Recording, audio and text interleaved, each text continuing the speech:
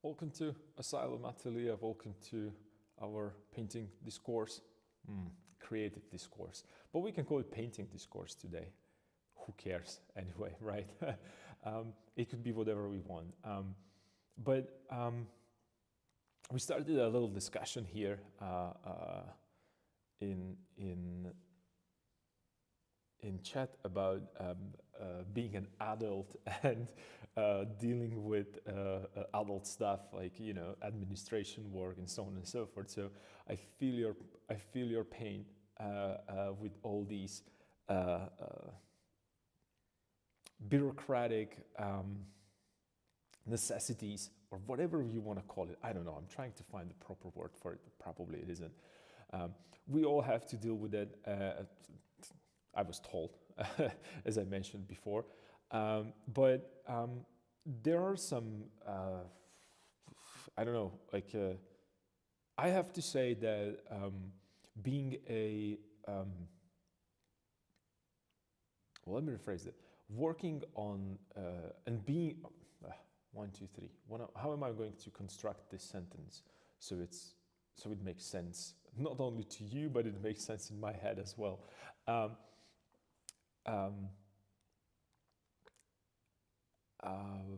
It is being locked in the studio and not interact with rest of the world. I think it's not beneficial for creativity, and not necessarily just the creativity. I think perhaps you can be creative at home and working on your own projects and have fun with that. But the moment you want to start really relating to people and being able to communicate with them visually, you have to go out there, because there is no, like, how are you going to relate if you are completely withdrawn from that environment? And I learned a lot about what my parents are and family going through day to day in their jobs, when you have to go to, I don't know, a post office because you need some special, I don't know, stamps or whatever they call it, to pay some stuff the government's asking you to do, or I don't know, like dealing with parking permits, or I don't know, like dealing with whatever problem might be. And it just kind of, even today, I was in on a train station, or actually I was exiting a train station. I was trying to get to my studio, and there's a large main road, and there's a crosswalk there with with lights, and you have to wait for a green to go. So we were waiting like a group of people, and it was, you can tell that it's about to switch, because the lights for cars are turning from green to orange and then to red. And we're just kind of getting ready, and then you see car, instead of braking, starting speeding, and you can hear that engine is revving, and the car is starting to move faster. And I'm usually not I don't have a necessarily a problem with this, because it happens to me. I drive a car. It happens to me that I'm just hurrying somewhere, and I need to get to a point that I'm being late. But that's besides the point. You shouldn't break the rules or break the law, even in this case. And it's like that person is just speeding and running through the red light, and it doesn't really affect me, because I could hear him and I could see him speeding. So, and it was still in that kind of a gray area. Was he on? Was he wrong, or we wanted to go also a little faster on the road? But anyway, nothing bad happened. He was 5 or 6 meters away from us. But the person next to me was so angry, and it was 7:30 a.m. and he was so angry. He was cursing. or because we were like a group together up the street, or continuing towards the street, and he was cursing for good 5 minutes as we were walking, towards the destination, because there is like a huge a square where I'm going, and it's just, being in the studio, well, I wouldn't experience this, right? But I think that you just sometimes you see these interactions between people, and they are almost unreal to me, or time to time. And this one was, first of all, the person shouldn't speed up and cross on the red lights or orange lights, you might say. But the absolute rage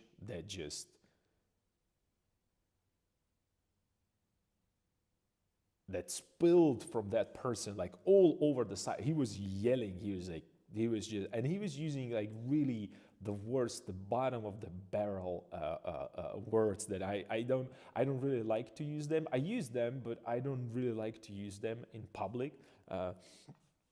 Maybe among my friends I can say these ugly words, but never around other people, or I'm trying not to. Sometimes you can't help it. It's just gonna be out there.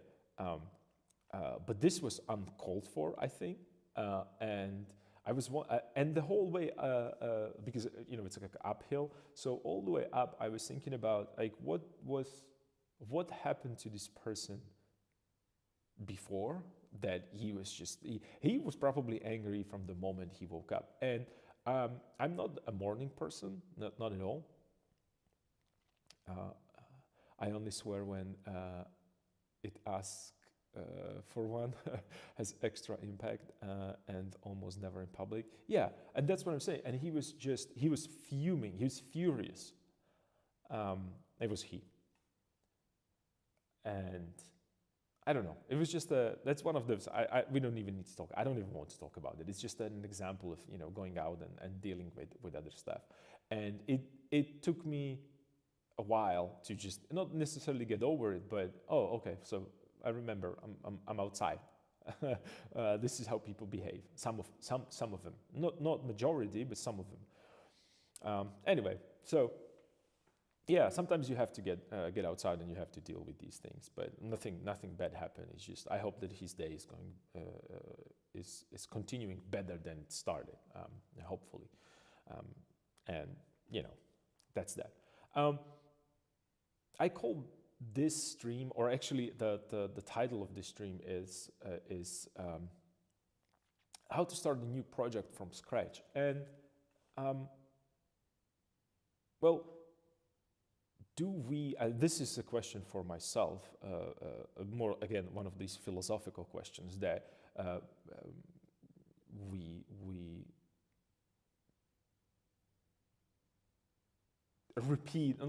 don't, the idea of that philosophical question and answer being in practice that we recycle throughout the process of elimination, it's probably here as well.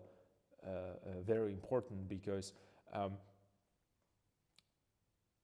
I'm thinking about how to start a new project from scratch. Do we ever start a new project from scratch? I don't know, because, and I was talking about this a couple times previously as well, because throughout my process, I have when I'm just looking into my desk, I have like a bunch of papers right here with information and like little notes and so on and so forth that kind of include like ideas. And it's my handwriting, so I'm not going to show you that, and a lot of grammatical errors. That are there, and I have some books that are here next to me that I'm just listing through while I'm sitting and daydreaming, and there's like a bunch of other stuff. I'm on the computer, right? So starting from scratch is probably not the right word, and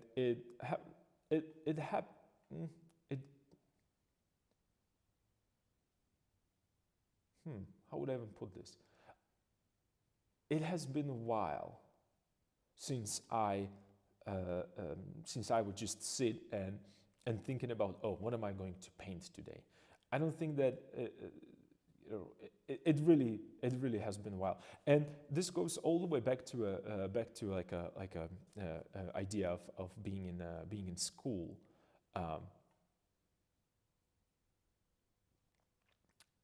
Because in school you always have something to paint because or draw or do something because someone else prepared it for you and helping you and so on and so forth. So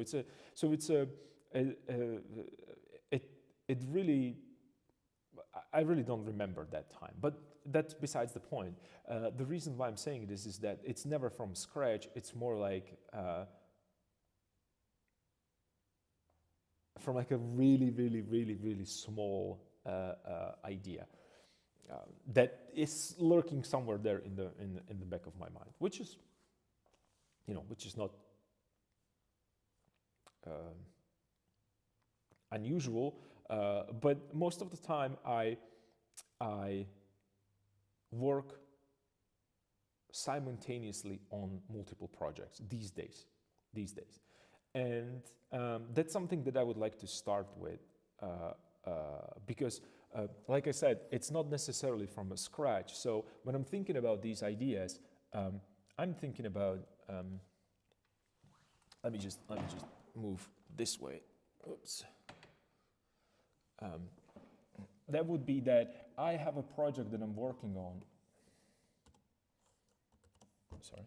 I have a project that I'm working on, so this is going to be a project, and as I'm working on that project, wherever might be the finish of that project, as I explore, and let's say we talked about Pinterest.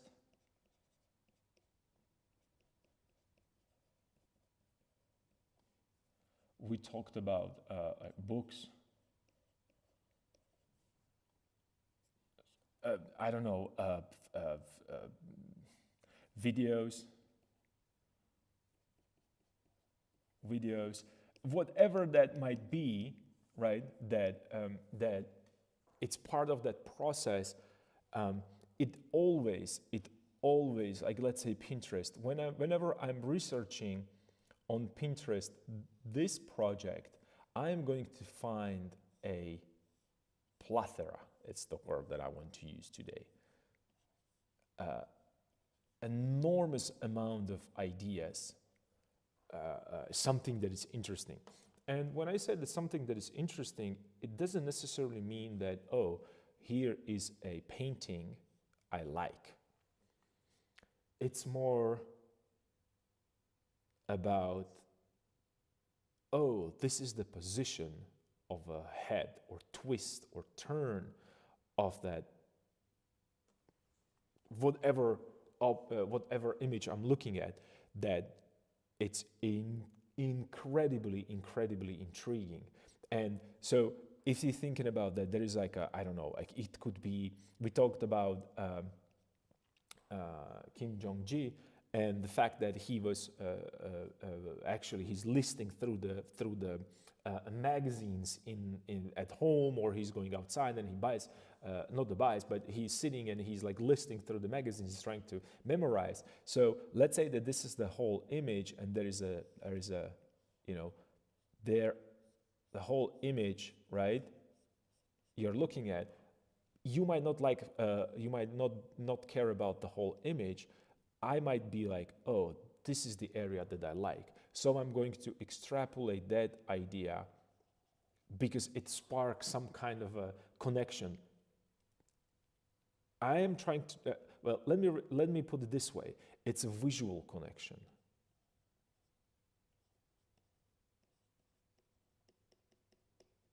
Visual.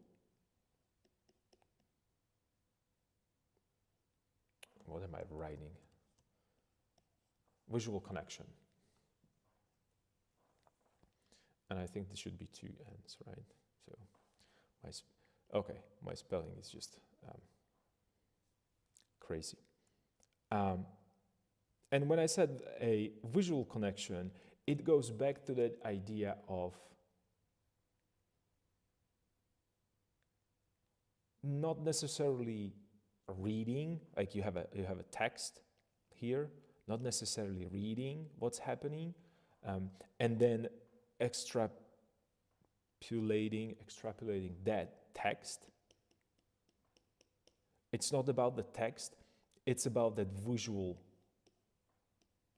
or image that I see there. So that will be one of the things that happens a lot. And we talked about about the picture on the Pinterest, right? Same thing could be a books, and you are reading book, and you're visualizing what's happening in that book, and you like that visual that was created in the story, so you're going to use that one, right? Because I mentioned books, I don't necessarily mean that you have to use the books that they are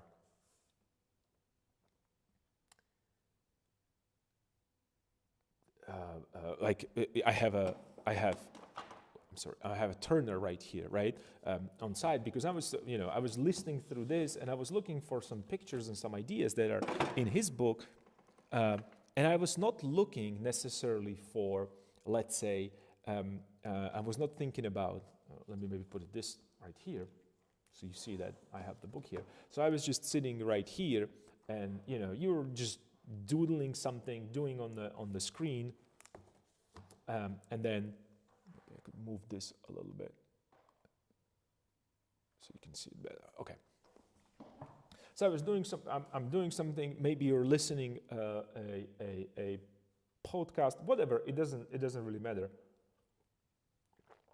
And I might hear something, and I might be looking on something, and it's like a translation. So something is happening outside around me, or I'm seeing something, and I'm kind of connecting it with the part of the picture that I'm looking at. Immediately, okay, I have to stop. I have to think about it, and then I go into these, lots of papers right here, because sometimes I just, by the time I get, and these are really sometimes like really like even like mathematical stupid things that how to count certain, or then preparing a plan, or doing like little doodles, a storyboarding, whatever it might be. Like I don't know, like I have something about the streams right here. It doesn't really matter. There's a bunch of papers that I have with me all the time, and a bunch is right here next to me. And these are papers that either I used as a scrap paper from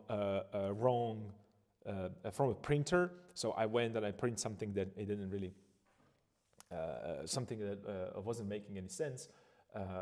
So I just instead of throwing that paper out, I'm keeping it like in the pile, and then I'm just writing around it. It doesn't really matter.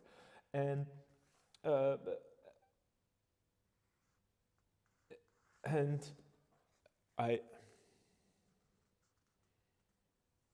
best to reuse paper whenever it's possible. Yeah, of course. That's something that, and I wouldn't do this, but my mom is very particular about these things, so she doesn't throw stuff. She's a collector, right? So now we know. Now we know. That's a little bit from my background. But anyway, I'm just listening and I'm looking, and the reason why I like Turner a lot is because he is extremely abstract. Like, what a fancy collector. Yeah. It feels like Turner's paintings are completely crazy abstract painting that somehow you can relate to real life. I think that I would call Turner like very close to be an abstract painter, like very, very close, especially when it comes to his skies. So what I would do, I would just simply look for these pictures, and especially because, oh, I need right now to create the sky, I need to do this and that with a large painting. So, it's beneficial to observe these things. And I just list through them, and sometimes I like it, sometimes I don't. And, for instance, we're talking about one of your projects, a seascape. So I know that Turner's is making seascapes, so I would immediately go there and I would look for the rhythms and so on and so forth. And I would be like, oh, rhythms, I need to go, and I have that, Harold Speed book, and there's a couple pages that Harold Speed's actually talking about these rhythms and energies of the lines, or whatever the specific power of curves. Yeah. And there is he has these chapters on unity of a line, and then about the rhythms, about like a different variety. There's a variety of topics, and unity of a mass. There is a lot of. I think that this is a book on the composition more than anything else, right? So. And then you can go even further, and that's why I have these two, and then you can cross-reference it with some philosophy if you want to go into depth, right? And I have right now Plato the Republic, because that's just that almost like this like 101 philosophy, like the first book that you should probably read. And actually, I think it's on that PewDiePie.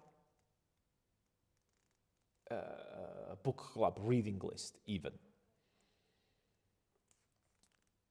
I'm browsing through his work, very pretty, delicate too. It stands between abstract and representational stage, delicately balanced. Yes, it's just a perfect balance. Can you say the title again? It's Plato, the Republic, like the famous one. The one that I think I actually got this book for free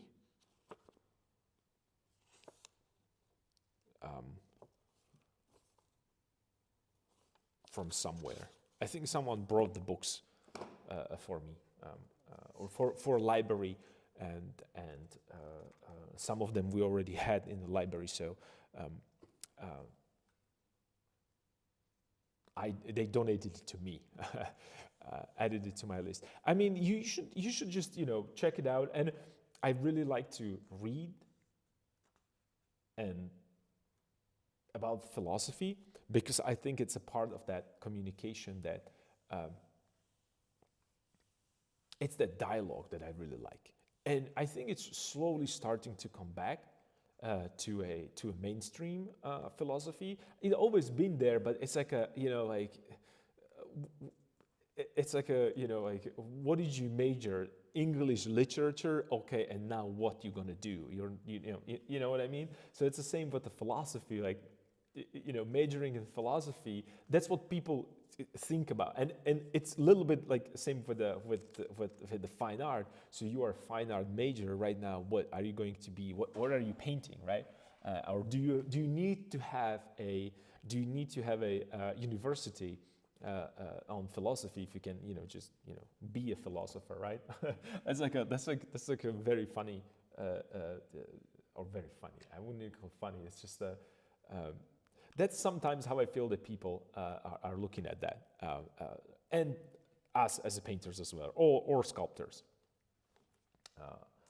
So that would be something, and I would be cross-referencing this back and forth, because like you have these famous arguments, and in these books, especially classical. You have these Plato, Aristotle, and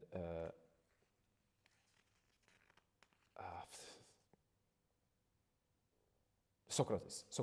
I'm sorry, I was blanking for a second. So these are like the most. I think you have to talk about these even in the high school. We used to talk about them in the high school. It was a part of my it was part of our education, like a general education, right? Or introduction to any introduction to philosophy is going to start or is going to talk about these three guys, because they're not necessarily relate to each other, but they are arguing with each other or basing their arguments on one another. So that would be like that inner dialogue that it's also inside me when I'm trying to create something. And I would be not necessarily thinking in terms of like language and words, but more in terms of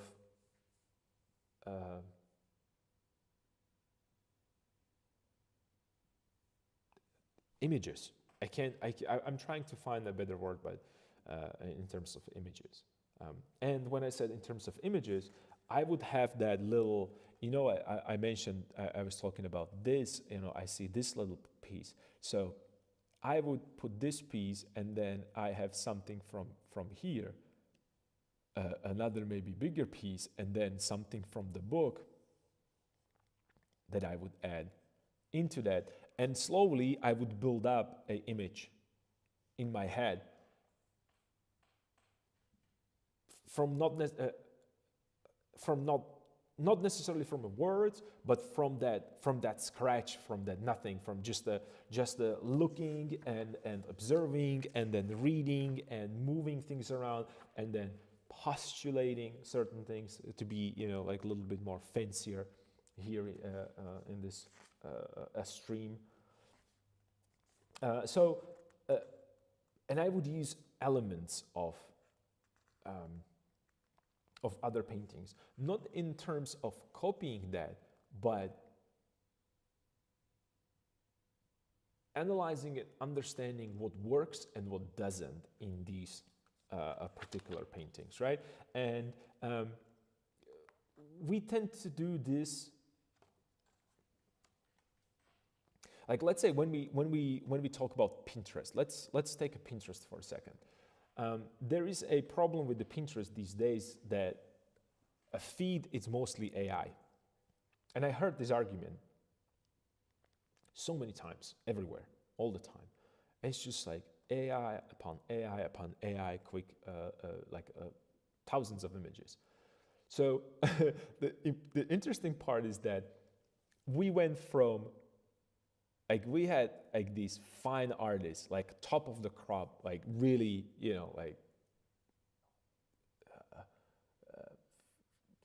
they're selling for 100 millions.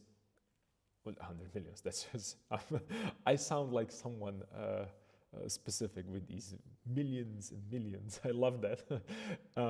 So there is like let's say they're selling it for a lot of money, extremely amount of, like just crazy, bonkers amount of money. And they were complaining about, not necessarily complaining, but they were pointing out that, oh, there is a Instagram right now, and there is a saturation of a bad art, and right now people are going to, oh, we have a saturation of AI. So I don't know, this is like an exponential growth of stuff that you have to go through. So when we started with the beautiful plain, and there was one tree there that we all admired, Rembrandt, and then there's a we went further, and there was like maybe four these beautiful trees, and right now we are in the forest, in the dark, in the jungle, no way to go out like this. So this is where we are right now. So going outside and being a little bit more social. Hey, Myronsk, I'm sorry. Just going outside and being kind of eliminating this part right here, completely eliminating this. seems like it might be waste of the time, but it isn't. Because trying to get through all this, it's just time consuming, and not only that, it's tiresome. I mean, it's tiresome. Seeing the same thing over and over and over again,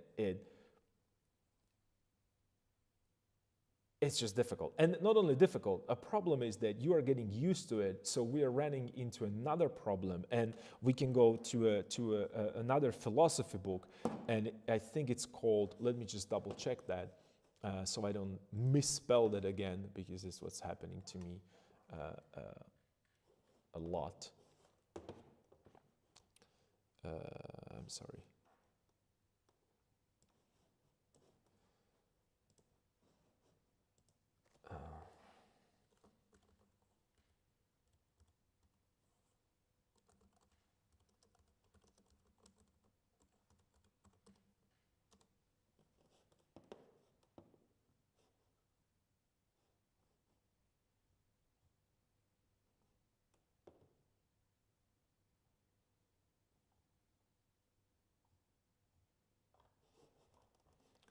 I'm Googling.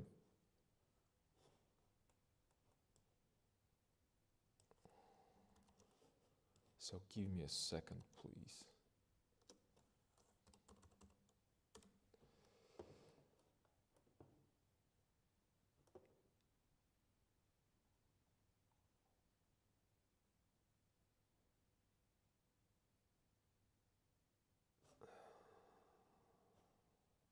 Okay, I found it. I'm sorry. I'm trying to find that that specific. I think it's a philosophical book. Not I think. I'm pretty sure that it is. It is for me, and it's called a. And I'm going to type it into chat. So.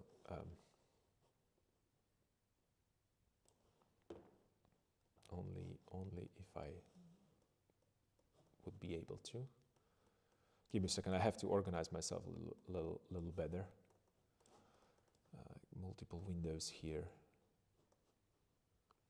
opened, and the camera is in the way, so I can't see my screen through because of the camera. So the book is called Simulacra and Simulation. Let me just type it in. And I hope that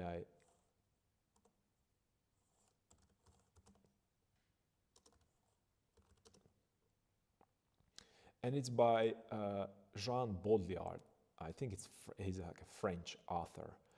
It's actually pretty new. It's 1980, I believe.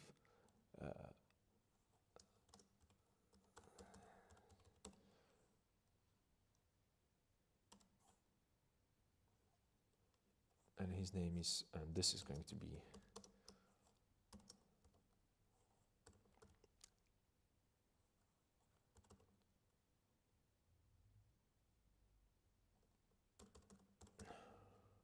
I hope I spelled his name correctly. So this is the author. Actually, the funny fact is that this specific book was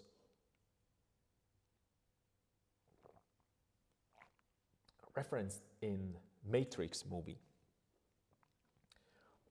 And what I'm trying to say, so to coming back to this, I'm off the track again. No Matrix talking right now. But that was a fun fact anyway. What I'm trying to say is that a problem with this kind of a saturation of imagery online is just creating a downward kind of a graph for me in terms of not only being able to appreciate art like Rembrandt, and you can say even Mozart. It doesn't really matter whether we talk about painting or other stuff, because we are getting so much of that same image that we kind of accepted as a new norm, and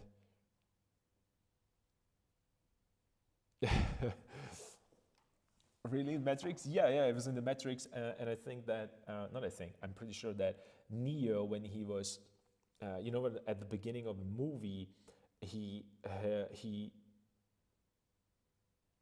like they knock on his door because they wanted I wanted to say some data, some CDs, but I think they were mini discs or whatever he was using. And he opened the book where these mini discs were. He gave them the mini disc and put the money there, and he closed it. And that's the book that he was holding in his hand by Jean Baudrillard. And I'm butchering his name, and my microphone just dropped. So I'm sorry, little adjustments.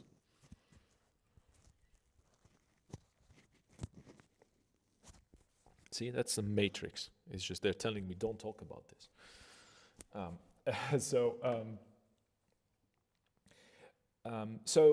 that's the problem. And that problem. It's not a problem. It's just something that I observed.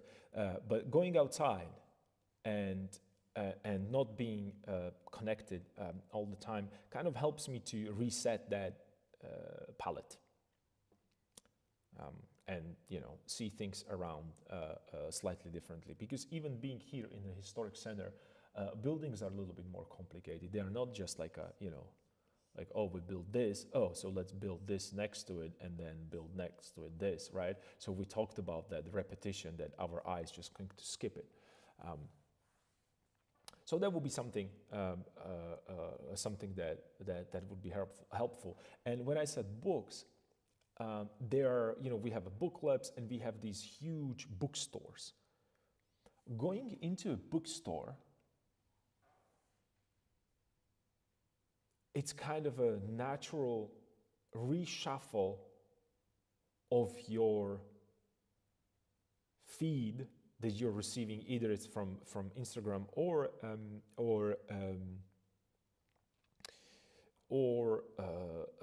Facebook or X, TikTok, whatever, Pinterest, right? It's just like a completely different randomizer, or it's just this, like, all this search and going through this stuff. Like I said, it's not necessarily eliminated, but it's just there are a couple things that are extrapolated from there and they're put into a book in the bookstore. You might disagree with that a book. You might not like the chosen pictures or whatever that is, but it's going to give you completely different randomized perspective on something. Like I said, you don't have to agree with that, and you shouldn't. You should do your own.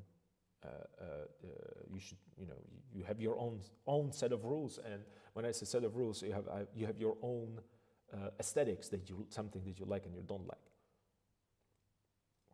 But this kind of offsets that feed that you are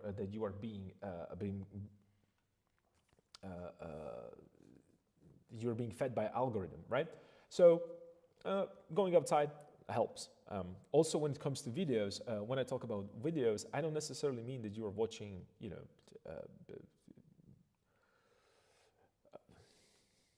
TikToks. What I mean is just you have like documentaries.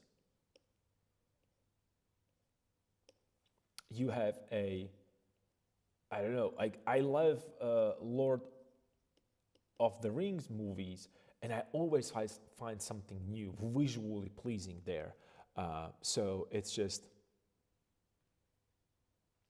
TikTok, and I don't get along at all.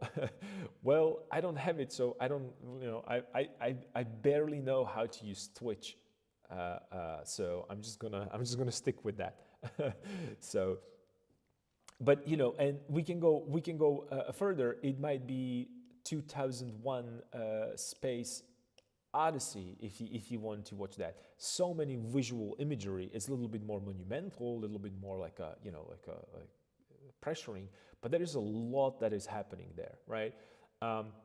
And being in that bookstore also gives you like you can run into completely new authors, painters, or something that you've never never even seen before. I have a little thing here. I just watched Aliens Romulus while the story was not the best. CGI and color scheme were visually stunning. I enjoyed that a lot. 2001 Space Odyssey was beautiful. Yeah, right? So these are the things that, and like I said, I'm not going to copy necessarily Kubrick or Peter Jackson. I believe it's the one that did Lord of the Rings, or I don't know, some other artists. But what I'm going to do, and what I'm really looking for, is how Kubrick translated a philosophy into visual storytelling. So that's what I'm looking for, and it's not going to be the whole thing. So I'm not going to just freeze the frame and copy what he did, even though you could do it and you could get a pretty good compositions. It's not necessarily what I'm looking for. It's more like, again, I'm going to be looking at that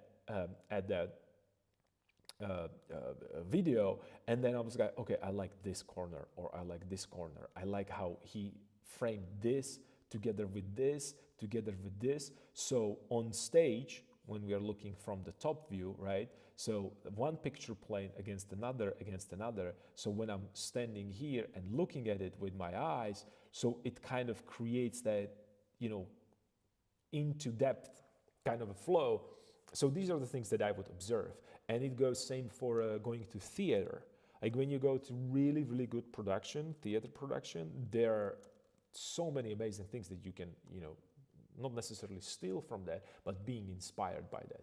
So that's why when I'm saying that it's not about starting from scratch, because if you are observant enough outside of the world, you don't need to start from the scratch, because there is like a library in your head.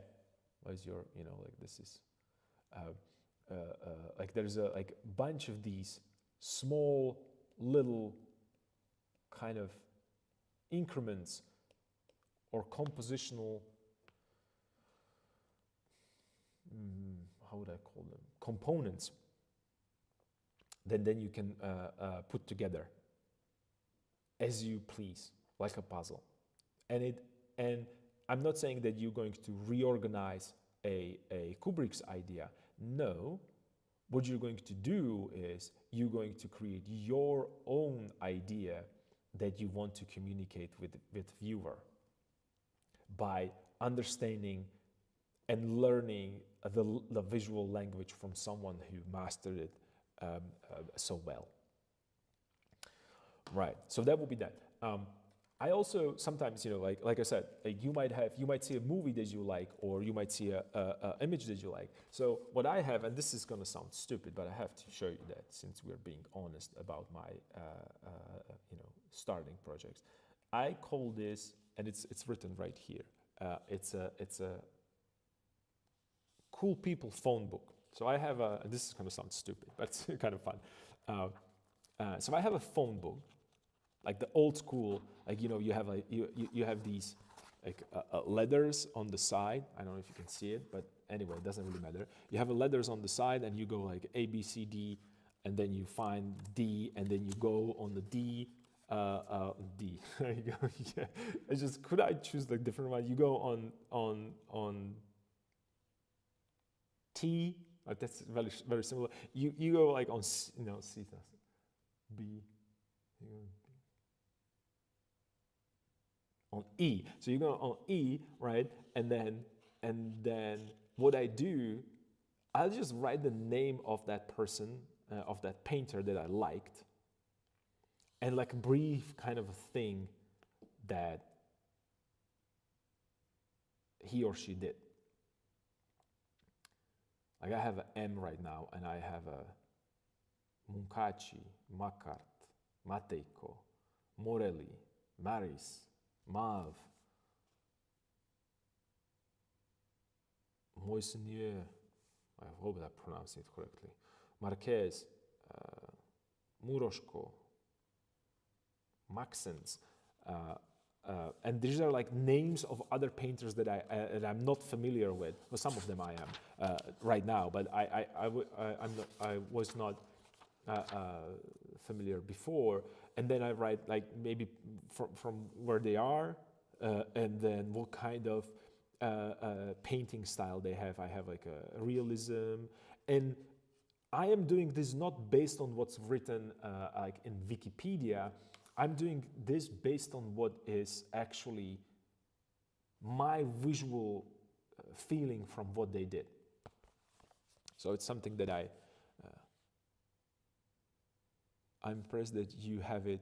I'm completely forgot about it. Yeah, it's like it's a phone book. That's a phone book. And I'm writing, it's like a cool people phone book. So if I want to call them, I will find R, Rembrandt, and I'm just, I'm calling him. So what's going on, and, how's it hanging up there? So that would be like a phone book. And I have it right here again. So I'm just, pointlessly going through some pictures. And you don't need to have like the written version. Yeah, they still exist. I don't think that you can buy them necessarily in a, this is funny because this is from St. Petersburg, so it's in Azbuka. So you have to adjust these letters for English alphabet, but it still works. It doesn't really matter. So they still have that. I'm pretty sure you can still buy it in the.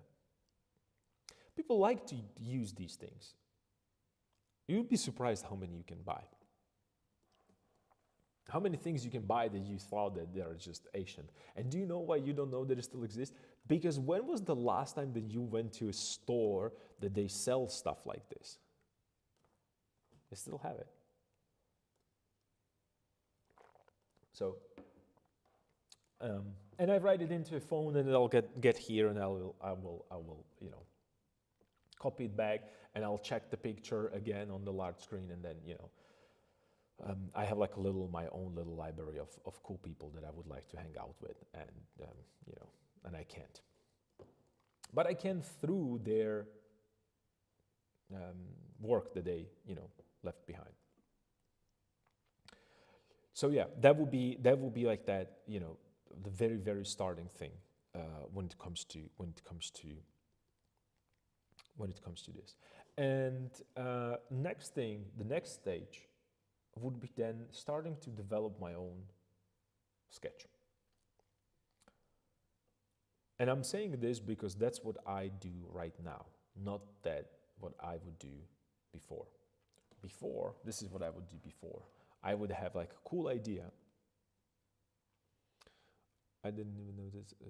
Apparently, I don't shop enough. Yeah, apparently you don't. Yeah, exactly. That's exactly what I was pointing out. So anyway, so I have these books here, and you can see even behind me, like on the table, there is a bunch of there. Those are I still have on the sofa in the back. I still have a books with that.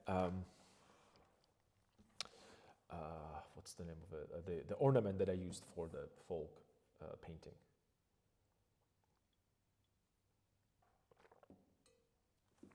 And then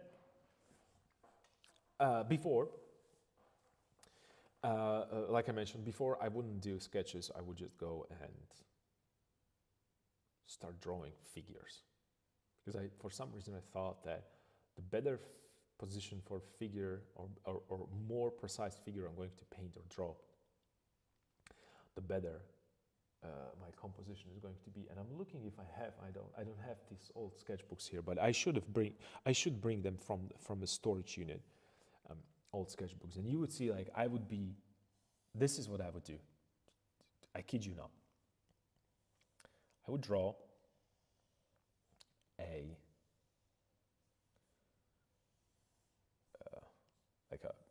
like a rectangle, because they told me to do a rectangle, and then I would be like, I want to do like and I was really like, there was all text in my head, and I would say to myself that, I want to really, really see I want to really paint, I don't know, I like history paintings, right? So I would like to paint like a history painting, but really meaningful and cool. And let's say I was at that time reading, I don't know, we were talking about the Plato or philosophy, and there is a famous cave argument. I don't know if you're familiar with that. There's a cave argument about. It doesn't really matter. I don't want to spoil it for you. It's just it's a philosophy, and it's about projecting, and it goes back to simulacra and simulation as well, and it goes basically the way that imagine that there is a. This is going to be. I'm going to choose a different example, because this would go into a depth of the philosophy and crevices and parts that I don't think I would be able to describe properly. So let's take a different approach, and let's say that I want to do. I was supposed to paint a still life, right? So what I would do with still life, and I would start composing still life. Well, of course, visually, but this is what was in my head. So I like this object A. I don't know, like a bottle, right? So I would have a bottle. Let me maybe take that bottle for now and move it on the side. So I would have a bottle. And then I would have, I don't know, like whatever, like a cup, or something like a cup, right? And I would have, I don't know, apple, and maybe I would have a book. Well, let's do this, and I would have a book, right? And I would have a book. And I would have a book. Whatever title, blah blah blah. So this is how I was thinking about the elements. Literally, I was thinking about them literally. So I would start composing like this in my head, and I would take this and just, I need a book, so I'm going to put their book because they told me that I need book. Then I need apple, so I will just put the apple maybe here. Yeah, that's an apple. And then I need a bottle. Okay, so let me just grab a bottle. So let's put a bottle right here. Well, that might be cool. And what do I? And I have this as well. Yeah. So I'm gonna put this right here. And this is exact process in my head, and I would be like, okay, so bottle is behind, so cool, and then apple is the front. Awesome. I got it. Check. All right. This is how I would compose. And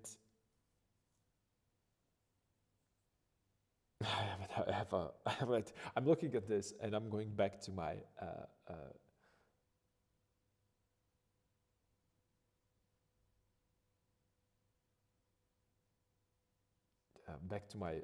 like first days of drawing, and this is what would happen. And I'm not saying that there is something wrong with this. It's just this is not a composition. This is I don't know how would I call it.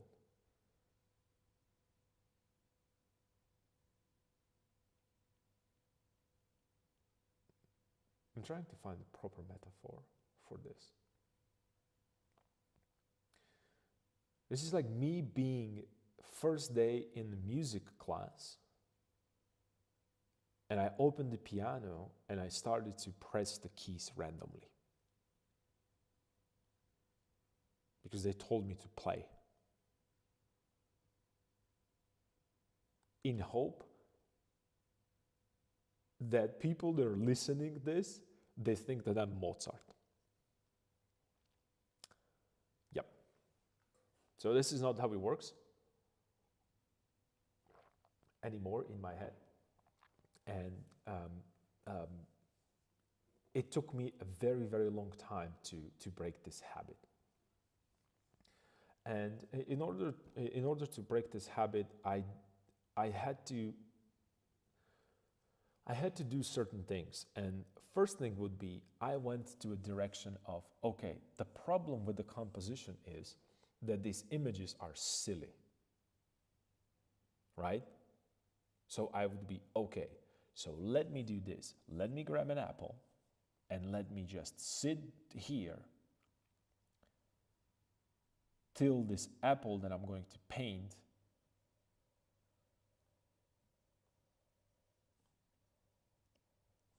right won't have like that core shadow that we're looking for, or actually the structure rather first, so like these kind of like a wire mesh, if you wish, right?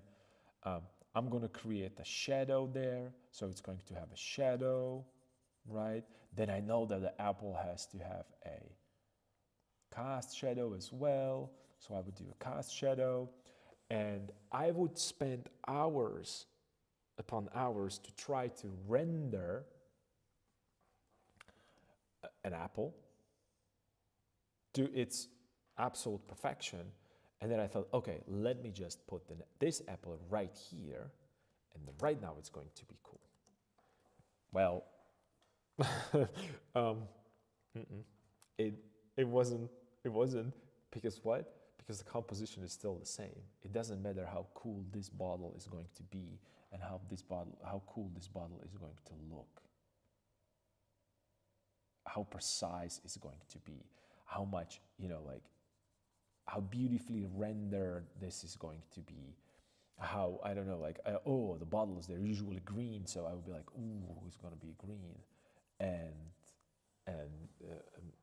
you remember, let me just go grab it. It's going to be fun. You remember I was showing you one of my first, where did I put it? Did I throw it away? I'm looking for my first, I got it. I should probably make a digital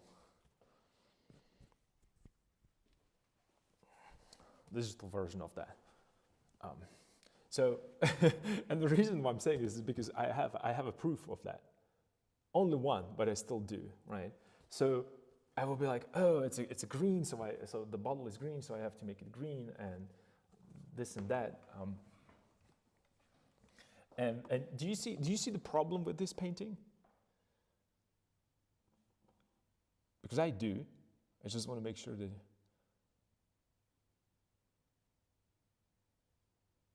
So you not only the shape in the account, but then form, light, shadow as well. I'd love to see a pic of that. Yeah, a lot of them are in the middle. Yeah, you see the problem with that. The problem is not with the rendering, the problem is not with the color, the problem is, well, it is, well, all these things are problem, but they are secondary, tertiary, very last on the list. And the first is the composition. But here is what I then learned later on. Let's say that I was working with that apple. And let me just maybe take that apple as an example. What I learned then, well, the second, well, actually, let me do this. Let me just take this and put it a little smaller.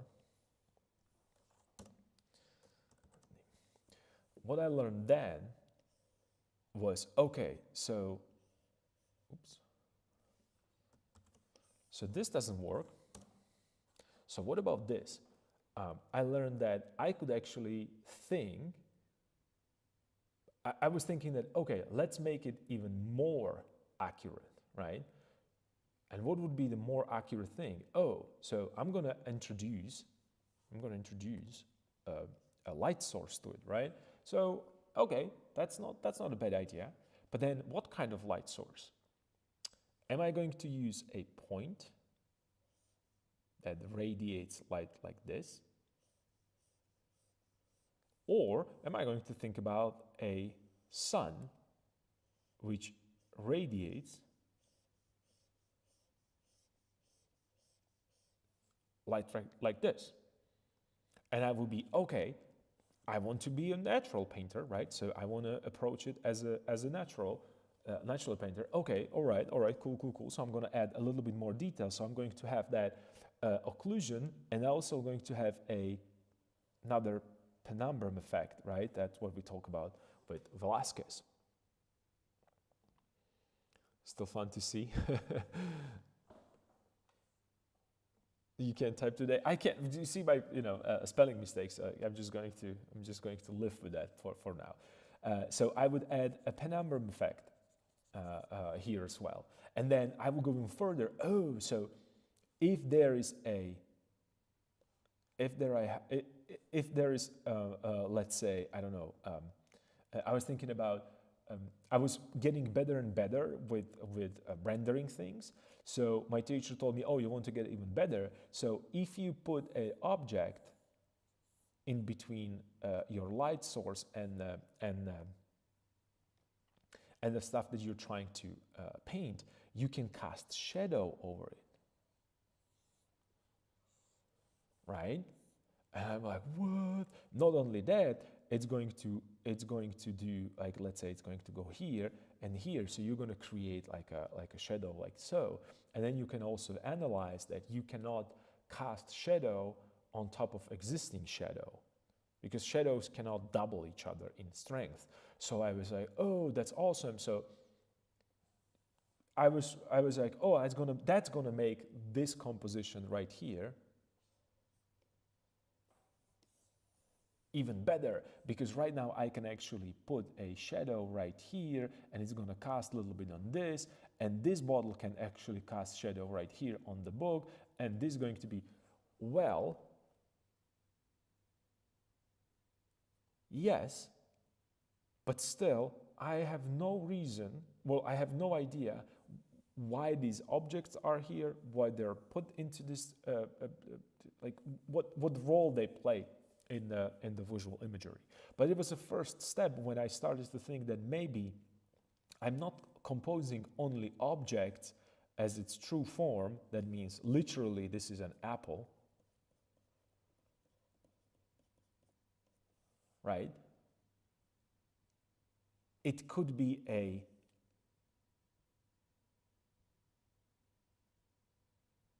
shape. And when I say shape, I mean already, better thought through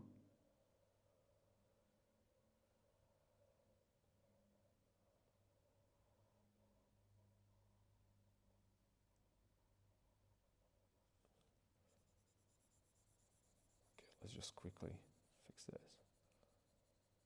This is what I started to think that apple is. Two-dimensional abstract shape on the paper. I don't think that you would be able to say that, ever, that this is an apple, right? And it kind of, but it was still not enough, because we're still in the stage that, oh, I have all these images here. I have apple, I have book, I have bottle, and I have a cup. They have no, like, I don't want to paint apples. Who cares about apples? I'm a cool, fresh,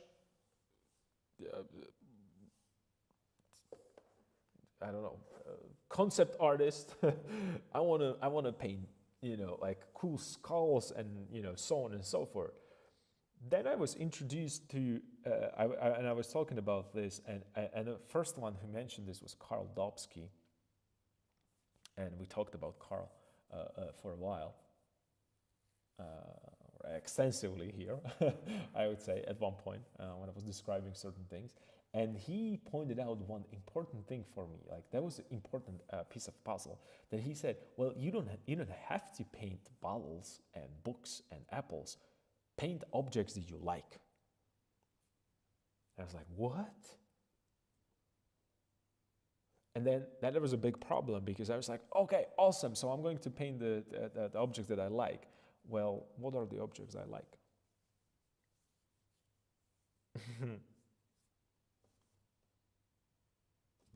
Like, what are the objects that I like? Well, like, I like books, and then we discussed. I'm saying it like in the dialogue because it sounds better.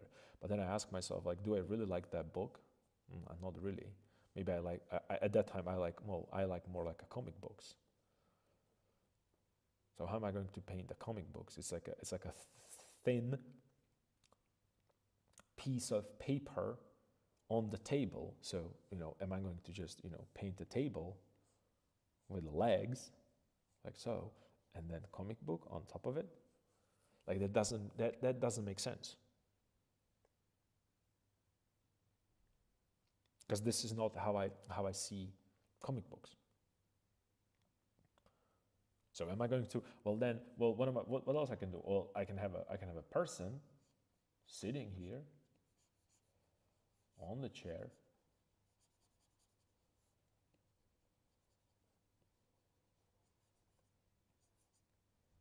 reading that comic book. And I was like, well, yeah, but how do I draw a person that it's like sitting like this? So I went to a Google, and I was searching for a figures that they're sitting and reading stuff. But it was all about the figures, and again, I went to same problem, that it was all literal.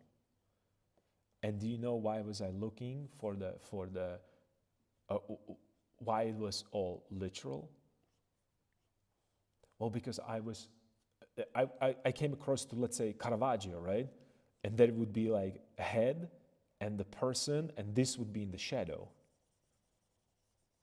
right? Like Caravaggio, or in the darkness, right? And I would be like, I cannot use this because I don't see what's happening. I don't see what's happening here. I need to see like how they're sitting, how their hands are. So I have to go back to this. I was completely disregarding, well, wait, he's composing this. Why are you have to be, I wanted to be literal because I thought that, I'm going to paint the coolest dude ever. Let's give him a head. That's the coolest dude. And he's sitting right here. This is a table, and he's reading a cool comic book. Coolest dude. Maybe he is like a little lamp because he's lonely. He's like a, it's just this is, and I'm it's fun for me to do these things because it makes me laugh, but this used to be my thought process. Like I said, I completely disregard, and I kid you not, cue drawing, right? But because that's another one of those $1 million sketches. But when even right now when I'm talking, I have to draw these things because that's how they were happening in my head. But you can see that I went from composing this to going here, then understanding, okay, I'm going to find appropriate images.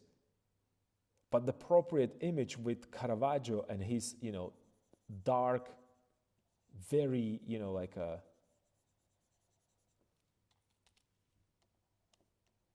like his compositions, which were dark, even though they are great. And I didn't like Caravaggio at the time because he was just like, like what's happening here? I would definitely rather go sell it and get rich. Yeah, I should.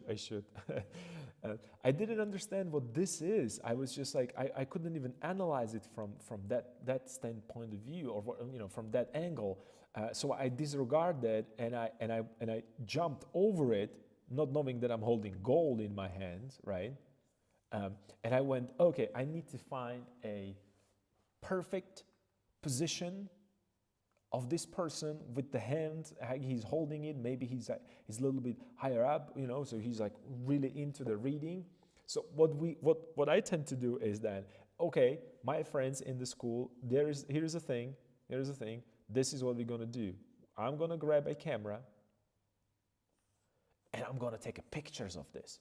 And I was like, okay, I took a picture, and then I realized, well, there is a problem here. I took a picture of that, and I realized that still, like, I have a piece of paper right now, and where am I going to put that person, right? Is he going to be right here in this area sitting, or is he going to be like here in this area? And he's probably dead. I was just thinking, and then I was like, you know what? The easiest way would be, and this is what we naturally do, like, I'm not going to bother by this right now because that's not important. I'm just going to put him into the middle.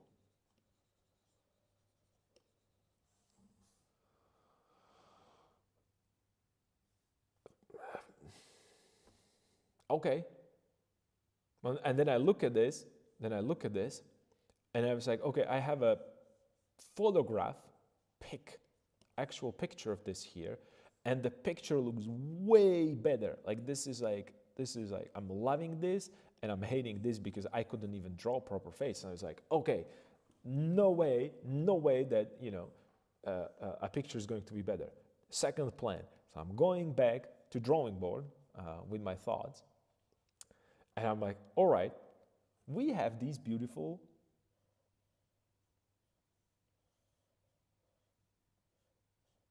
sculptures that we copy, and we use specific light source, and they're creating a nice shadow, and then maybe like a shadow for the eyes, right? And then there is a shadow under the nose a little bit, and then it's kind of giving a structure, right? The form shadow. So, oh, this is what I need. This is, by the way, a cast drawing 101 if you're not familiar with this. So, and then we have like these lamps, and I can position them, and it's like on these nice stands, and I have like a shadow box behind here. So what I did was, like in the studio, I clear corner in the studio, right? I cleared corner in the studio. Let me just make another layer, so it's going to be better. I cleared the corner of the studio. I brought a lamp.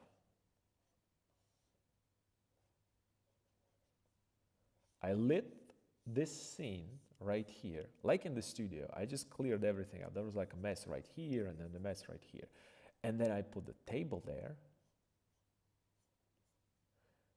right? And then I asked my another friend to go and sit there and just be like reading with all the props. And I was standing right here, taking pictures, sound effects.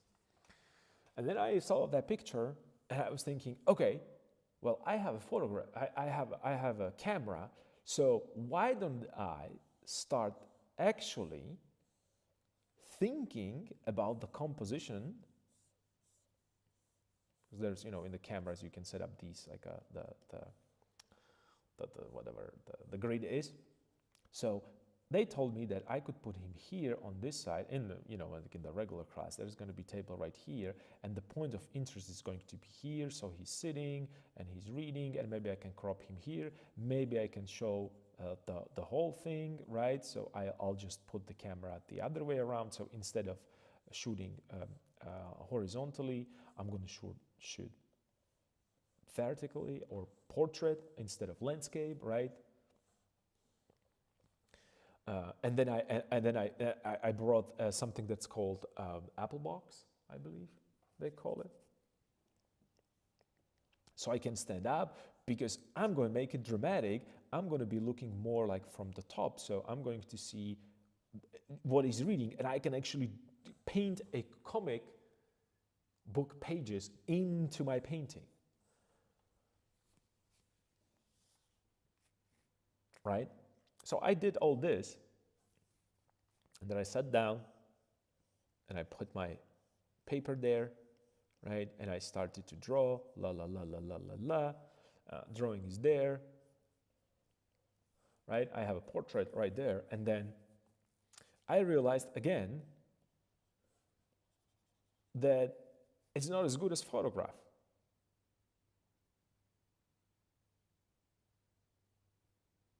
Because photograph has all these little details here and stuff that I cannot reproduce because what? I'm not a good painter. I don't have skill enough. And you know, all these painters, and at that time I was thinking completely literally. It was just nothing. There was nothing. It was just, oh, I need a person, I need a head, I need a neck, I need torso, I need pelvis, I need legs, I need knees, and I need feet.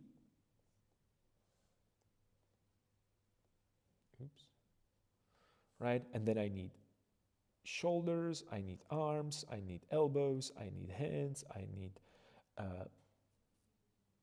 fingers. I need other hand because he has both hands. Then I need a comic book. He's reading in. Then he has a head, so he needs head. Maybe he has a hoodie. Who knows? He's a cool dude. He has to have a hoodie, right? So then I have to put him into a hoodie. So I probably have to go and buy the hoodie for the person that I'm going to take a pictures of, because he has jeans, right? So I have to put jeans on him.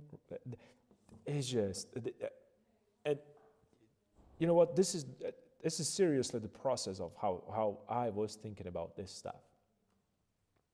And I'm not making fun of this. I mean, it's funny to look at that these days. But this took hours upon hours preparation, right? Prep. Then asking friends for help. So it's not one man show. It's like a three person operation. And hydration. Okay, all right. Hydrating. Do I have a? This is like lukewarm. I would call this, but let's just edit there a little bit. So thank you for hydration. Reminder. I should have a sponsor for hydration. So anyway, so it happens to be a 3-person job, and for those of you who study at university or art school or whatever, you have 3 people there at any given point. You just have to organize them, and and then you put them like these draperies, and you just like, ooh, there's a person with a drapery right there. So because I want to be a little bit more action. That was actually second stage. I'm skipping a little bit forward, but you know what I mean. So I found this extremely complicated and extremely time-consuming. Not only that, I blamed these things. I blamed, of course, wrong lighting, wrong light, wrong camera. Of course, I don't have a Blackmagic or Red or Sony Alpha. It's just like a cell phone camera, right? A person that I'm taking a picture of, because I'm drawing a dude, or she is not she doesn't understand or he doesn't understand the acting, so I need the emotion, and he's not giving me the emotion. So person that I'm taking picture is wrong, right? That's wrong. And list goes on and on with all the problems that I had. And then, I know, there's a problem with the paper. So my paper, it's too thin, so I need a higher grade of paper, and it costs more money. I cannot afford it. That's why my drawings are not as good. This is a vicious circle of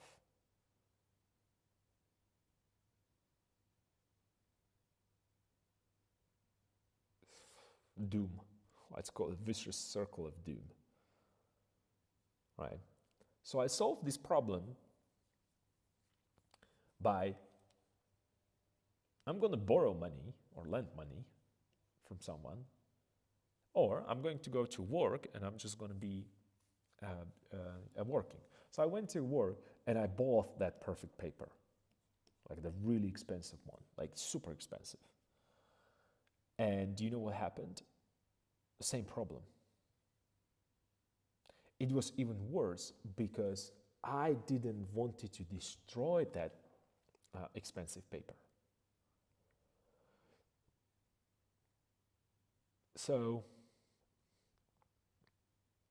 I decided that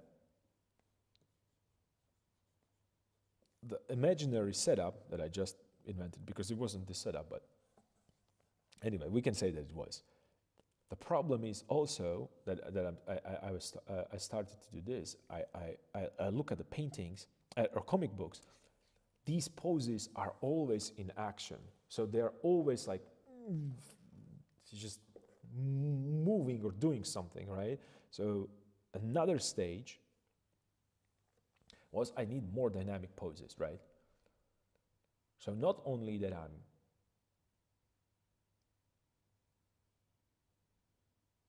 reading a comic book, I'm trying to figure it out. What would I do?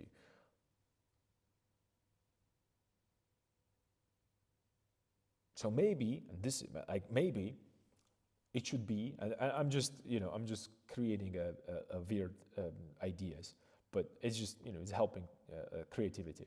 So I was maybe if I put myself in the position that I'm reading that comic book, right? I'm trying to draw slightly different angles. So I am reading right here, and then maybe it's going to be cool. It's going to be cool if I imagining action, whatever action it's going to be. So it's a car.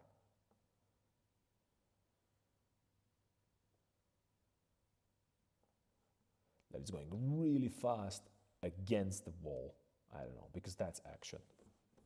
He doesn't, it's an action, right? So maybe this is going to be a good portrait, or good painting, good composition. And trust me, this is, and I'm talking, this is like a speed up process or time lapse of that. But I'm talking years right now of struggling with this. I mean, I had these.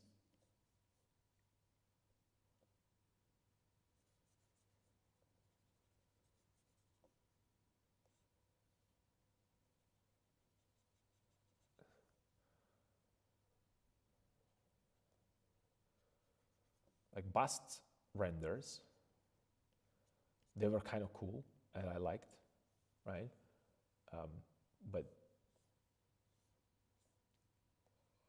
you could hardly consider these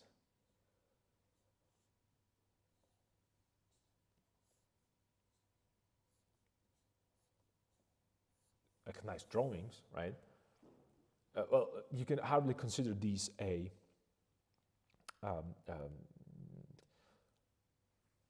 compositions. That's what I'm trying to find the word. So I thought, rightfully so, right, after all these experiments, that I am going to do concept art, because concept art is not about composition, and I'm gonna be composing like a cool, like a cool, I don't know, like a monsters with, like aliens.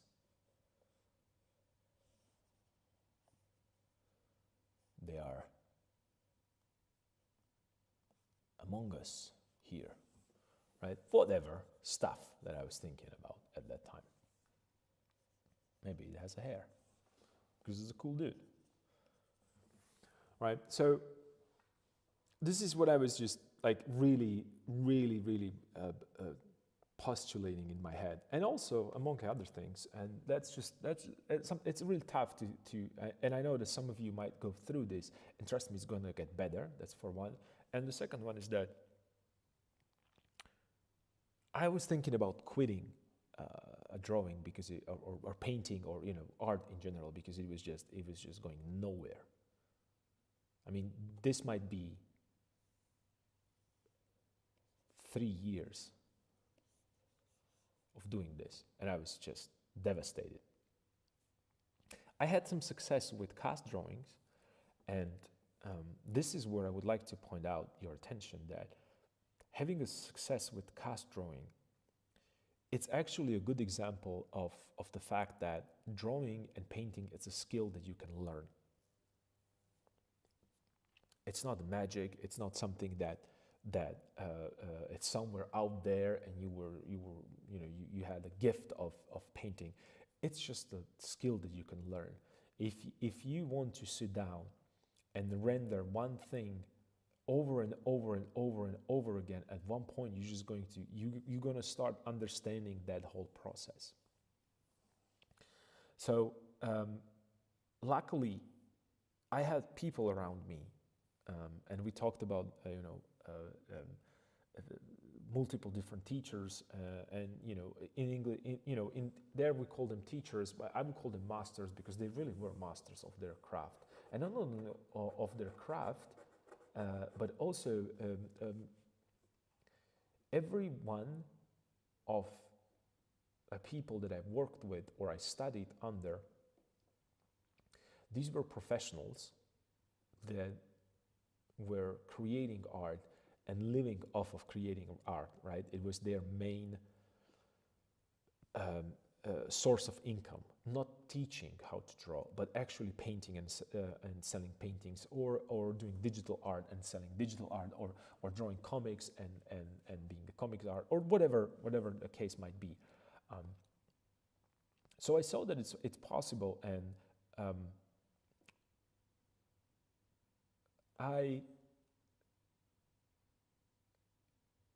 being around these people, together then working in the library and having access to books. Right now you don't, you really can go online, even though there is a lot of saturation there, but you can still start with the basics.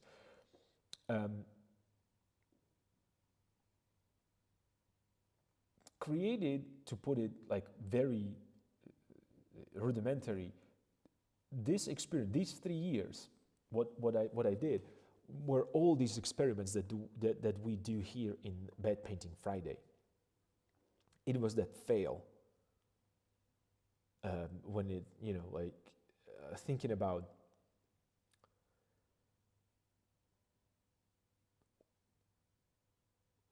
that I have to do, better lighting, better light source, better camera, better position, higher, lower, left, right. I tried all these things.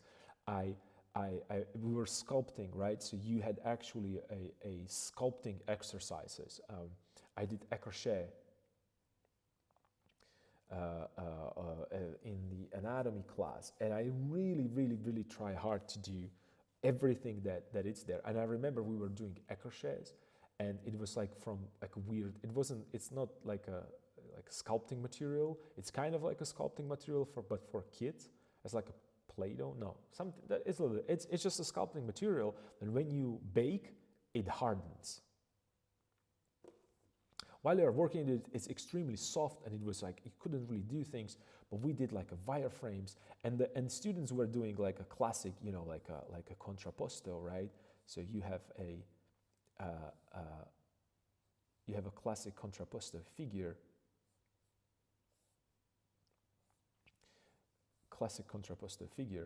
and a teacher told us that, do this. Of course I didn't. How would I even, like a contrapposto? Who cares? Contrapposto is boring. There's no action. Do you know what I did? I did a crucifixion. And the worst possible thing that I could do, because accrochets about, if you don't know what accrochets are, it's like a half skeleton and half muscle structure. And I decided that I'm going to do a crucifixion because I am a Michelangelo. With the full-on, like even I'm going to build a cross. People are going to be crazy about this. I'm going to build a cross, and it's going to be like super awesome. So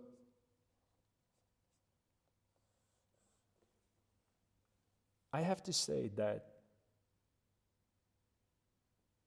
and let me remind you that I needed a good grades because I wanted to kept all the scholarships and so on and so forth, right? So I really had to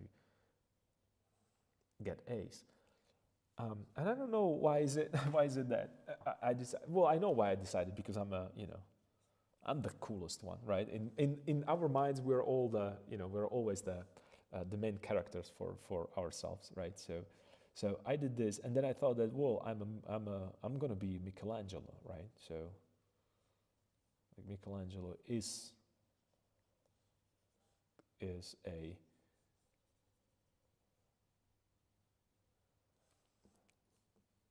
like a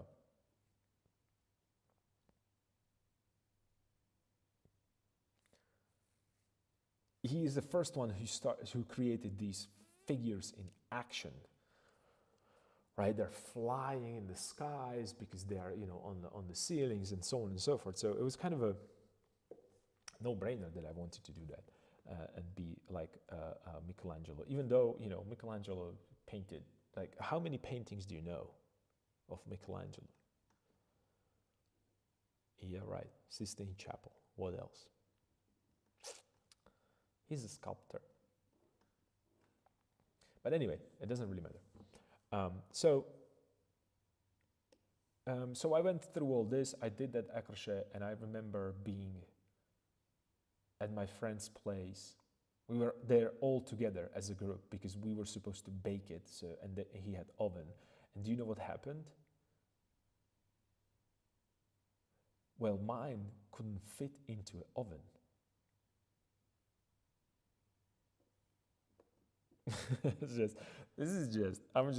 I'm remembering that evening, and it was so fun. It just didn't fit into the oven. Who would have thought that I don't have a industry grade size oven? I guess, I don't know. It was fun. But anyway, we did it. It happened. It was fun. I got a good grade. I wasn't sleeping at all. And I show up in the class, and I remember I was falling asleep in the class while the teacher went through one person to another, all the way in the back for me. And I was tired as hell, and he liked it. And the important part is that the reason why I'm talking about this, I liked it. I liked the process. I was he said, like, oh, you don't need to have like a perfect face, but I want to see a plainer head, right? No, of course not. I have to do a full face. I'm a master sculptor. I have to do a full face, right? But the important part is that throughout this project, I was introduced to ZBrush. I shouldn't probably name certain things, but you guys know. I'm not going to type it there. So I was introduced to a software, digital software, and it's not even 3D software. I think that they call it 2.5D. So let's call it 2.5D software. And I also got together with people from production companies, and they had their studios, so I could get there and work on some work with like real lights. They had like a huge camera and so on and so forth. Doesn't really matter. So what I'm trying to say is that me putting myself or putting trying to do better required more information, and that more information actually gave me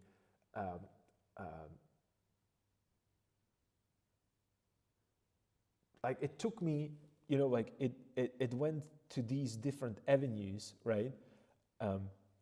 And it created that library of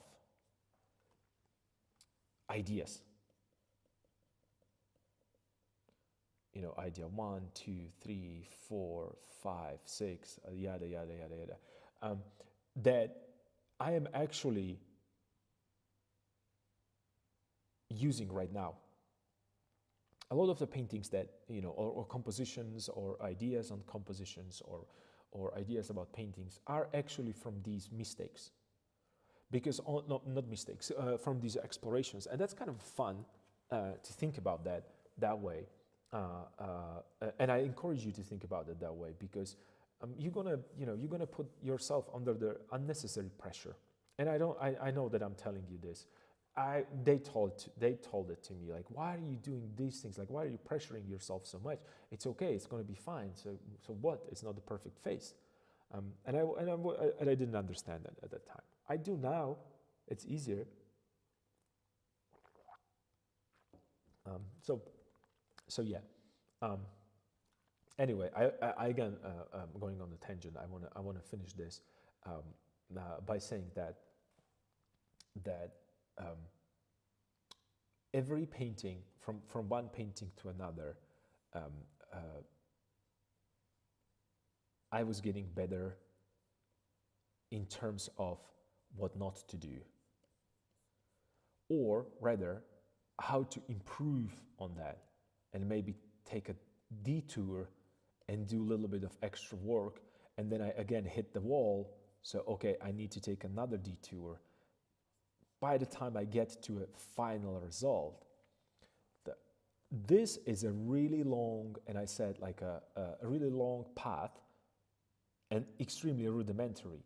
But what it brought when it comes to a composition, especially, is that right now all this I could eliminate and start here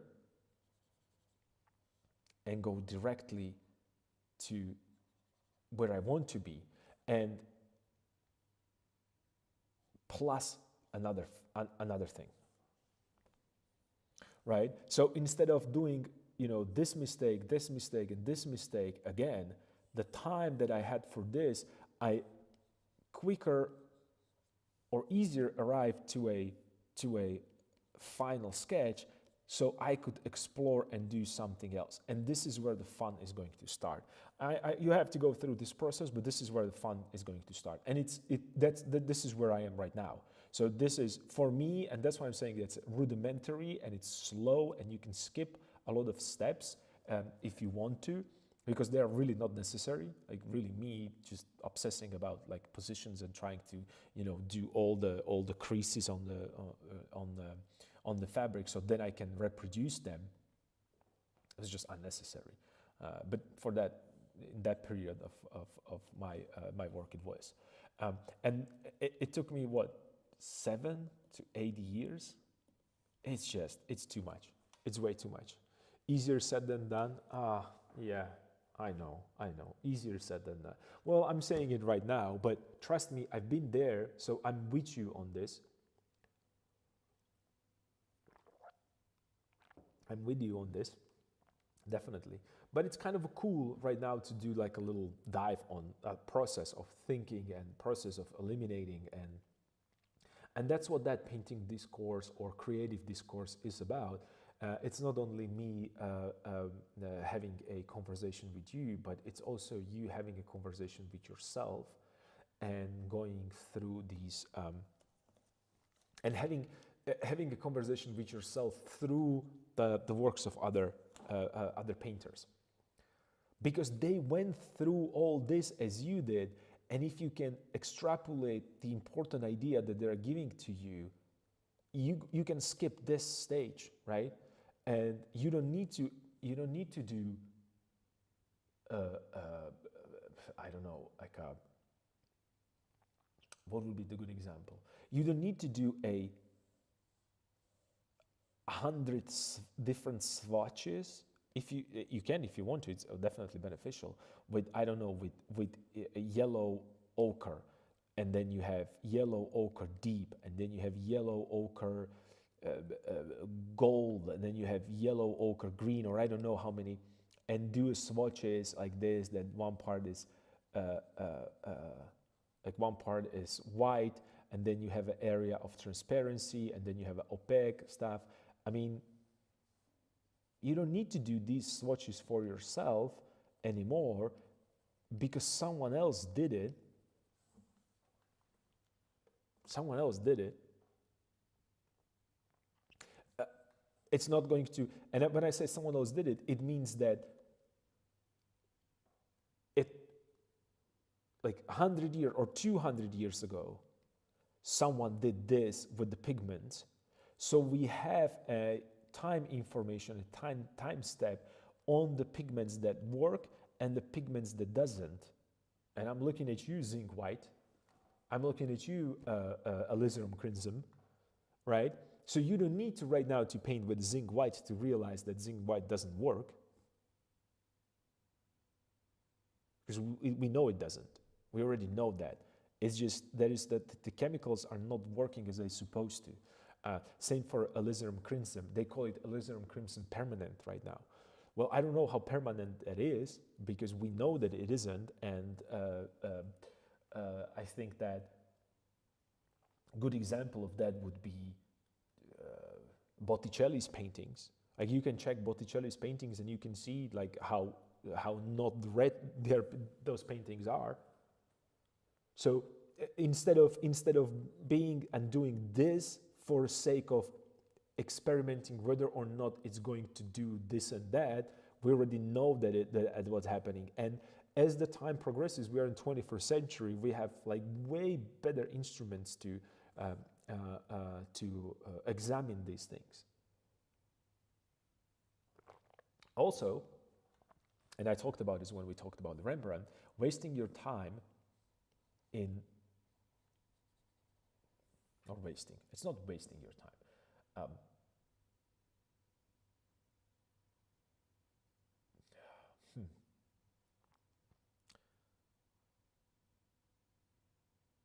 Extending your learning process on the timeline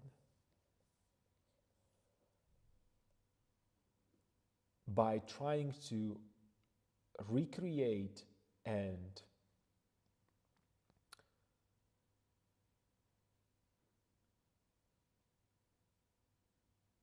perfectly control environment around you to the point of being a sterile, like in a hospital, prevents you from these happy accidents that we talk about a lot. What do I mean by that? It's that sometimes using a charcoal stick that you are not used to, it's not from the specific brand, it's going to give you a different effect. And not even that. What's going to happen, you have to approach your work differently, because you have to take into consideration the limitation of that material. right? So instead of spending my time here in stuff that it's not necessarily important, because I don't want to reinvent the wheel. I know that wheel works, and if I want to use and incorporate the wheel into my work, it's always going to work, because there is hundreds of or thousands, or whatever number you want to put there, a plethora of examples uh, where it worked, right? So rather, I can focus on developing my own ideas by using a language that is going to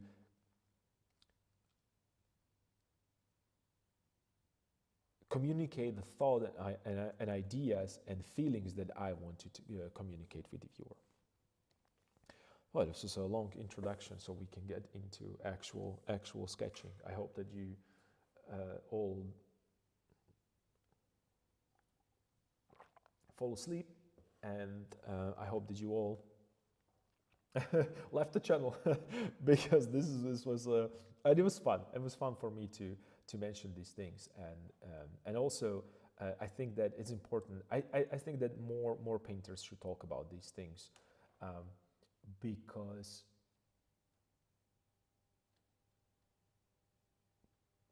there is not difference between me and you that much, and it's very relatable topic. We can all relate to this, and maybe going into depth and making sure that it's just a part of the process, and you're gonna cherish that process. Like when we talk about the finished painting, like the process is when you're having fun. When it's finished, you look at it and that's it. It's like a no, you haven't fallen asleep. I just jogged in the place for 5 minutes because I was already falling asleep. Today my energy is super low and I'm trying to finish my painting. Yeah, see, that's what I said. So let's do some sketches. Let me go and get a little bit more tea to take a quick be right back, and I'll see you in a. Not your fault at all. I'm pretty sure it is my fault. But I'll be back in a second. I don't know if I have a be right back. Should I put it there? Okay, go get tea. Yeah, I'm just going to get a tea. So I'll be right back. Just a second.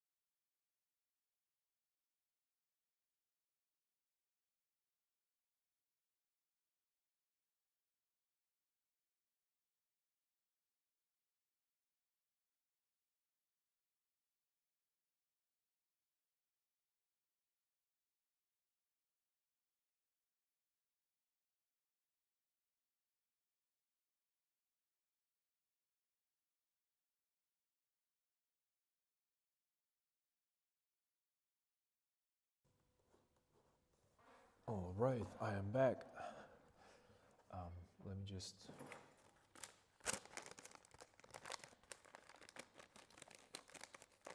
me just get that tea, and let's start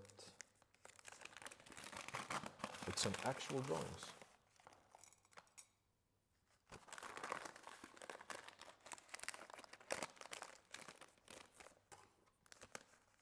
Or drawings. You might, I think this is, you can call this sketching rather than just actual drawing, because I want to, I really want to have fun a little bit, and also let me just move the camera because it was too low. So cool.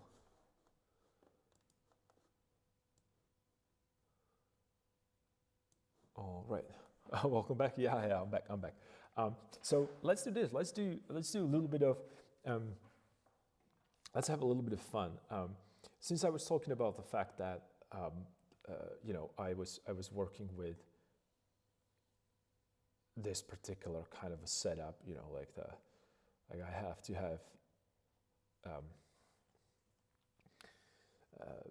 a direction, and then I'm just going to build up. There's going to be eye here, and I see under the chin underneath, and so on and so forth, like building up. Then I have to have a ear right here because there's a, cut it halfway through, and so on and so forth. You guys all, I'm pretty sure you know all these things, and there's plenty of videos on how to construct a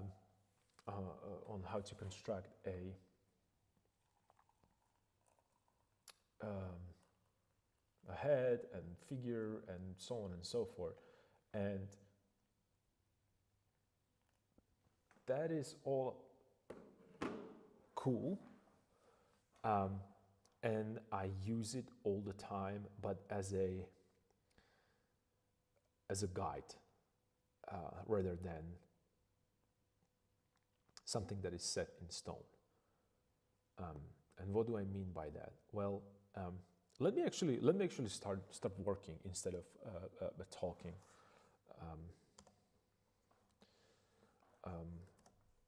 So let's say that I want to work on a couple of my compositions, and you remember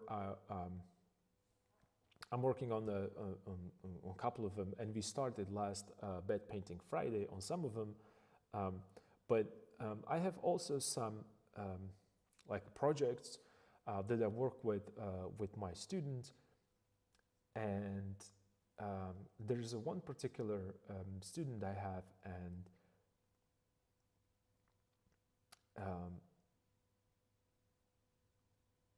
we decided that I will design a couple of characters for her story. So maybe we could do, maybe we could work with that. I don't really know a lot about that character because she's not fully, like, it's not fully developed character for her. I expect the masterpiece by the end of the stream. Okay, yes, let's do it. Let's do the masterpiece by the end of this stream. So here's what I'm thinking. She likes a Lord of the Rings, and she mentioned that one of the main characters is very similar to an elf. And I'm not really into like a fantasy painting that much, but I want to try it. Why not, right? So I'm going to put myself some kind of ideas, and I don't know how it is for other people, but or other creators or other concept creators. I know that they do all like a different sketches and so on and so forth because they're creating concepts, and that's all valid, and like, you work in that pipeline, you have to do all these things. But I don't think it's going to work for me because I want to take a little bit more, because it's not going to be it's not supposed to be a character necessarily, it's not a comic book character or graphic novel, it's not anime, it's not game, it's illustration. So, you know, you don't have to fully develop, in my mind right now, I'm going to do a little illustration rather than anything else. And when you think about the portrait, again, in general, what I'm thinking about right now is it is based on her description that who he's supposed to be. So he's a kind of an elf, and I don't want to. Let me do this. I don't want to really go into specifics because I don't want to spoil the story, right? So instead of describing why certain things are happening, let's do this. Let's do maybe a portrait of that character, and we can start maybe there, and we will see how much I will get. And also, this is a funny thing. It always helps me to start with portrait. Somehow, a portrait kind of sets up that set up a mood for what I'm going to do next. And I'm thinking, since it's more like a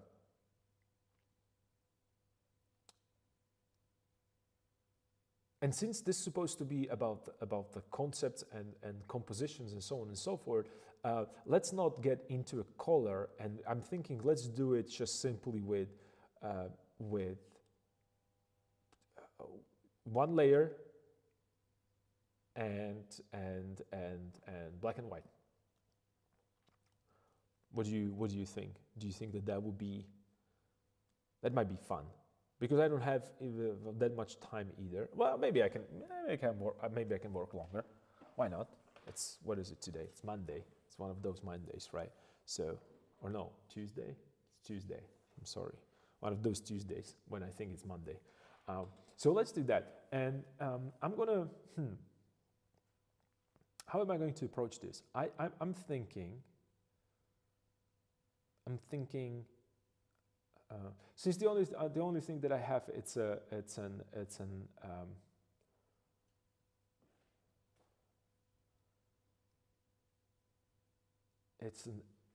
is kind of an elvish kind of a feel to it, elfish.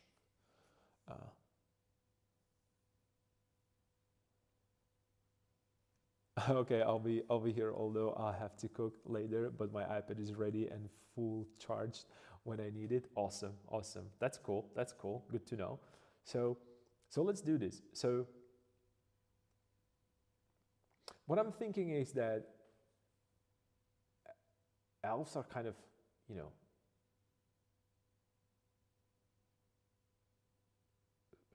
mysterious, I guess. Or not even mysterious. I would put them into a category of keeping things for themselves, right? So it's more like it's just they don't really project that much onto others, and they're like a close community almost. Like that's what I'm thinking. Yeah, I have no life, so that's okay. Well, you do have a life. This is a part of a life. Let's think about it this way: that finally we can be, like we can socialize, even though we're not socializing. So this is like a part of the, This is for me. This is exactly how I think about good way to use, or good way to, or a proper way to use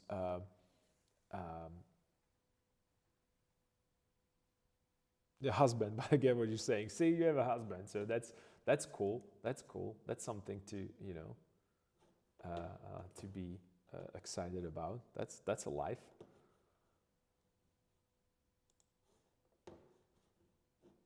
So let me start with this.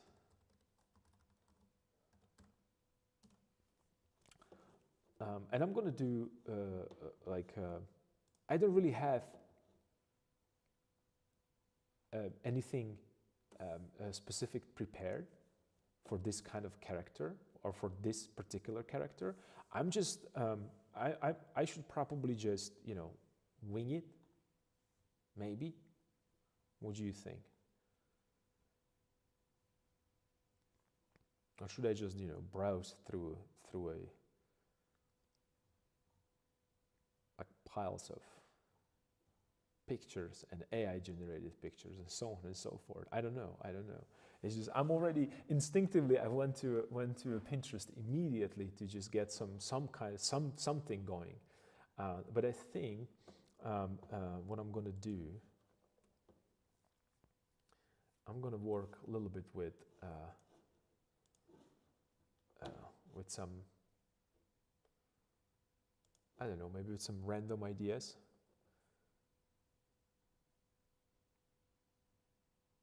No wonder my pochette box was a little wobbly. My pencil was under it, and it didn't, and I didn't notice.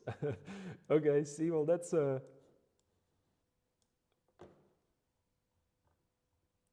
pencil that you should use right now. It's like it's a sign. It is a sign. It's gonna be a good drawing pencil.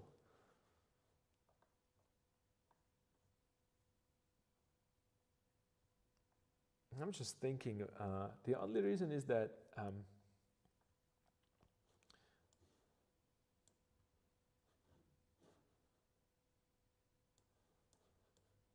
I am not, I can't really go into this immediately. It's only because I'm not sure.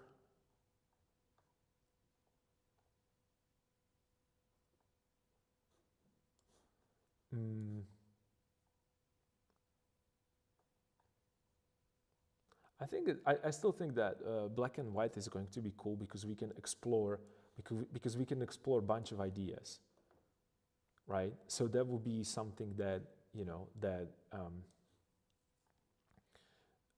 and we can change it quickly, and it could give us more options. Since I'm going to work only on one layer, and then maybe we can introduce pigment and color. Like, who cares, right? It's fun. What I'm doing right now is just, I at least need to see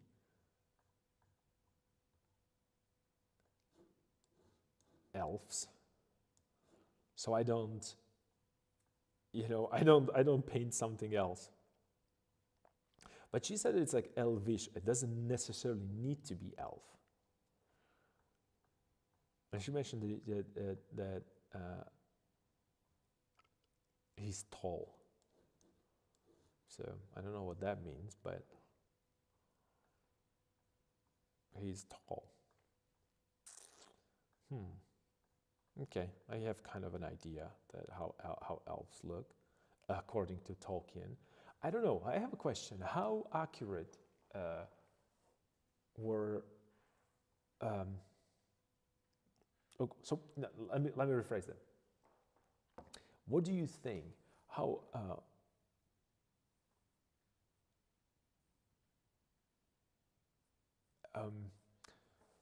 Take your time. It's always hard to get going. At least as for me. Well, yes, it's hard to get going with stuff that you are not familiar with. That's definitely the case. But I still have, I can still pull up some Rembrandt, and I just, Rembrandt. It's Rembrandt. It's never going to be, it's always going to be cool. But what I'm thinking is that, what do you think? How accurate was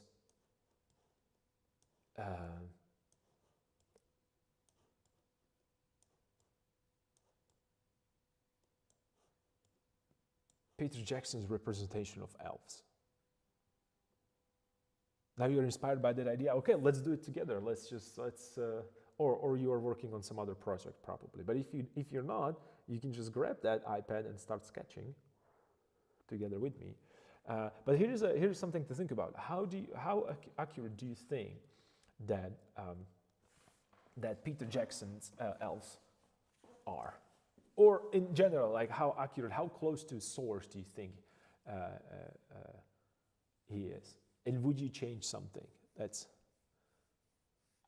maybe later you join me. Okay, I want to finish this one first. Oh, of course. Got to take advantage of daylight. Yeah, absolutely.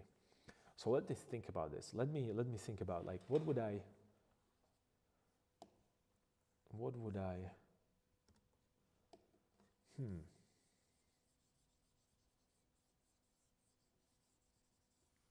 let me just maybe go a little smaller to start with, or maybe a little bigger. So I guess you should be able to see it. That's okay. We can always move that and work with it. So what do I want to have it?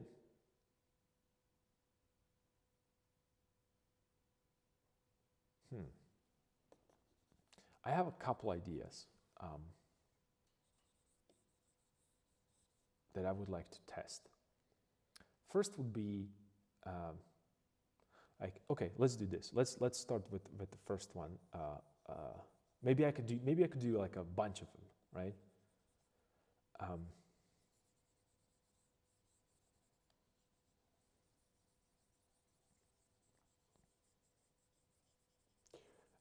And let's do like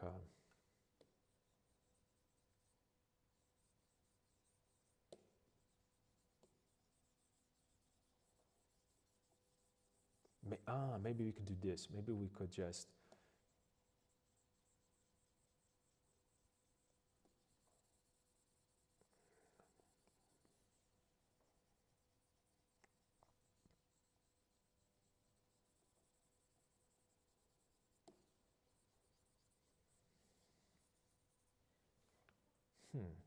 like, oh, maybe having a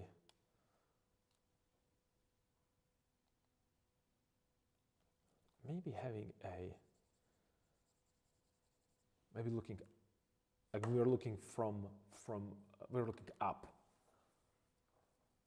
That could be cool. So he has a little bit more of that.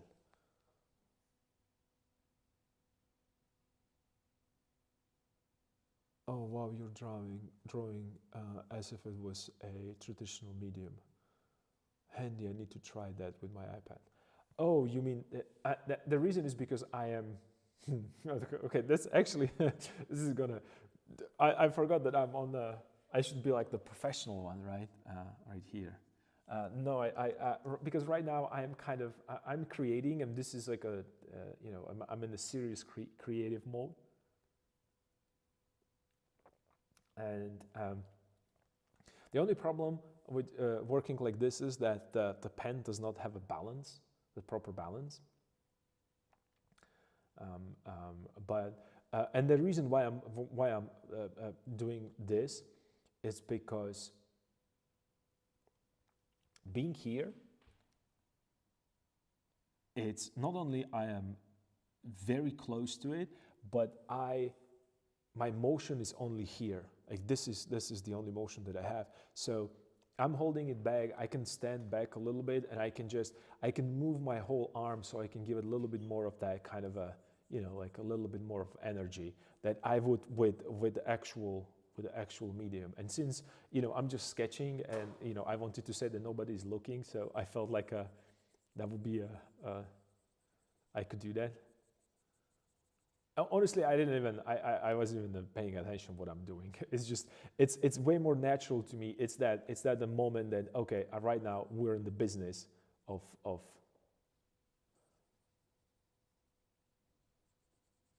and maybe like if I move all the way here,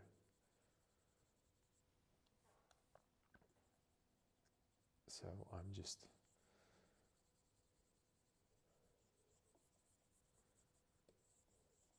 oops.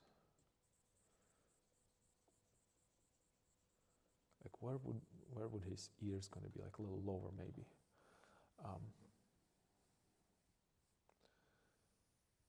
With that, this is what I mean, with that certain grasp, yeah, that's one one con of a digital. Often I don't see that with the digital artists, so that's why I was surprised to see you do that. I don't know if they do it, but I hope they do. I hope they do. I don't really watch that many digital tutorials. Maybe I should start, watching it more. Um, but I'm starting a little bit more Angular, only because I just want it to be a little bit more like a because it's supposed to be in my head it's a male. She told me that it's supposed to be male, and I tend to work a little bit more linear because it's easier for me to adjust these lines. And then I'm working only with one layer, so.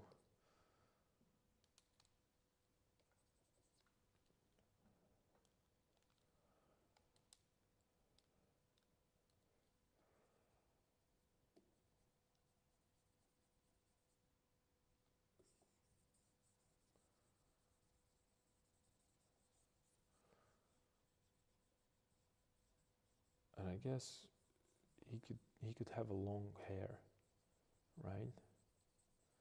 So I could do this. I could just go all the way here.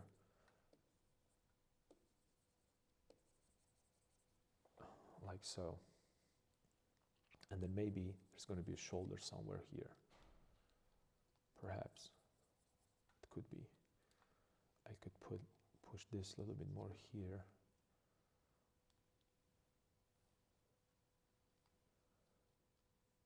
You prefer my approach? Okay, cool.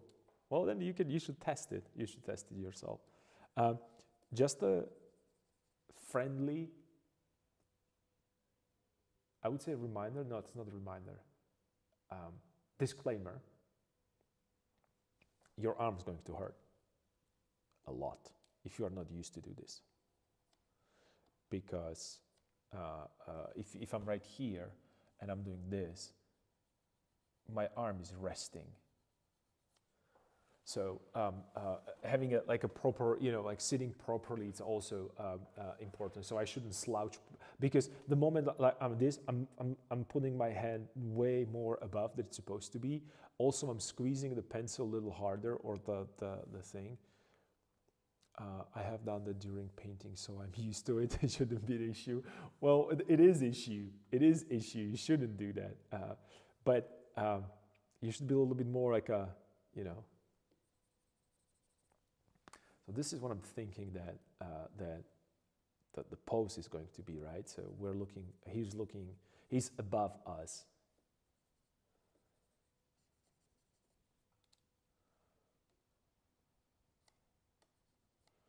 Let's give him a little bit more. Maybe. Okay, let's push ear a little bit more farther back, so I have a space for a jaw.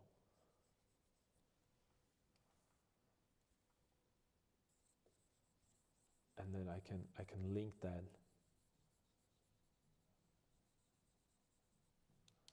right here. So maybe he's looking over shoulder. Okay, maybe I could do that. So instead of pushing this here, he's going to, like he's looking over the shoulder. That's a first one. It's okay. It's okay. It's fine.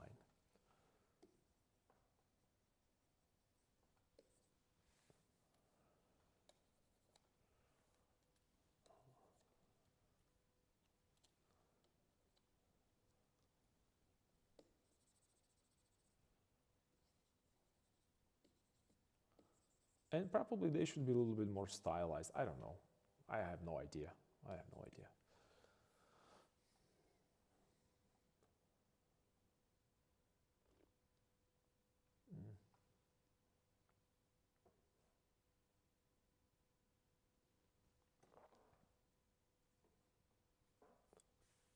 There are this piece of tea in my.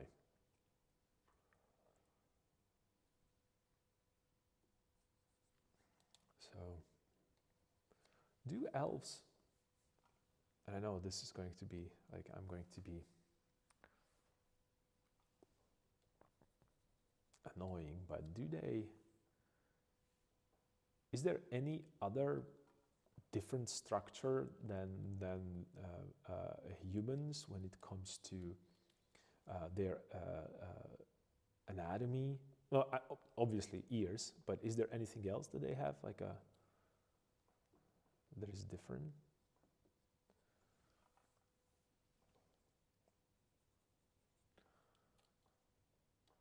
Like all the die-hard cool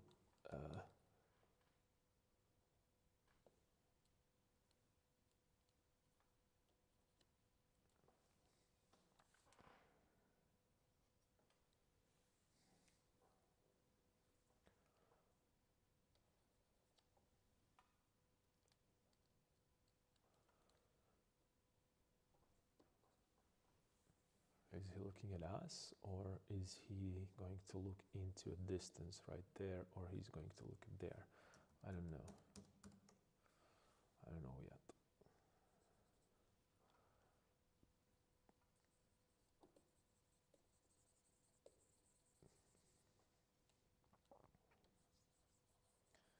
This is going to be hair.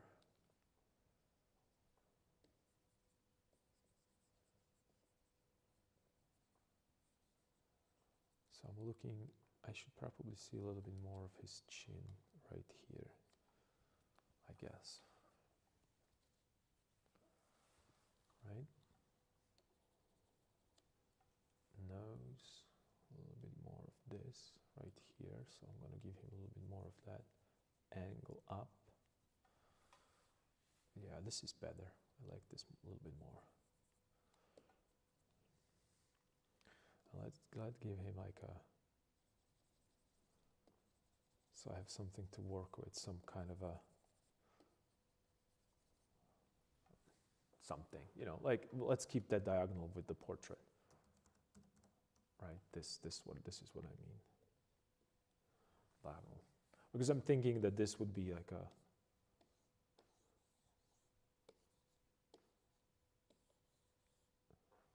maybe a composition, maybe. But we can always choose, so I'm keeping this open. This is the reason why I like to work with a large size. But what if this goes this way, and I'll just counterbalance that with, and it goes up here, compositionally. Maybe. I don't know. Yeah. I don't think I have a proper hair reference for him, but we'll find something. It's going to be a mouth here. He's starting to look, and this is my problem because I'm thinking, that's why I was asking about these elves, because I'm thinking about maybe too much about Elrond.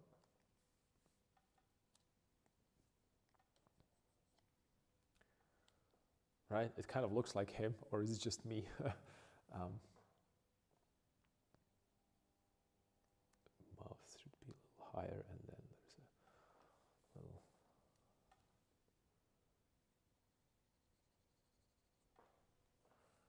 Yeah, he could be looking towards us, and then maybe I could just. I saw some of these being like having the shape of the ears. And what's with the ears? They're pointing out, pointing down. What's the? These are the things that I'm missing when it comes to lore. I'm kind of a.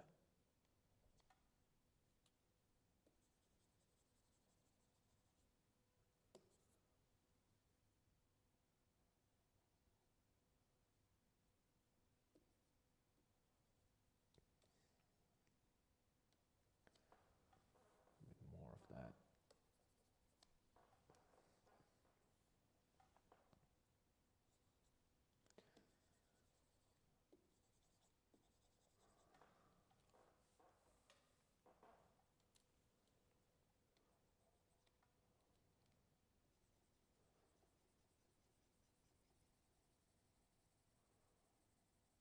Just a little bit of tone there.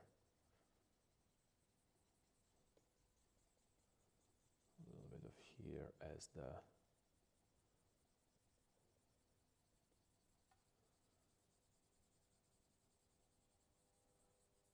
I think I like it a little bit more this way, more than the other way around. Let's still work on that. A little bit the darker value here, so he's a little bit more aggressive. Perhaps a younger version of him. Yeah, kind of, right? It's kind of, I don't know, it's just I naturally went for that. And he has that particular, what I like about that, even how he was framed,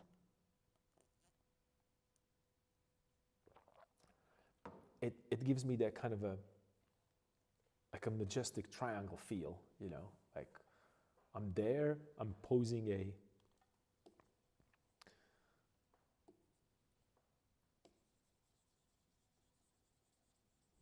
so let's put this here, and this is where his shoulder is going to be, and there's going to be his majestic hair going down this direction, right? So he's kind of in the motion, and he's looking on the side. That's how I feel about that. This first draft of whatever this is going to be. Maybe I should go a little closer right now to start working a little bit more on that. So I have kind of a general idea about what I want to work on. So I'm not sure if the ear should be this way or it should go down. I don't know. That's not really that important to me right now. I'm looking at that composition and how it would work. I think it could go. I think it should go high, right? Maybe you could make it like an extra long. I don't know. No.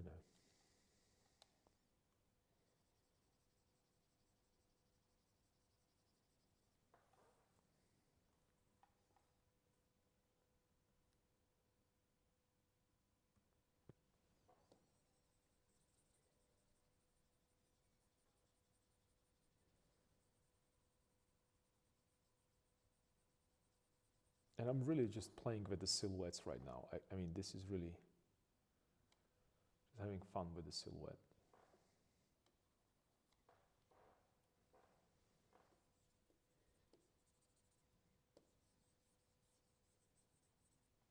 Right?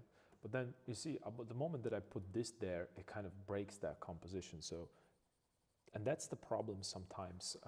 What I see when it comes to these, that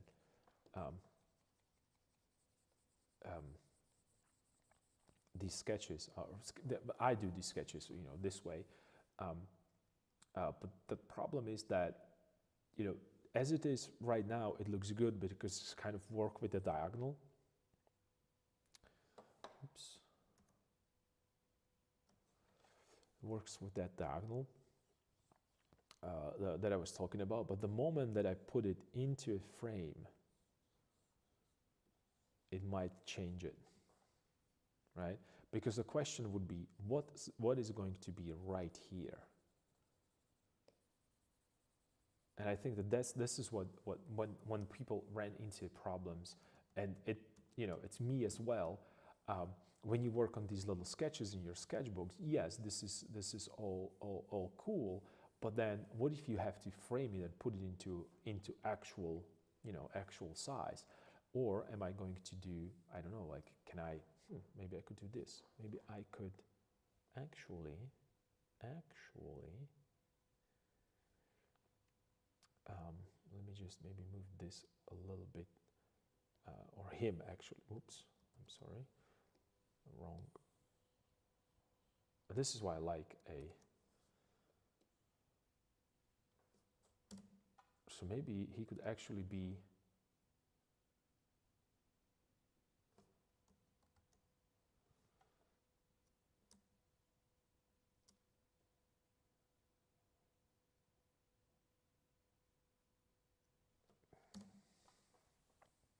Composed right here in this page.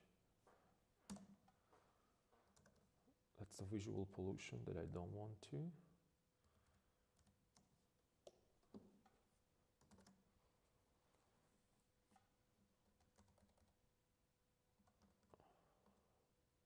Perhaps, I don't know, maybe this works okay as a composition, even in that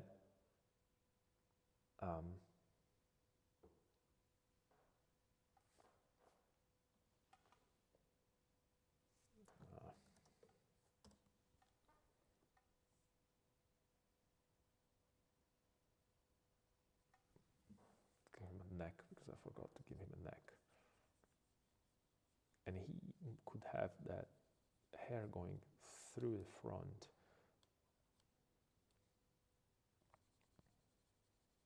And then make this darker.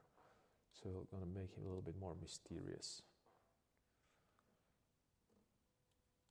And then I need to check this right here, this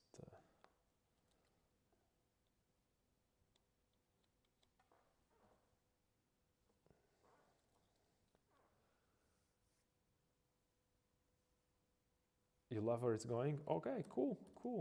Well, this is just this is what I like about digital, because I can really have fun with this. You know what? I really enjoy to work one layer, because that's something that I do every day. So I feel comfortable, not just when we talked about the Control Z. But what even more importantly, let me just move this a little bit more this way. Okay, I'll put this here, and this is going to be here. So it looks like I'm looking into a camera, because that chat is all the way there.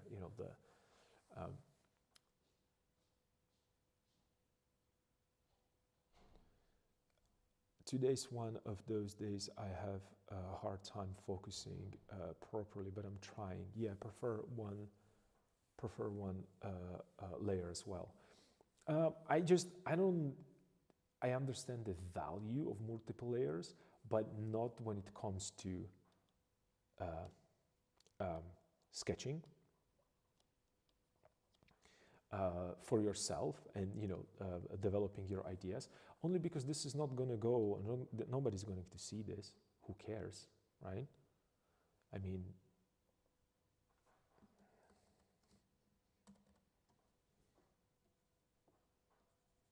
I just want to make sure that I have what I'm thinking about right now with this, even though this looks like scratchy and like this, and the crazy part is that I'm looking at that at the screen. I can understand if your client needs a lot of changes. It's easier, like in the game industries, but yeah. That's what I'm thinking about, that you have to be able to work with layers, because you need adjustments and revisions and so on and so forth. But for sketching and developing ideas, I think this is the coolest way to work. And I like that charcoal kind of a feel to it.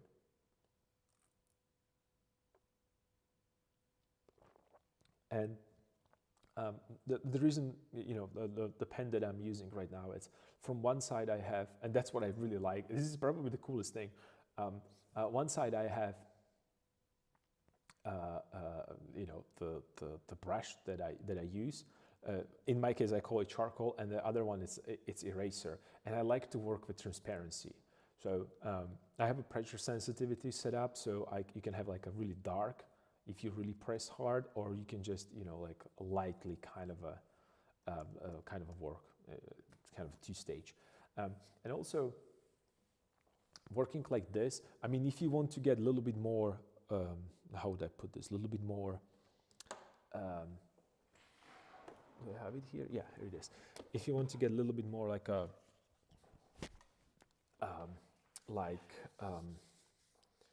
I haven't used this for a while, but when I work like this, I don't really need to use a keyboard. I use this. There was like a little add-on to a. It's like a remote control, so I can be with my hand right here, using it as a palette if I need, and still be far away from my canvas and, you know, and work like this.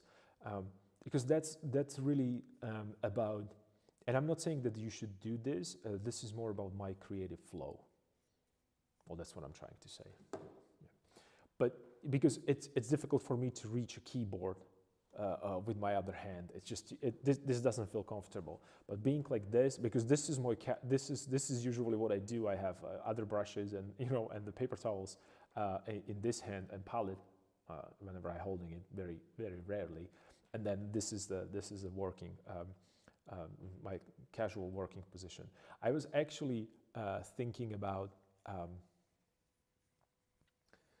setting this up on an easel, but that would be maybe too excessive, I guess. I don't know, maybe.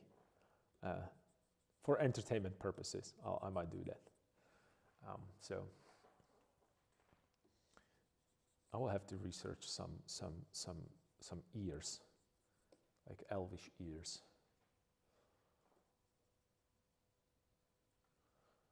And what I'm thinking about right now is that what I need is even though and this is where, you know, this is where the construction and the idea how to construct the portrait is going to come to mind, because I'm going to correct certain things and I want to make sure that I have things level. So let me just show you what I mean. Like I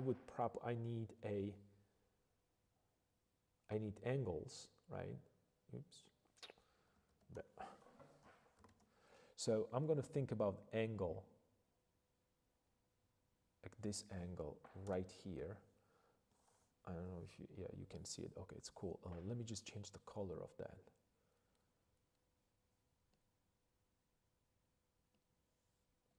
Let's make it red. That's cool. Right? So this is the angle that I'm looking for. But this is the angle of his eyebrow. And then there's going to be another angle that I'm looking at, and that's this one. Maybe like so. This is another angle. But these are in perspective, right? So what I'm thinking about is that when you think about the cube, so this would be the idea.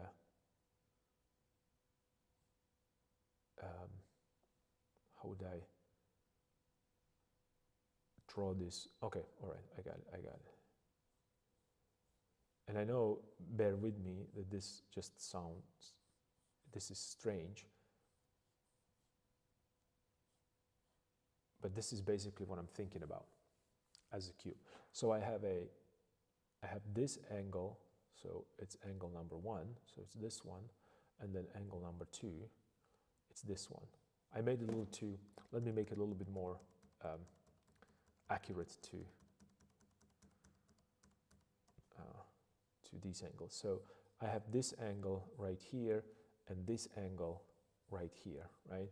So that's where I'm operating. Plus, what I didn't mention is that I'm thinking about also perspective, or I should think about the perspective. So these lines here and here should meet in one point somewhere in the back.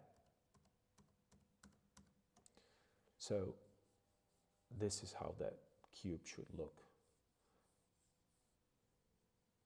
A little bit more that way.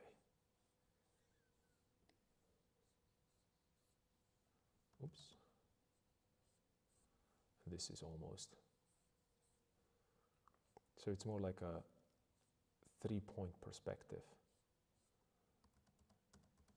that I see a little bit of that underside of it, right? So this is this side and this is this side. So, you know, when you think about this would be the eyes and this would be the nose. Or actually, what if I do it this way? Maybe he would be better. It's probably more like this, I guess. This would be slightly better.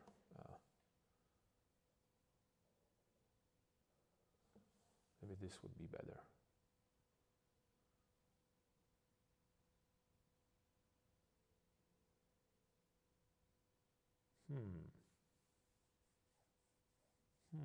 I don't know.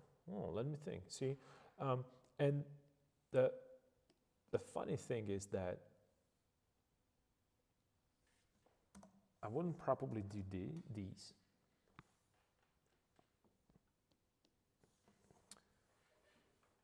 I wouldn't probably think of this that way unless I drew it as a cubes, whether I wanted to look down or up.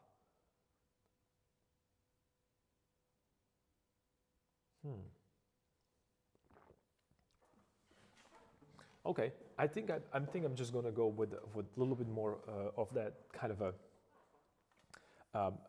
having fun before I get into constructing it 100%, because it's going to what's happening? Oh, there's a layer. Because I think it's going to stop me from flowing right now with the ideas. This might be a little too much of a forehead. Yeah.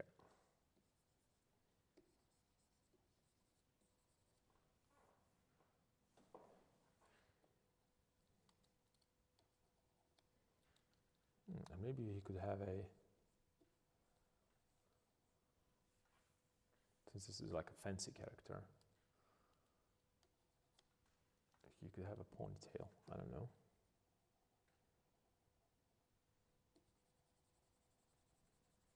Let me maybe see a shape there. Maybe we could include that as well. So, because I'm looking for some kind of because this was too,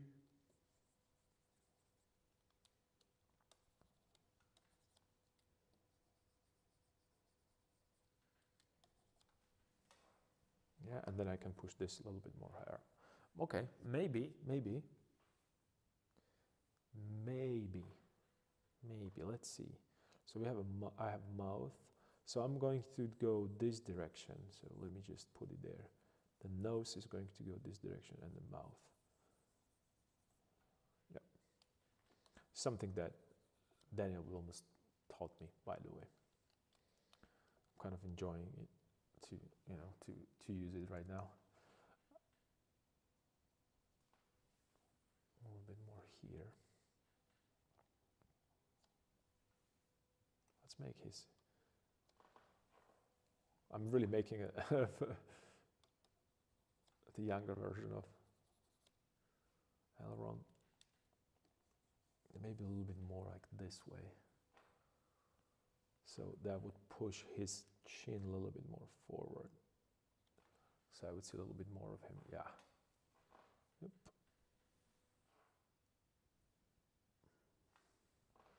And then this could go a little softer here.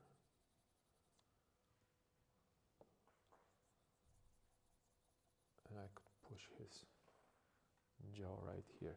Right now it's starting to look like Hellboy. I'm just recycling every comic character that I know.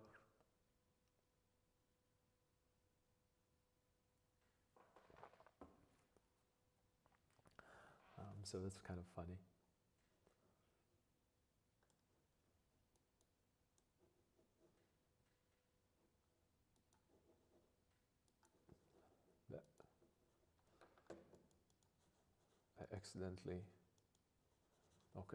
I accidentally bumped into my mouse and I switched different sensitivity. So this could work actually. And maybe he could be like a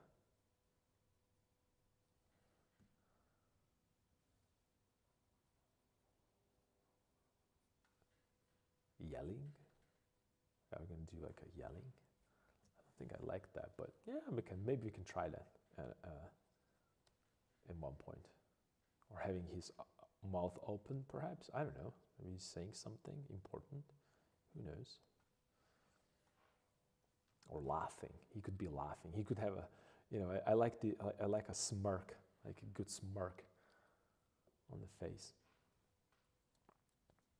I don't know. It's just like I said. This is all just simply fun. There's nothing, specific here.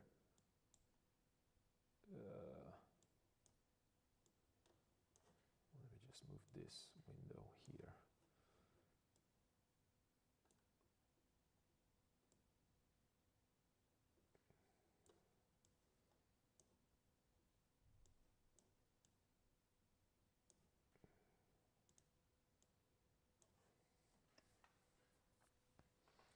Yeah, maybe. Okay, let's give him like a little cheekbone here, because elves, they have cool cheekbones. All right. And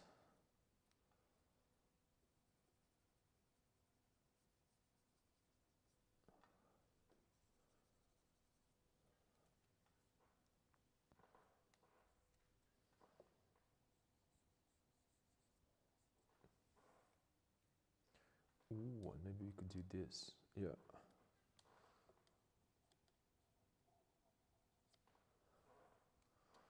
All right, yeah.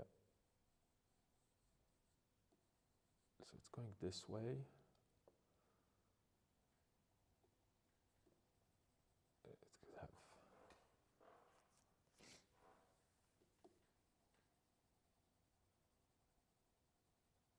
Let's push it darker here. So this is where his head is. This is where his hair is going to flow. Somewhere here, like this. Who cares? It's not important right now. And let's push his, maybe even more.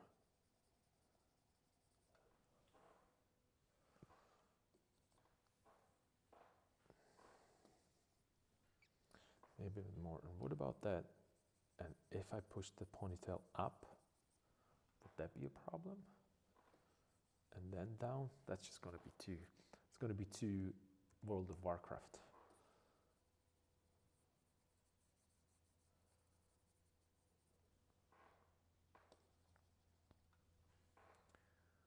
So we have this, and then maybe, let me just get a little closer.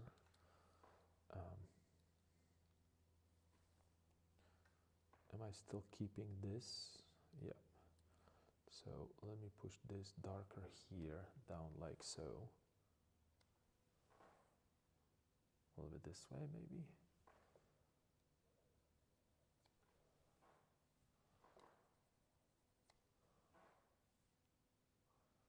Just give me like a classic over.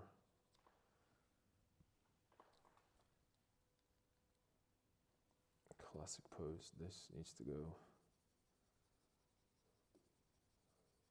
this way.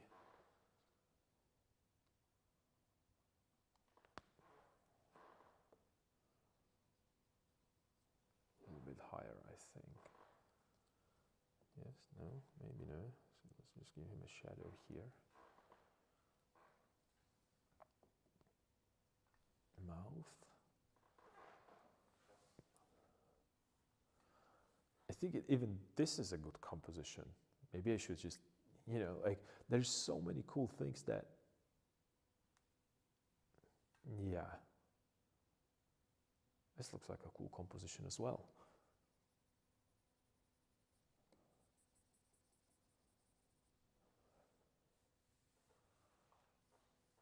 Maybe I could show a little bit of the side of the face.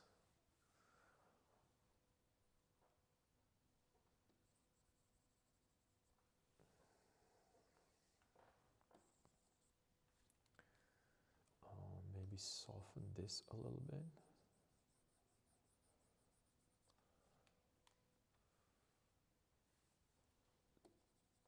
To show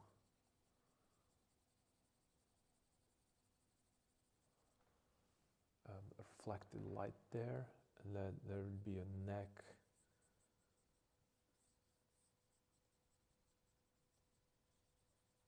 And this is, maybe I could push the shoulder a little, or this part a little higher, like so. So I have this and this right here. And then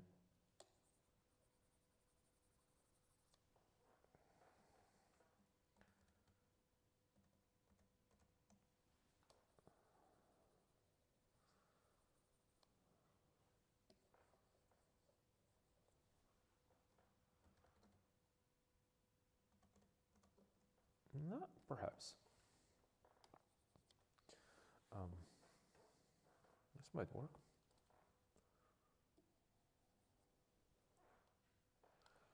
So we have a darker value here because I want that side plane to show. And a little bit of here. A bit off topic, but I wanted to mention it before I forgot it. You know, I've been experimenting a bit using both brush and a knife to paint my canvas. What I think is cool with thick pigment is that you can pick up what I need and give it shape, a final touch up with it, without having to find the right mix. Sort of like sort like a color picker in Photoshop. I never thought of that before and feel almost ashamed that only found that out recently. Remember I talked about this, how beautiful it is to work in pastel and how versatile that actual paint could be on top of a canvas, and how malleable and how beautiful it is to work with it and manipulate. And also, as you mentioned, you dab into it and you just move and spread and introduce another color, another pigment into it. Instead of mixing it on the palette, it kind of beautifully mixes on the canvas. Yes, I'm so happy that, and it's not off topic, it's actually into a topic. It works the same way when you think about it right now. What I do here, it's kind of like the principle. That's that kind of a realization. Yeah, I always, not always, but usually paint a little too thinly for that. Now, not anymore. What's going to happen, and this is a big step, I think, in terms of understanding of the difference between painting and drawing, and it actually affected, even when you're looking at this right now, who would ever really think to start a drawing, digital drawing like this anyway? Only these types of artists, that they have a painting background. Because what I do right now, instead of me being here and, okay, so this is a head. Like I mentioned, I need to have a direction of the head, and then I'm going to build up that portrait right here, and then I'm going to start building. This is going to be my eye, this is another eye, here's supposed to be a nose, here's supposed to be a mouth, whatever. Instead of doing that, what I'm thinking about is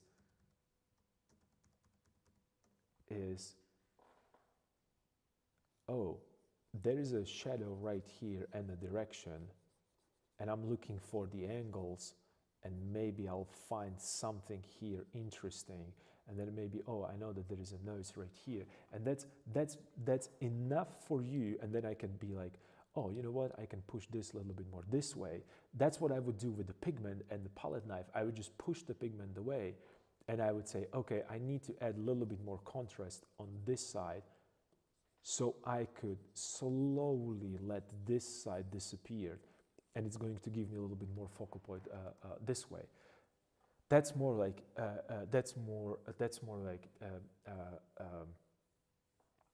painters thinking, and especially impressionists. Impressionists, and I might be wrong, and again, all these things that I'm talking about, these are more in terms of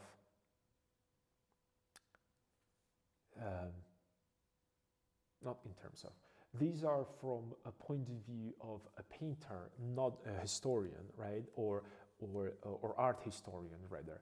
What I'm thinking about right now is and how I'm looking at them, it's really my personal opinion. Very, I wouldn't even call it selfish. You can call it selfish, definitely. because I'm pretty sure there was more to it than just pushing and pulling a pigment around. But having that freedom of knowing that you can always go on top of it and on top of it and on top of it, and not being a pressures with underlayers, or thinking about, oh, I have to save this because nothing's gonna happen. The worst thing that's gonna happen, you're gonna spend 5 more hours to repainting it.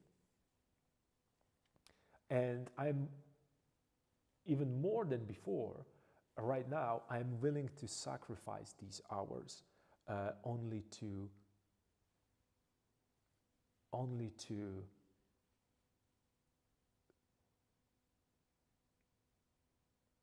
find out that I might like that.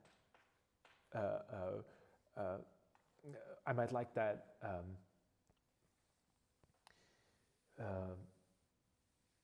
That random result. I'm still thinking visually. So it's save often. Don't trust technology. And you know what? I don't really care if this just disappeared or my computer crashes. I don't like this. This took me what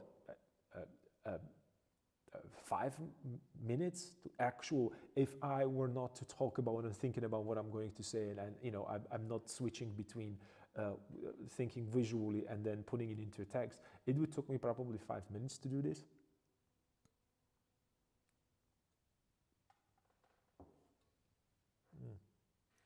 I still have these pieces of tea in my mouth. Because I did this little sketch right here, which is very close to what I'm doing right here. Oh, I can see it. Oh my God. I just realized that. I'm sorry. I'm fixing it. I did this little sketch. That looks very close to what I have right there.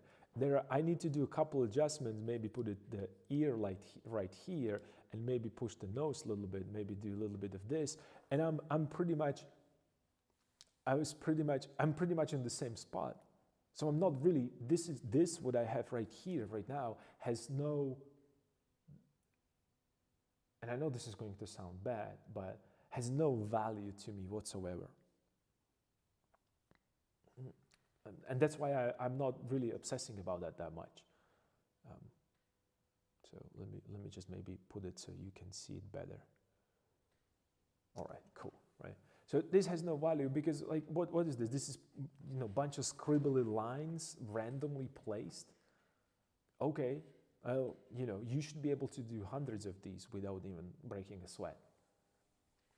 And if you aren't able to do hundreds of these without breaking a sweat, maybe there is a time, maybe that's something that you should think about, seriously think about, and start to be a little bit more, oh, yeah, these are sketches.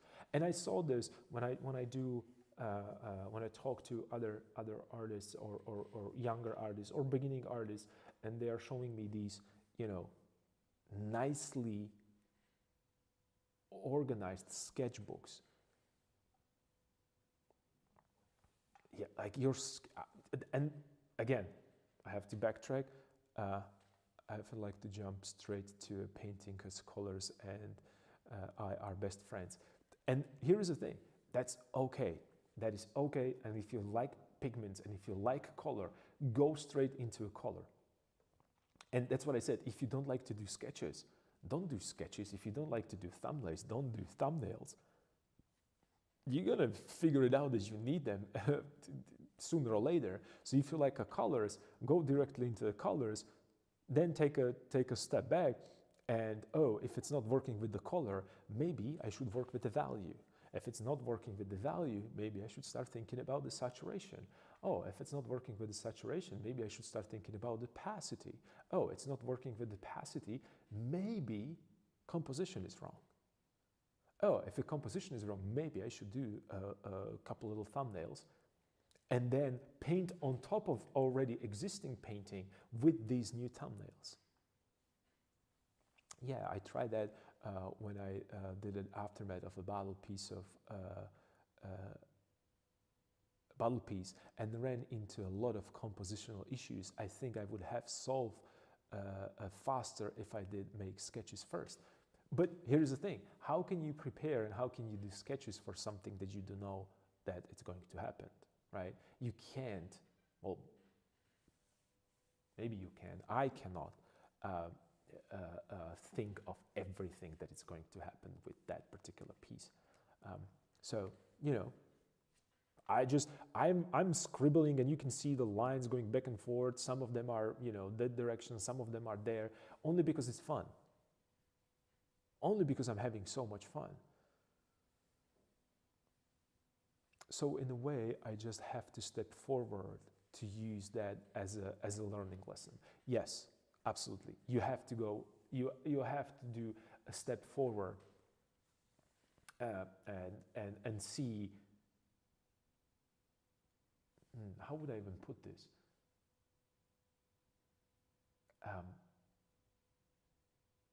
Making a step forward or doing a step forward should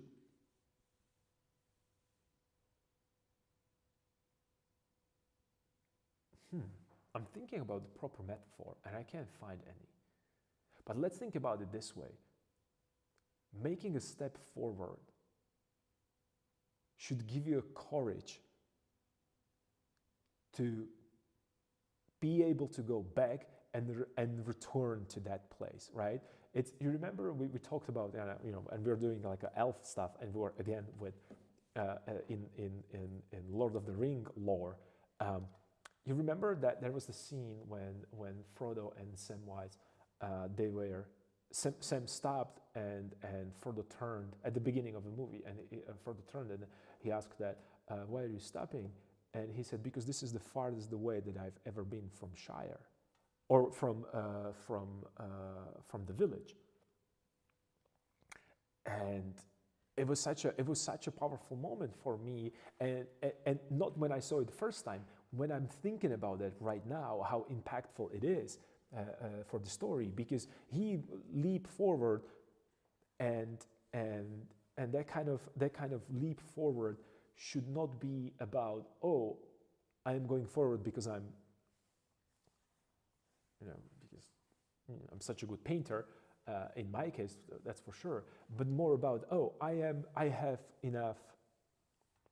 It was cool. Yeah. And it was such a powerful moment that okay, he made that leap. He was afraid. I made that leap. I went forward with these random sketches and doing this only because I'm not going to rely on the just, always the same, kind of idea that, oh, I have to construct things. And if you prefer cubes, oh my God, do cubes. I don't really care. It doesn't really matter to me. Do whatever you want. It's just, I am right here and I did all these scribbly lines. That's my leap forward. Right now I have to do a return to kind of a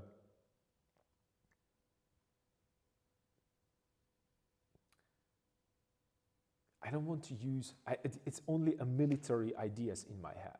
But okay, I'm going to use the military idea. Your advances are as good or as powerful or as successful, rather, as would be that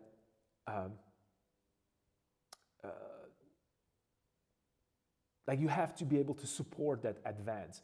Unless you're not able to support that advance, then you will always have to fall back to the point where you can supply that army. That's a very old kind of and I don't know, maybe I'm taking this from Sun Tzu and Art of War, that book, which is a philosophical book as well. But he was talking about these things a lot, like about strategy. And I think that some of the strategy should be applied even when it comes to, when it comes to painting. We shouldn't be just, there is a space right now. Explore and do all the crazy stuff as much as you want. And then if you get to a point, oh, I like this. Okay, right now, how can I make this what I like better? And that's when you step back and you start, okay, I have to correct my anatomy. I have to correct this, and that. Speaking about the anatomy, I'm using anatomy. I'm using a skull and sculptures and other stuff to help me with anatomy, because again, going back to that same idea of I don't want to reinvent the wheel. I know that there are already a lot of other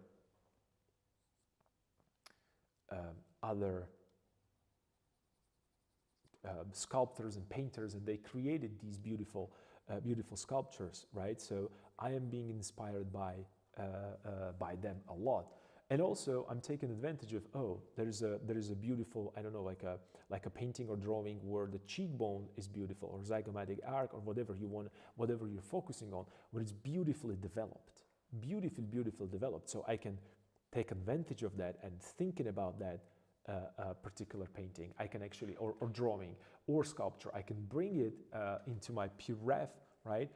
I can go even further. So let me go even further. I don't know if this is going to work, but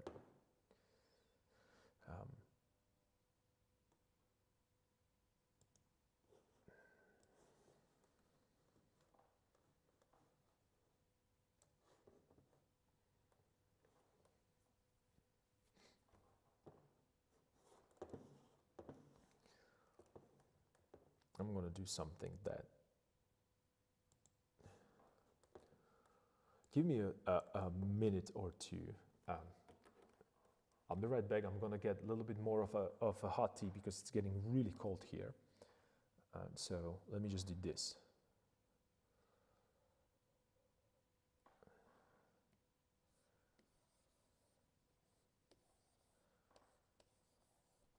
Right? Be right back. Wait. It's not a good color. It doesn't. See, learning every day. We need something like this. Okay, is this going to work? Yeah. Be right back. I'm just going to get a warm tea, and then I'll set up something that might help you. That helped me, and I kind of hinted it with that introduction when I was talking about when I was talking about that 2.5D software. So give me a sec. I'll be right back.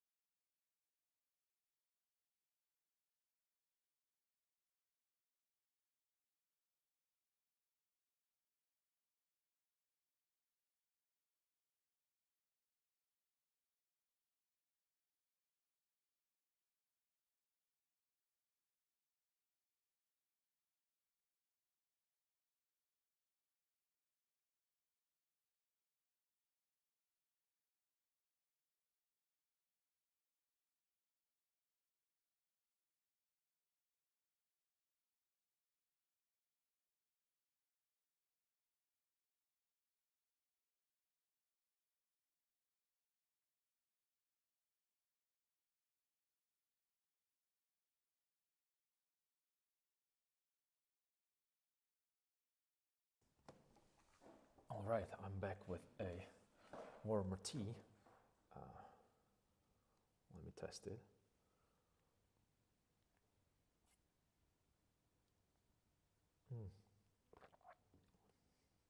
Yeah, this is gonna sound scripted, but I have to say it. I'm back, but no, that's not what I want to say. I was talking today, and yes, it doesn't matter. Today I'm talking about the Elves and Peter Jackson. Yesterday or 2 days ago, I was sitting in the it was yesterday. I was sitting in the train. I'm going to say this while I prepare the other. While I prepare something that I want to show you. It's kind of cool. You're going to like it. I hope you will. So the other day I was sitting in a train, and for whatever reason, there was a suggestion in the videos randomly, or was I here? It doesn't really matter. Not the point. I saw a video about Peter Jackson, the director of I hope that it's him. I have to Google it, because if I'm saying the wrong name, I'll be angry. I think it's a Peter Jackson. I'm 95% sure that it's Peter Jackson, who is a director of Lord of the Rings. And there was a video talking only about his addiction to a tea. I didn't know that he drinks so much tea. I thought that I am the person who drinks too much tea a day. But it was a video only showing him running on the stage and between the actors and like the hills and every scenario, holding a cup of tea and never spilling a bit, because he is you drink a lot of tea as well. Yeah, but it was just I have to find out and maybe link that video into this discussion and and post it. And it's him just running it around. They showed that. I remember the one very. You remember, like in the Hobbit, there is the scene. I spilled mine at one point. Yeah, but there is a scene. He's just running down from. He's showing a. It was a scene with that dragon inside the mountain, and there was that like another mountain of gold or money or whatever, like a coins, and they were running. He was running down. Bilbo was running down to the hill, and Peter Jackson was showing something how he wants him to run and where he wants him to run, and he ran down that hill with the tea in his hand, and he stopped next to him, and nothing, not even a drop spilled. They were talking about that he got so good that the true proof, or the real proof on how much tea is he drinking, is that he's not just spilling it at all whatsoever. Anyway, I just want to go into this is something that this is going to be off topic, and I know that's off topic, but I have to show it anyway. So this is a free software that I like. It's probably, I don't want to say that I love it, because they might not describe it properly. Adore, maybe?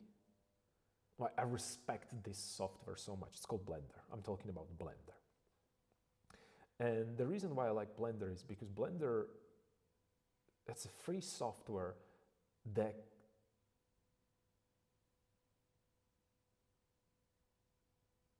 unlocked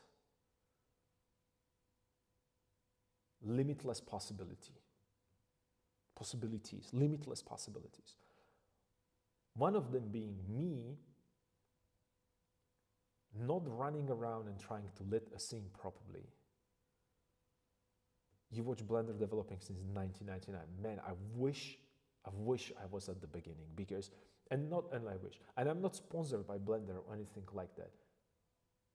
I genuinely believe that that's one of the most influential, and if it's not already, but it will be immediately after this stream. But I'm just joking. But I want to support them with the great work as much as I can, because it's not only a great tool that you can just, your creativity with Blender has no limits. And they gave small creators like I am, that cannot really pay thousands of euros a year for 3D software. They gave me so much power. They gave me limitless power. I think that it is amazing. Yeah, what they do are amazing for the world. That's for sure. Yes, it is amazing, and I can praise that group of people that they're doing it as their hobby, quote unquote. And it's just you have add-ons, you have open source. Like it's crazy. It's crazy how powerful that software is, and it's for free. I cannot. In fact, I can't really comprehend that whole thing. But going to that, I hope that this is going to show properly. Okay, and right now this. All right, so we're in the Blender right now, and I was talking about that I might have a let's say problem with certain shadows and so on and so forth. Because I don't know how things look like.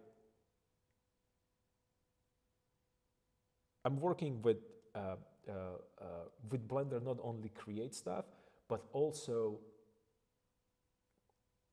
use it as a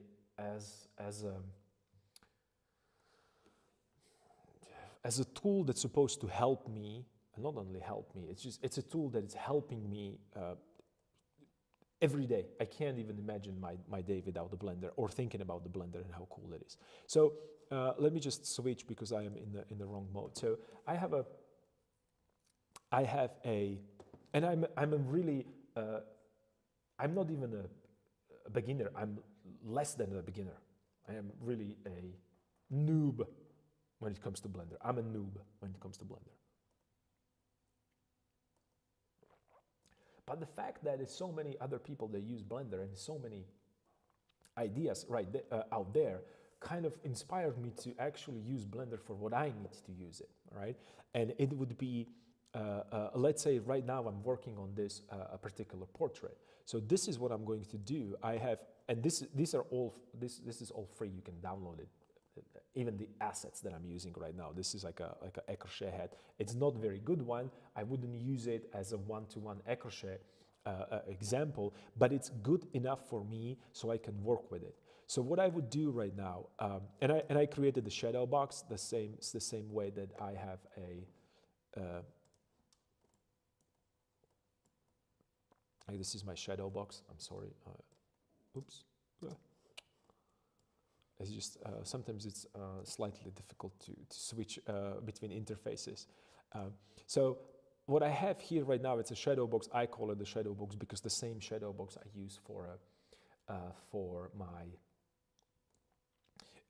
when I paint the still lifes, right? I also have it. It's white material. It's just a you can change materials. I don't want to go in there. But what I did, I have a light source right here, and I have a view or camera port right here if I want to render an image. And I have this random Écorché that you can, I'm pretty sure you can Google a little bit, and you're going to find you're going to find a multiple. You don't need to use Ecrochet. You can use a planar head. You can use whatever Vasari head, or the famous one. You can do whatever you want. But I use this. I can't see because of my camera. Okay. So what I'm going to do, first of all, I'm just going to create 2 windows because I like to work with 2 windows, and one's going to be set up where my camera is looking. Right, and the other one I use, so this one I'm going to change this way. All right, and so this is like a quick view.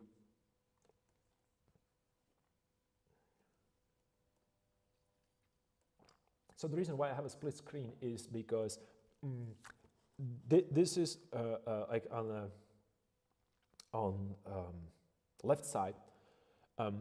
I have my camera view when I'm going to render the image that I want to have, and on the on the right side I have a view where I can move freely with this, because whatever I'm going to do on the left side is going to show on the right side. Just to demonstrate, I'm going to move it a little bit higher up, right? So it's going to give me this, and I still want to see what's happening. So I'm going to rotate. Oops. Let me do this. Okay, all right. So I'm going to rotate this Vasari head into a position, in this Ecrochet, into a position that I have it. Think maybe what I'm thinking about right now, or what I'm working with right now, right? So let me just quickly glance back and forth. So I have I think it's this one. All right, so I have this, and I'm looking between these 2 positions, and I'm thinking, okay, am I going to? This looks like a okay angle, I think, maybe. Let me get this closer. Yeah, perhaps. Maybe I could rotate this a little bit more this way. Maybe just a touch. And maybe a little bit more back. So I have a little bit more of that underside of the chin. So this would be the position. Right now, so I made right now the position that I want to have it, a position I want to have my, or similar to what I have. And I'm going to switch to a light because I can manipulate light as well. And I'm sorry that I'm moving back and forth, but I'm going to change the lightning right now. So I can create all kinds of different dramatic lightning compositions however I want it in a software in real life. This is crazy. I don't know how is this possible, but I mean, Michelangelo would probably freak the F out. And this is probably the only time that I would like to use a curse words, but he would freak the F out. If you're a digital artist and you're not using Blender, I don't know what you're doing, but you should start doing it immediately, because this is going to solve a lot of your problems. Not only that I can move the light, I can change the light, I can do multiple light sources. I can do a, like this is a 200 watt white light. I can do 100 watt because I want a little bit more definition. This looks too much. I can put it further away, so I will create a little bit more of a transitions and halftones. The amount of information that you can get from this and understanding how light works, I don't even know where to start. I don't even know where to start. And maybe we should just sit down sometimes and play with the Blender and do the setups. You can do so many compositions here. You can lit the scene. You can do whatever you want. This is crazy. I don't know. And I know I'm getting emotional again, but this is like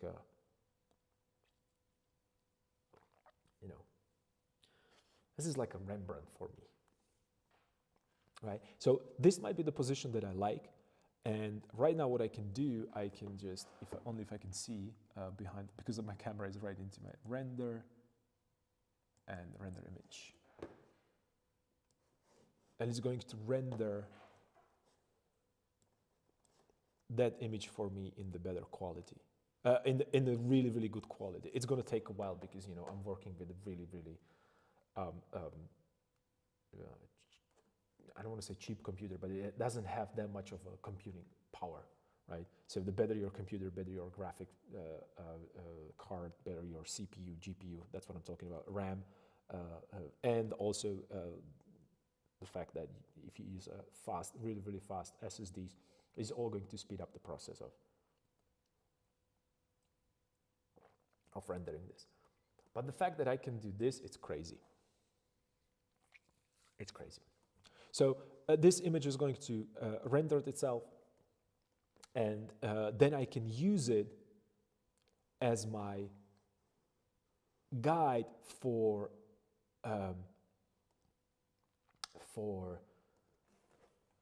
let's say, you know, how the light works, how soft this light is right here around the cheekbones, zygomatic mark, how it's connected, you know, to a this is a chewing muscle. How it's called? It doesn't really matter. I don't remember these anatomical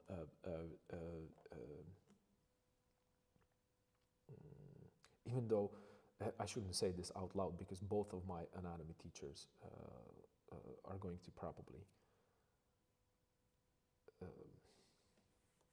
be annoyed because they spend so much time teaching me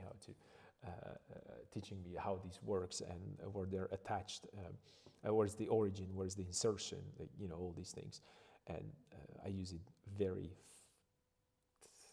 freely right now. Freely is probably not the right word, but you can really, really put yourself into position that with these softwares, that if you don't know and if you're working from imagination and you are stuck, you have a helper here. It's completely different pose that I have, that I have, not a completely different. It's not exactly what. Wait. Sorry. It's not exactly what it is here, but it could help me with certain structure. My chin here, it's going a little bit more like it's sticking a little bit more further, right? The Vasari head is like the Ecrochet head is like this, and I'm more like this, right? So those are two different positions for the neck, but the connection between a bone, the zygomatic arc that it's right here, and a relationship between this and the eye socket, these are not movable parts, right? The bone structure is not movable parts. Of course, you can have a different, you know, muscle positions, but it's not ideal, it's not perfect, but here is the thing.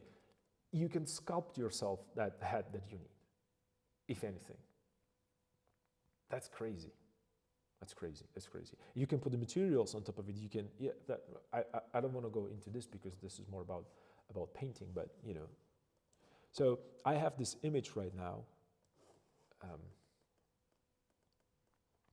I have this image right now. Let me just switch to this again, and I can just save it, and I can use that PureRef software or app that I was talking about, which is also for free, and use it as an overlay on top of my Photoshop, right? So, and that's like a helper, a good helper when it comes to this. And again, if I don't like it,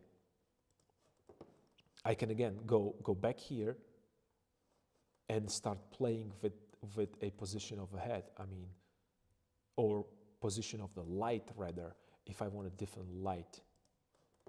So let's say I want it to be a little bit closer, right? I want maybe slightly different angle, so I'm going to do a rotation. I want a little bit more frontal, right? I want it a little bit more up, let's say this way. And this is just like a regular, right now, the regular setup and regular lighting that you would see anywhere else. But that's, you know, let's say that you want to do something crazy, so you can go ahead and just add another light. And this is something that I really like, and you should investigate on your own. You can have a point, you can have sun, you can have spot, you can have area. I use areas, but you know, it's a really good idea to use G, Z,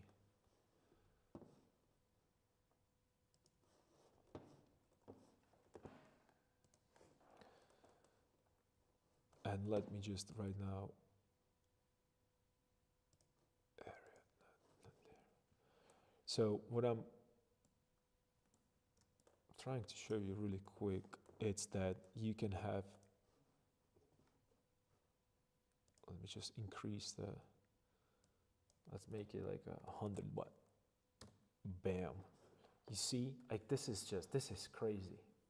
I have completely different lighting, and not only that, I can just move it real time. I mean, are you serious? That just, I don't know.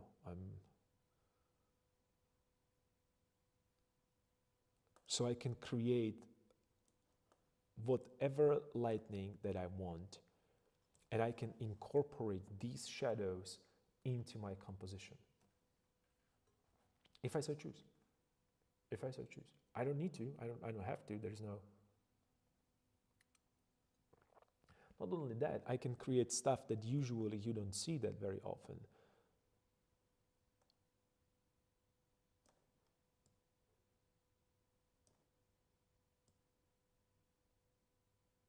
Like being lit from underneath. Do you remember, I mean, you probably don't. I remember finding a photo reference with this kind of a lighting was impossible. Was impossible. And today, not only I have that option, I can also not only change the lighting, but I can, you know, then I need a slight rotation because this is the little better pose that I'm looking for. This was not possible for me. I couldn't even imagine that I can use that. So if you're not using Blender for sculpting, it's getting really cold here.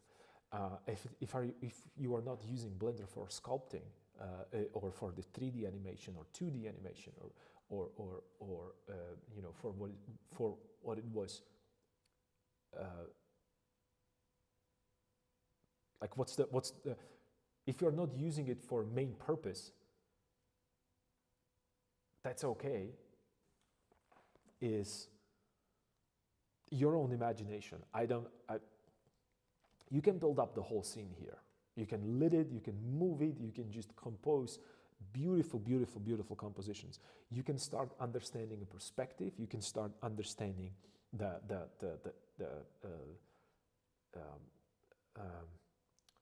atmospheric perspective.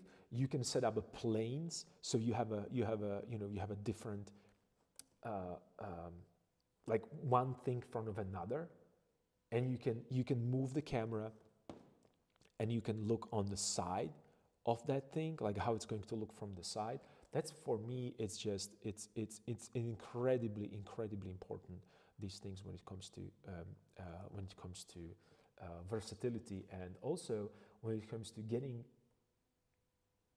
like, you're stuck in that, but you know that something is wrong with that silhouette, something is wrong with that position, something is wrong with those angles, and you can make it feel three-dimensional. Well, now you can. It's not going to be exact, of course, but this is going to give you like a really rough start of how to light your scene properly. And you can play with how to light your scene properly, because it's very important, not only in terms of animation and movie making and so on and so forth, but in painting, because painting is all these things together. So yeah, I'm rambling about the Blender a little too much, but Blender is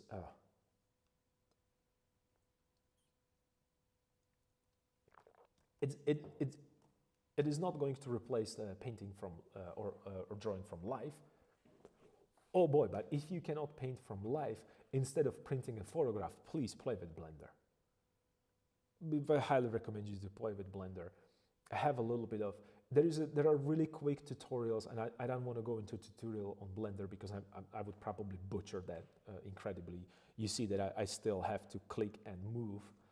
I would be like, I just saw that that very controversial, for those of you who are watching this, very controversial Path of Exile 2 video about he shall stay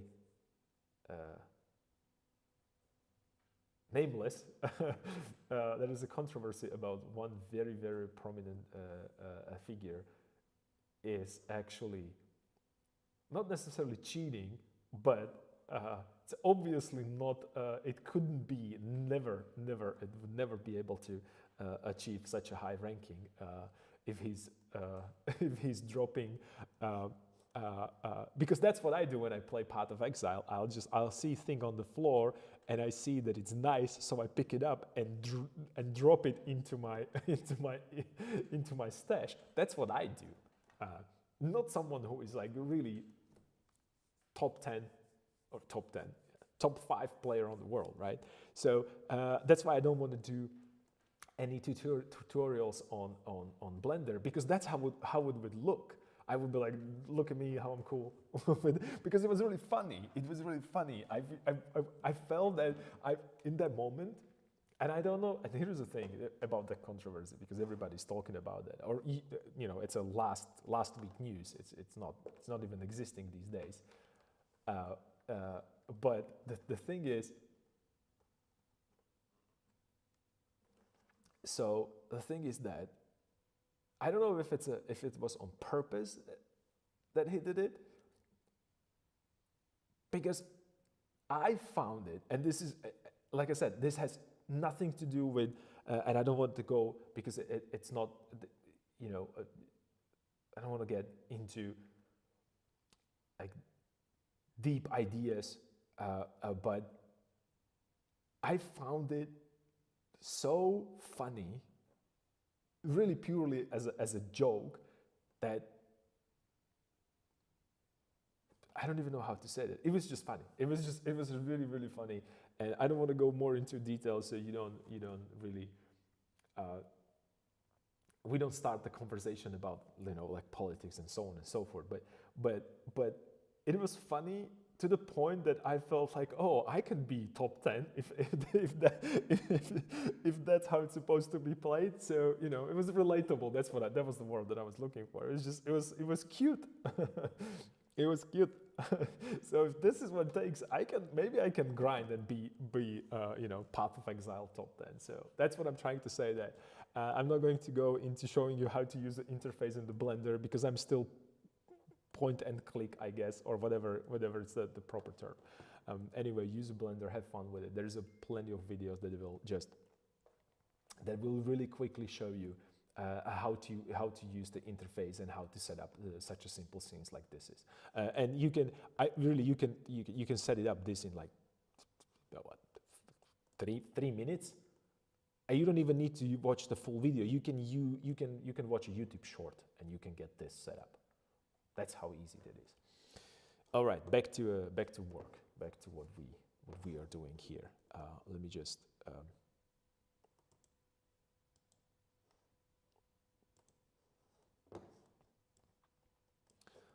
get this as my reference, and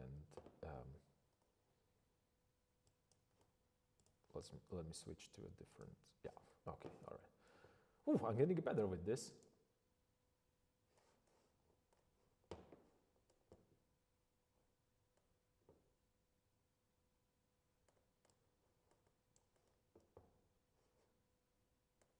Getting a little better with this.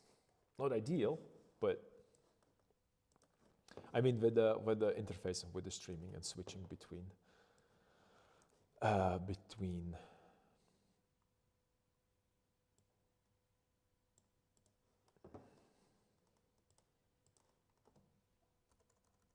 Let me just save that so I can use it here.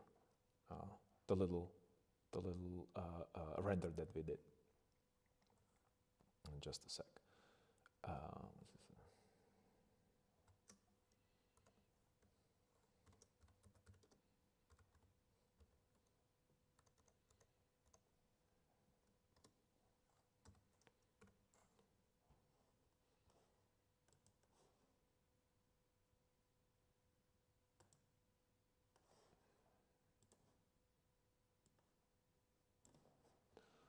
Let me minimize this. All right, so I can see what's happening. All right, and let me right now use that image as a reference. So I just saved that image, and there it is. I have it right here in there. So I can use this as my guide.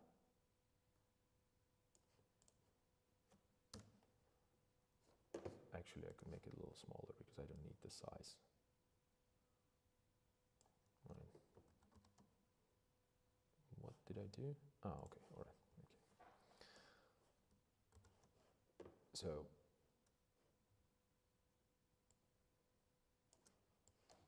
this could be,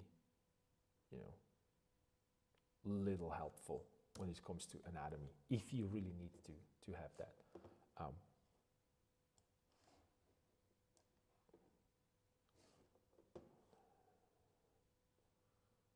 What have I done?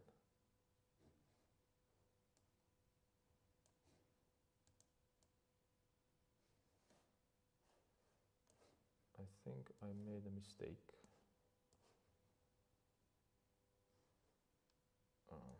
Okay.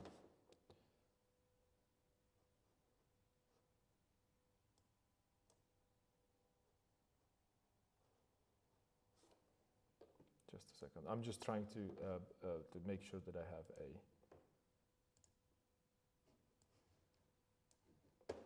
things set up back as I need them. Just a second.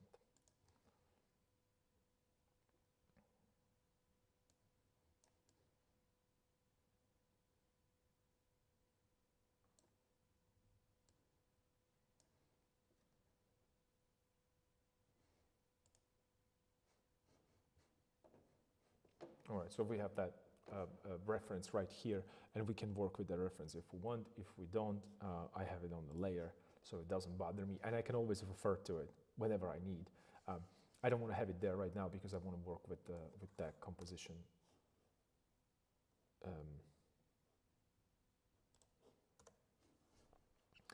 Also with I can leave this little sketch there because I don't think that necessarily destroys that composition, but all right, let's get back to drawing. There was a little detour. I'm sorry about that. That was a little detour when it comes to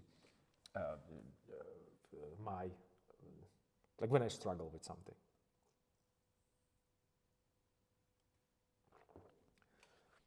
So yeah, let's continue. So I'm going to be.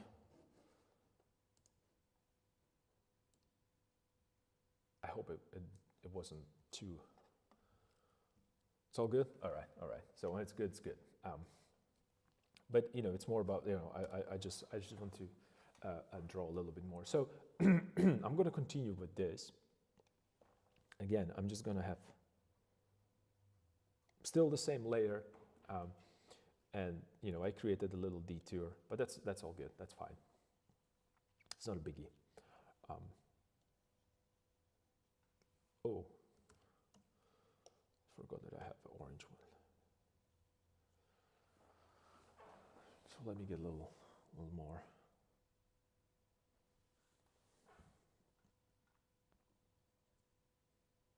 So I need a little bit more maybe here. Maybe not. But instead of going Control Z, I'm just going to, maybe I could do a little, maybe there's a little bit more dark, a little darker right here. So And it goes, I was looking at that,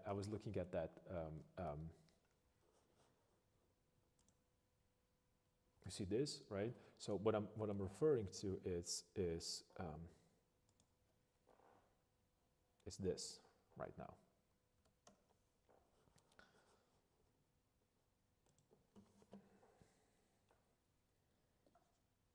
Oops, wrong layer. So I'm going to correct that a little bit and create that kind of a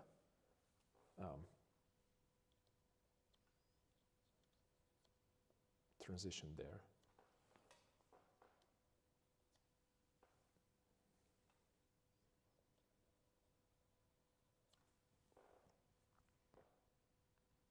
All right, that will be that. And I'm thinking about that anatomy, right? So I have mouth somewhere around here.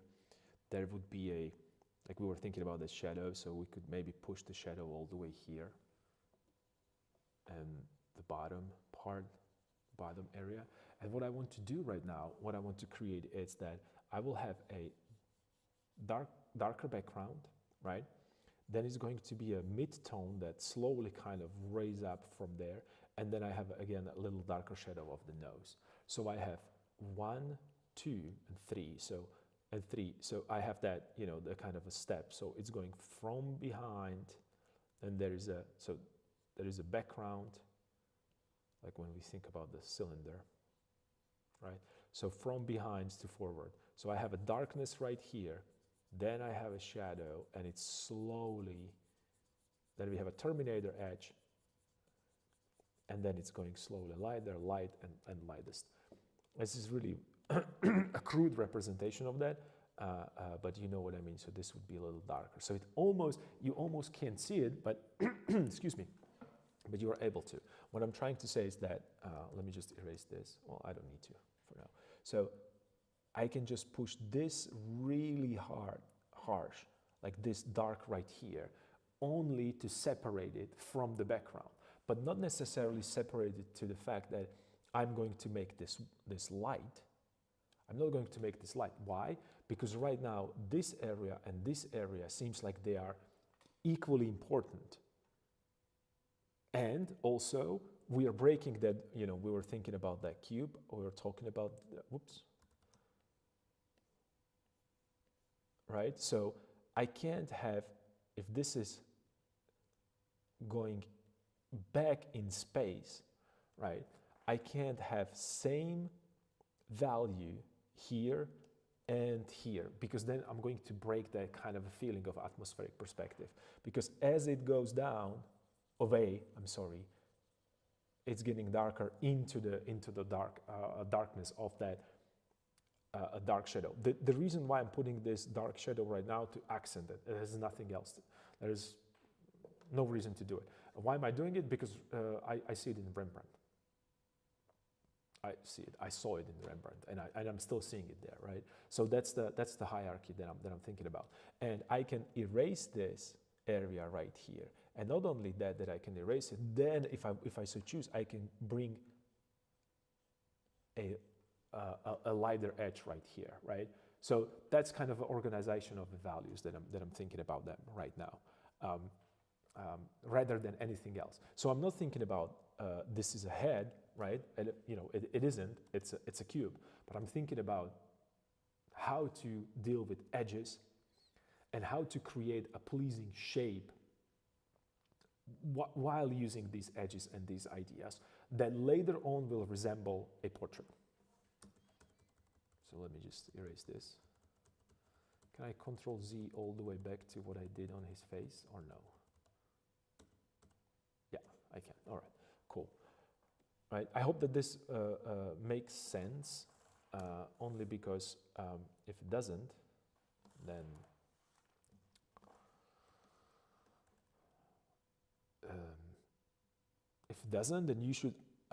you should ask for clarification, and I'll try to find a different way how to explain it. So do not hesitate, you know, if you have, because I see that, you know, it almost seems like it's a conversation between two people, but I know that there's a few more people there, you know, sometimes chime in and feel free to ask whatever question that you have. I'll try to answer as truthfully as I possibly can. And also I can do the same thing on the other side, but here I'm going to make it lighter, and I'm going to use the value of a canvas to do it. Or I can maybe soften it, oops, and I'm having that white one. Or I can soften I can darken slightly that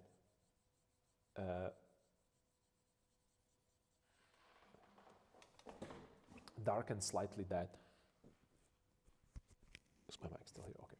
Darken slightly that background so it kind of merges together. And because this is what Rembrandt does, and then maybe put some accents right here that could be like maybe his hair going this direction, right? Or maybe like a different direction here. This is a very harsh line, so I'm just immediately want to soften it out, because I'm asking myself with the shadow where the composition is going to be and what's the main idea of a composition. That's another problem, that, you know, if you rely too much on this, what we did here, it might not work with the composition, because it's asking you to actually, I'm sorry, it's asking you to, no, I'm good. So it's asking you to do this lighter right here. I mean, it is possible to do it that way, but I kind of like the fact that it pushes that diagonal that we talked about, this diagonal right here. So I want to keep it there.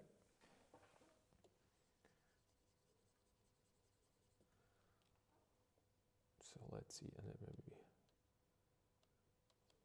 I want to work a little bit with that.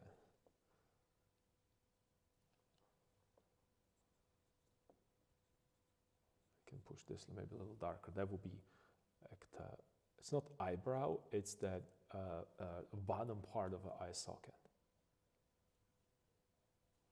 Right, a little darker, because this is where the most contrast is going to be in this little sketch right here. Let me just get rid of this. And the reason why I'm getting rid of it, I don't want it to be there because I don't want it to influence what I do here. Or I don't want to be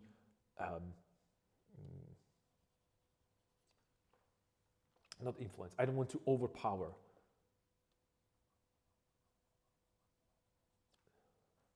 So maybe I can push this a little darker here.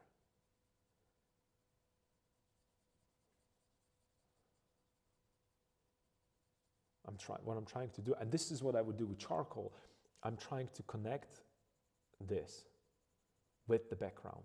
Why? Because, you know, that atmospheric perspective is kind of pushing it into the background, and not only from this direction, right, from left to right, but also from top to bottom. Also from top to bottom. So that's what I'm thinking about, and having fun with it. And then softening it again, because I don't want to have a line there. The moment that I see a line and not value, it's just going to change. It's going to create the boundary and the line. You remember yesterday I was talking about with painting, and that's why I'm going back to this, because that line is going to automatically create a stop, and there is another point. So it's flattening the image. You might think that, oh, how can line flatten the image? Well, they do. They're flattening the image.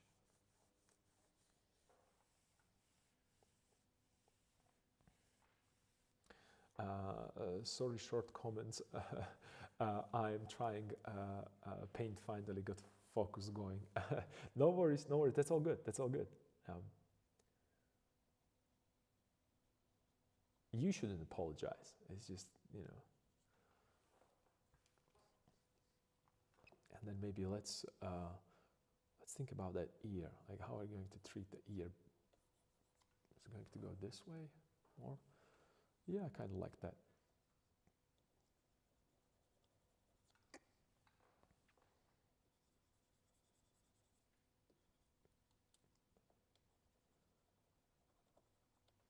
So sometimes I have it erased. Sometimes I'm using either eraser or maybe I could push this a little bit more.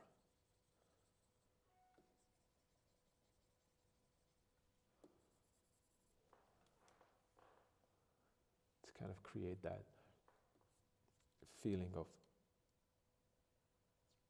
things being three-dimensional, right? But that might be too much. Maybe I can just soften it here. It's just going to, yeah, maybe I could do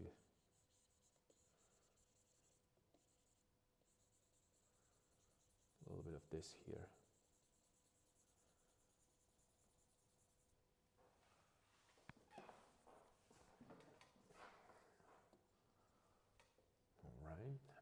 Maybe a little bit more of that. And right now what I'm playing is only with the shapes and angles. And they're not precise, and that's okay. If I want to do them precise, I can always go closer. And you can see how rough this is. This is how how my charcoal drawing would look at the beginning. Maybe I want to push this a little bit darker right here, right? And maybe then a little lighter, just to create that kind of a soft transition, right? And then maybe push this a little bit more here, and then push nose slightly this way. And let me see right now when I put it out. See, his nose looks a little bigger, and that's cool because I want it to be a slightly bigger, a little bit more pointier. Maybe it would help the character. I don't know yet. Yeah, maybe. Maybe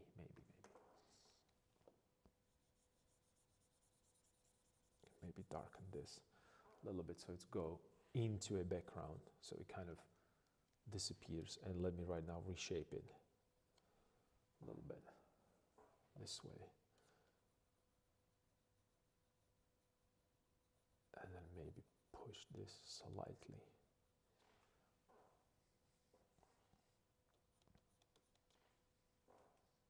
A little bit more here. Yeah.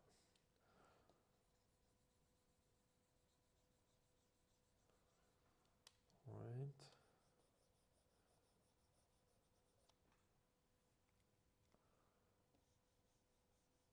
And right now I'm working with an anatomy rather than just design. So I'm just gonna go back and right now he looks like a little too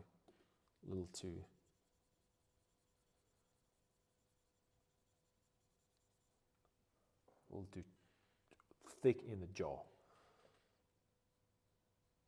So instead of just, I'm going to let it disappear a little bit, a little bit from this side, yeah.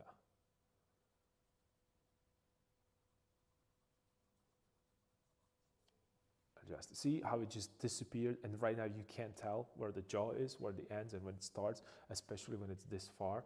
I know that it doesn't look perfect, but as you go closer, it looks even worse. But that's the fun of it. Like, look at the randomness of eye right there. Like, this eye looks so random. Was I really painting eye? Not really. I'm still here. I appreciate your stream. Okay, I just wanted to let you know I'm still here and I appreciate your stream. Thank you. I'm really enjoying this. I mean, this is very much, like something, it's fun. I think of this as a fun. Let me maybe he's like maybe there could be like maybe the ear sticking out from the other side. We don't know yet, but I like that the fact that it's somewhere in the darkness. We don't need to be bothered by that as it is right now. Let me just maybe correct this shape a little bit more.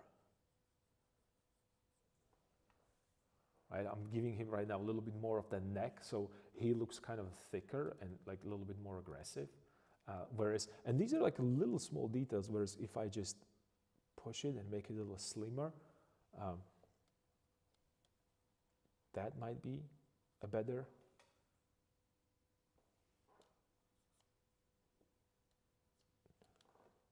Maybe slightly different angle, maybe it's going this way, like so, right? I don't know.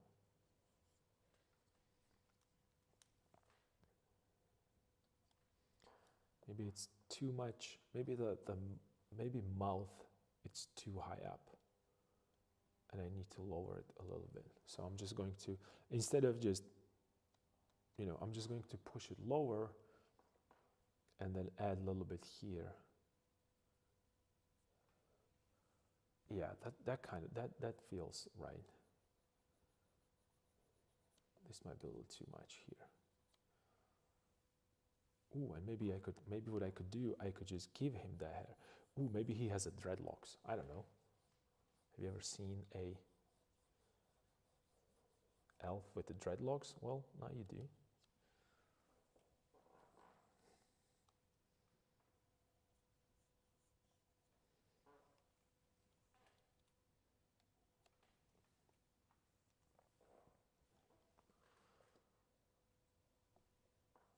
Okay, has that pointy nose. And if you really want to, you know, you can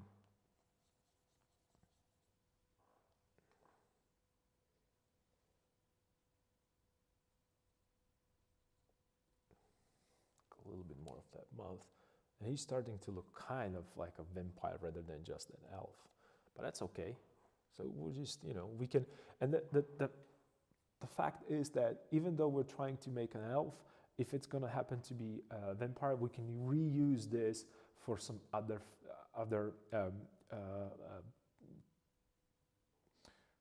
we can recycle this. That's what I'm trying to say, right? So, and that's why I like to work like this, because I never know where I'm going to end up, and there is a lot of things that I might like and a lot of things that I might not like.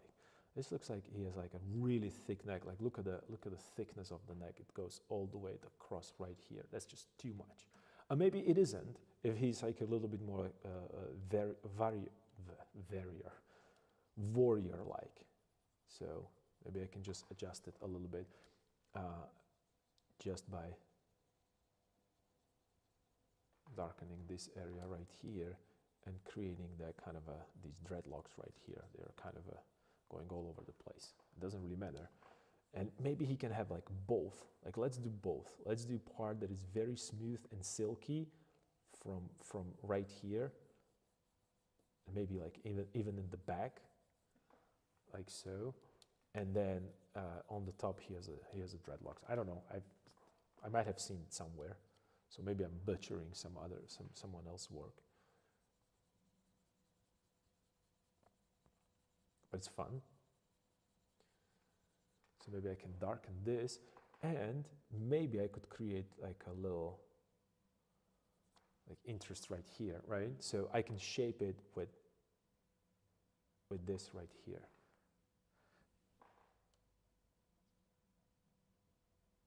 To make this first lighter, and then I'm just going to slowly adjust it. And instead of just trying to find like right now he looks way more aggressive. That's okay, that's cool. It's going to be a little bit more aggressive. And we went from looking like Elrond from Lord of the Rings, through someone that is like really thick, all the way to someone who looks a little too this way and then other way, and we're creating like really weird combination of everything.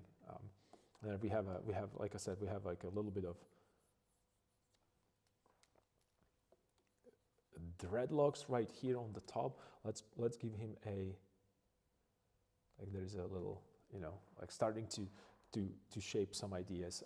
He might have that little whatever that is, not scrunchy. What's the that holds ponytail? I wanted to say rubber, but that's not the right word. Hairband. There's a hairband, and then there's like and there is a few of them that is going this way. I don't like that, so I'm just going to get rid of it. Because the reason why I'm doing this is I want to create a nice kind of a shape there. And I didn't like the shape of top of the head, on the top of the head. I want a little bit more angularity there.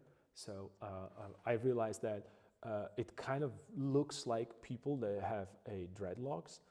It's because it's such a big form, and you can't really, you know, it doesn't curve like this in the back, like a skull. And I like that angularity there. And let's maybe push it a little lower. Oops. Let's maybe push it here, so I show a little bit of that. Yeah, and then there is that part with the ponytail. And then we can create a really nice and soft sides.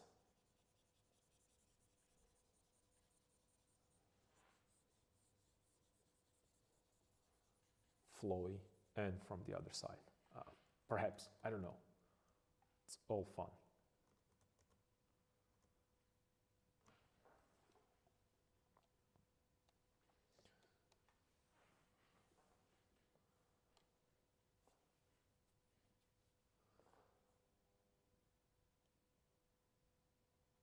Let's push that a little bit here.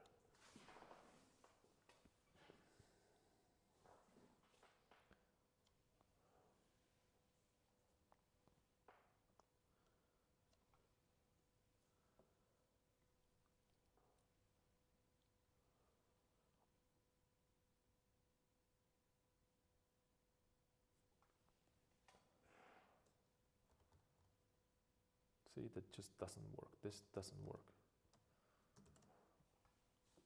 So because I used Control Z right now only because I wasn't sure. Well, let me put it this way. I wanted to see how far off I am with this. So let me push it a little bit more this way. And this needs to be a little lower. So I'm creating that kind of a form. And right now it's sticking out too much. You see like how it's sticking out too much? It means you're just like breaking the form. It's going too much forward because the nose is the same intensity than part right here. So this needs to go darker into a background.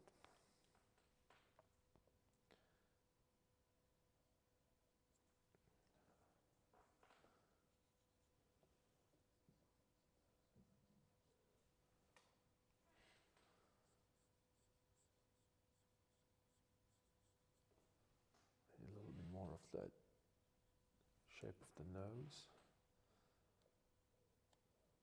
Yeah. And then as it goes out right here, it's going to be a little bit darker, and then tad lighter right here. And it's starting to look menacing because there is too many angles, but that's okay, that's fine. We can just soften it a little bit here.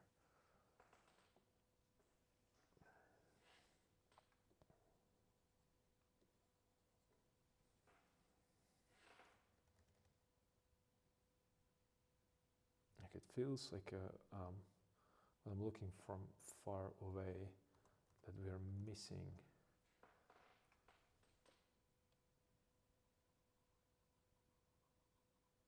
little light here, just a touch, and I have to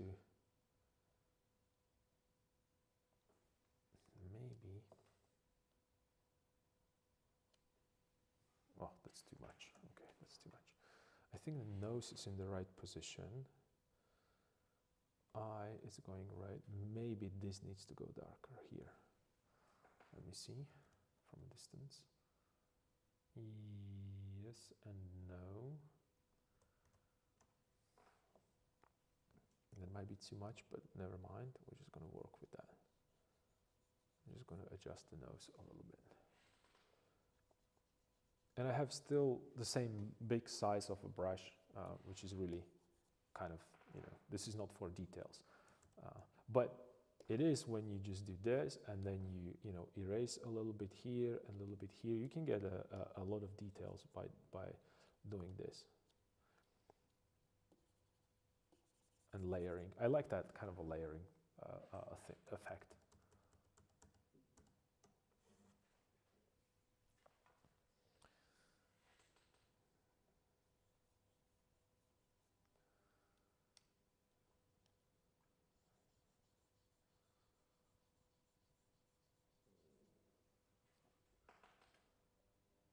I'm thinking about construction of the nose just a little bit.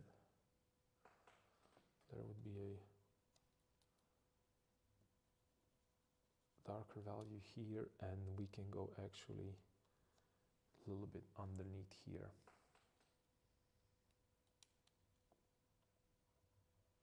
And this is what we're missing right here, the side of the face, and then a little bit of a lip that goes around. Yep, a little better, and that will give me a little bit more leeway here on this side. Because I don't want him to be, I want to still, this is probably my favorite part.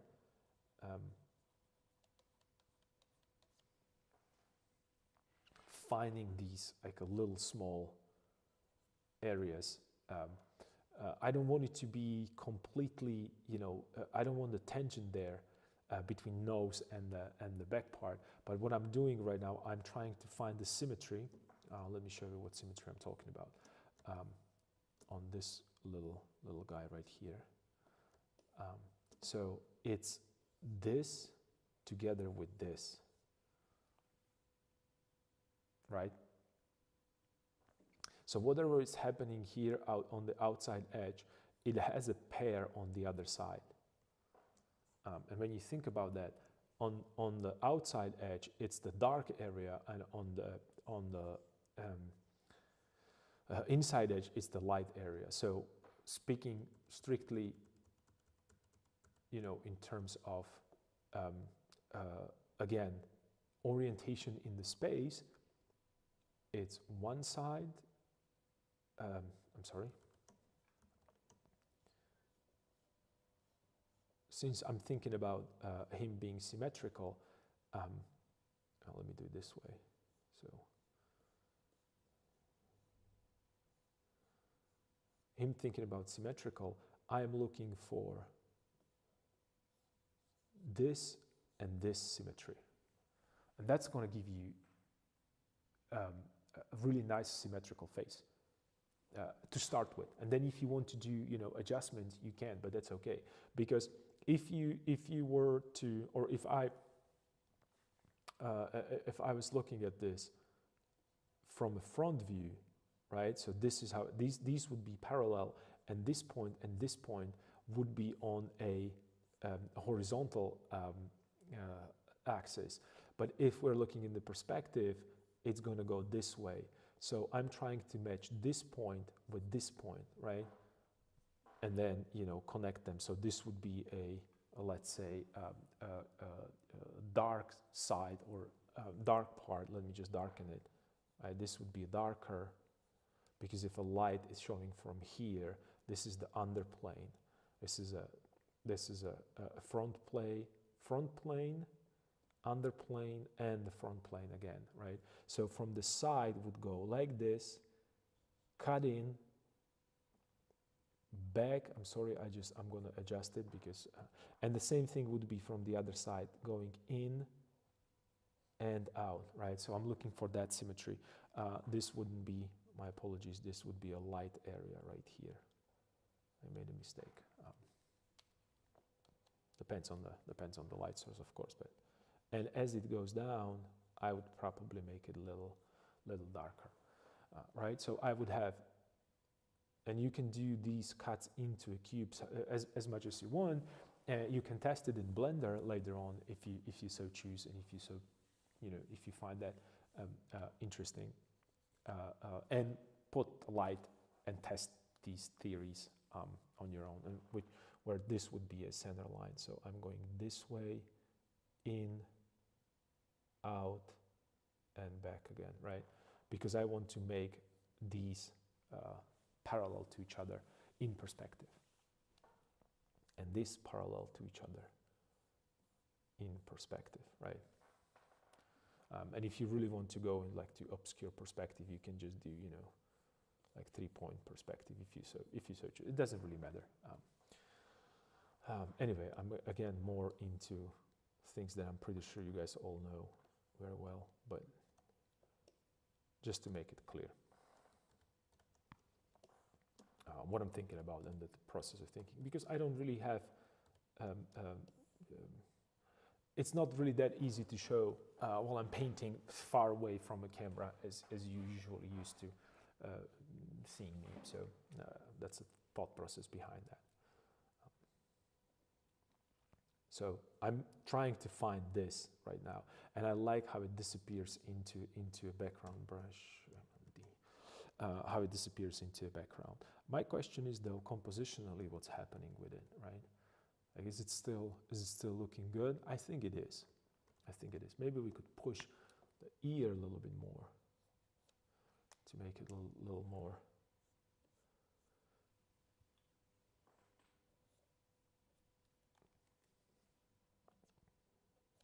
To find a little nicer shape there of that, and connect it with something right here. Maybe just push this a little bit darker.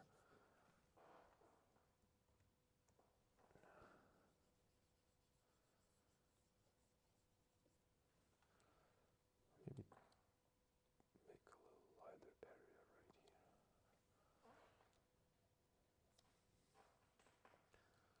All right. And I don't want that much attention right here, because that's taking too much attention. So I'm going to soften this and kind of connect it with this. Kind of. So you don't have a, right? So we have a harder edge right here in this area, and then softer edge, and then we're going to go harder, softer edge, harder edge, softer edge. Depends. Maybe we could create like a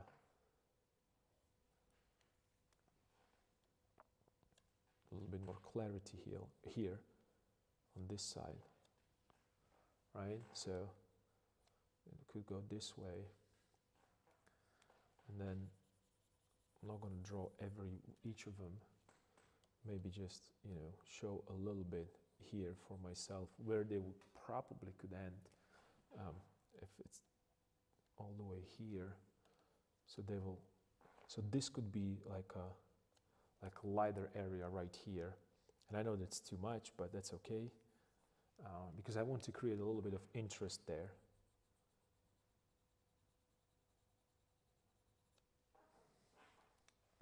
And then I can do this. And I would do the same thing with a charcoal, and I would be looking for neck and where the neck is. First,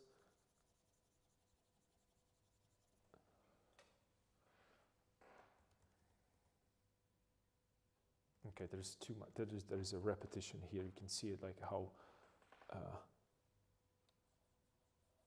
annoying this is.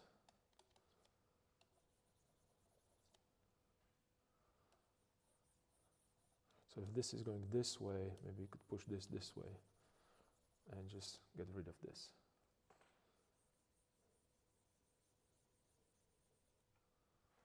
Compositionally.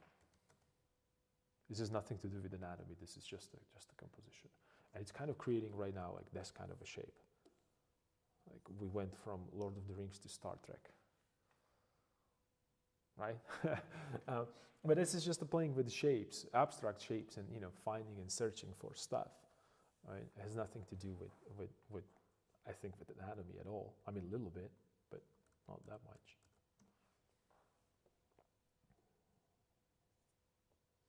I still don't like this could probably go also darker, so it's just going away from us. I think this would be darker area right here. So that would push that, we could make a stronger case for this harder edge right here. Yeah, I think that will be, that will work. And then maybe I could push slightly here. I'm thinking about zygomatic arc. I'm sorry, about the glabella here right now. So it goes in. You remember I was just, just doing this. And that's you might think about this as a nose. So the bottom and the bottom, and their eyes are right here. Right? Sure. Let me make that clear. So that's what I'm thinking about right now when I'm there. This might be a little too sharp. I don't like that sharpness. So I'm going to soften it and connected and disconnected.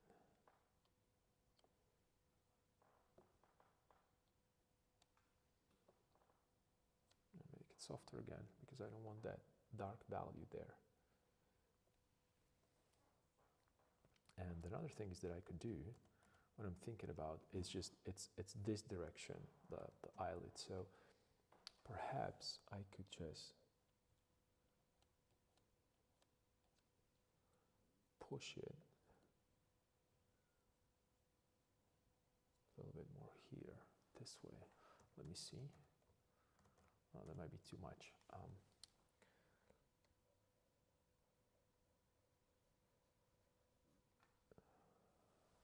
This might work. This way, and then it goes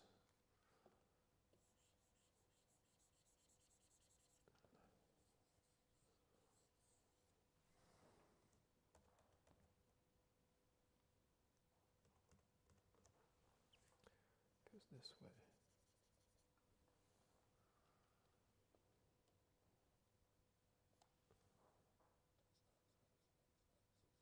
Softening this a little bit.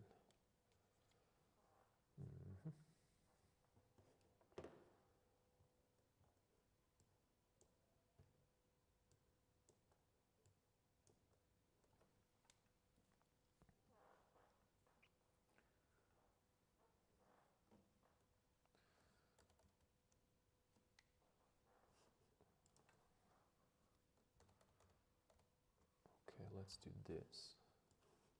Oops, not that.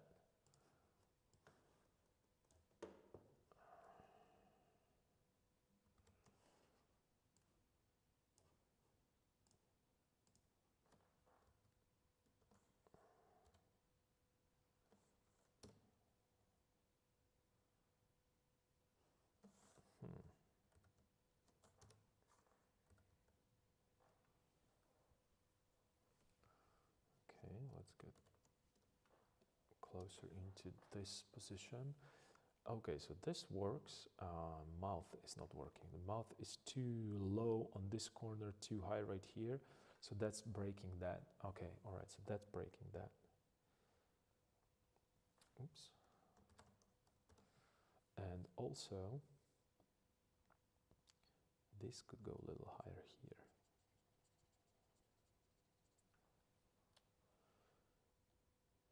And a little lighter here. Like so, yeah. And maybe I could push this a little lower. It's making his mouth a little too like a duck face. That's okay. He's posing for a photo for a second. No worries. Let's give him a little bit more this direction.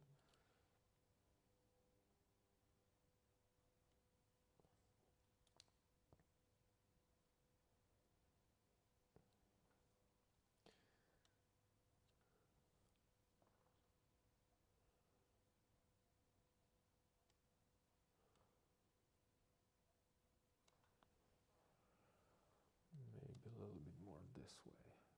Maybe, let me see. Okay, they're too thin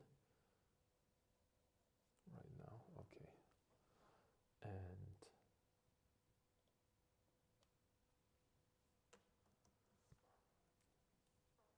it's maybe a little too big of a brush to do these adjustments, but it's fine. It's okay. We can manage.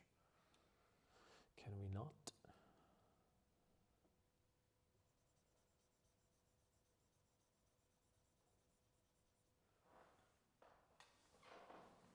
A little bit more here.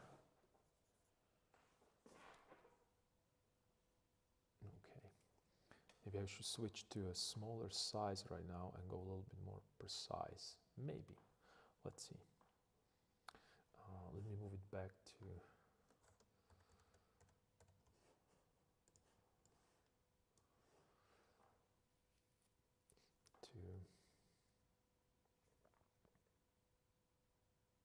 but wait.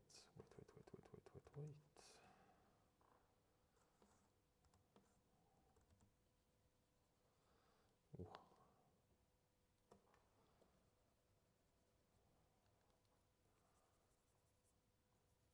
show it a little bit more of a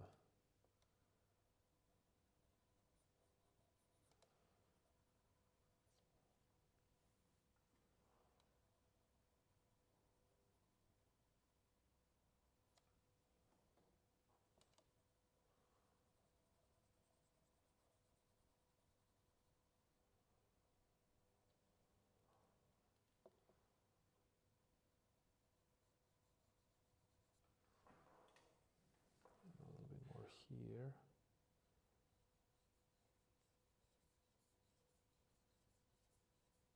A little bit here.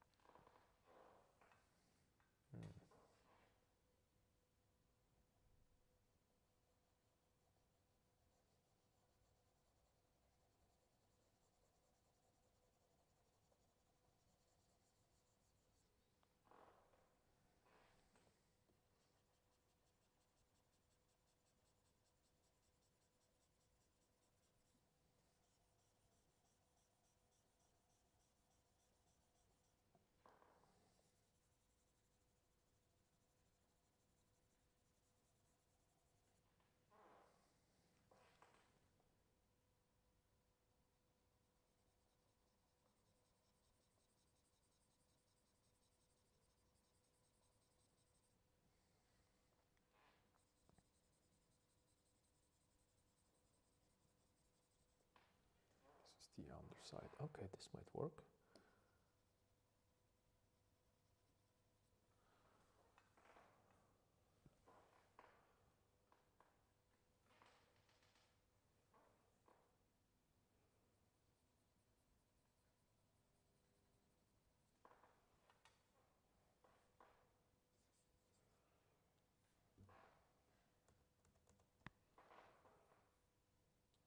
Yeah, this is where the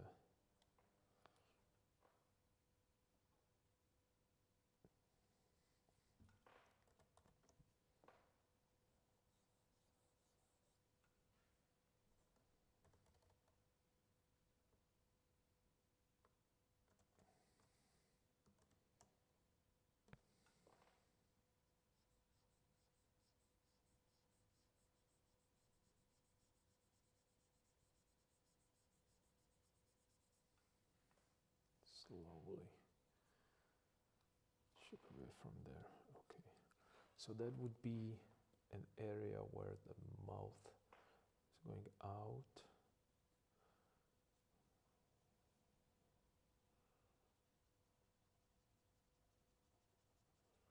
I switched to a slightly smaller brush or smaller size brush, and it's because I want to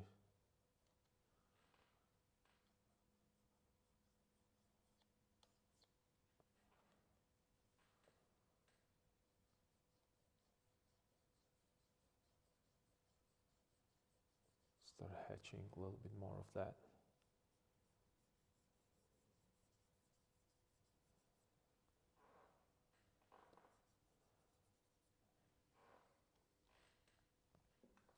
Maybe I could just, for a second, drop the opacity a little bit, just to see softness. I'm just going to work a little bit here. The softer opacity, and then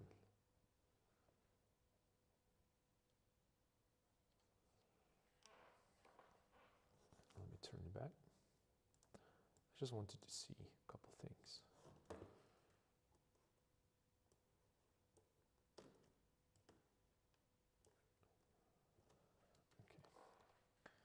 I need to drop this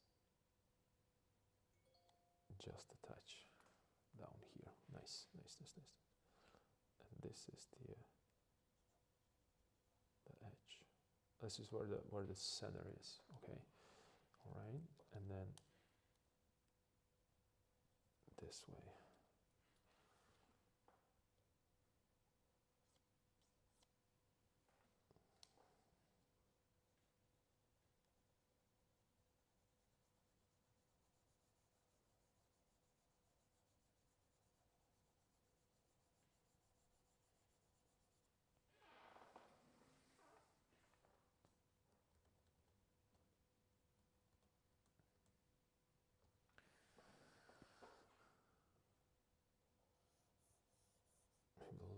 this way.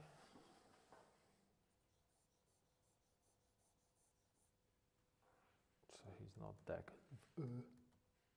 feeling in him, which would give me a little bit more of that twist towards here.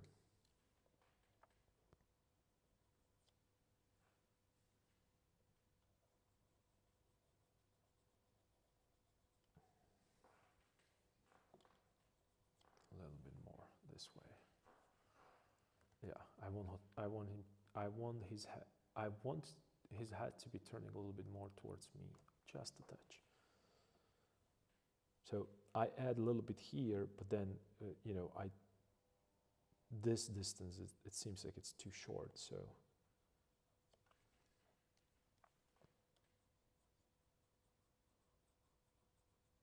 we can soften this a little bit here.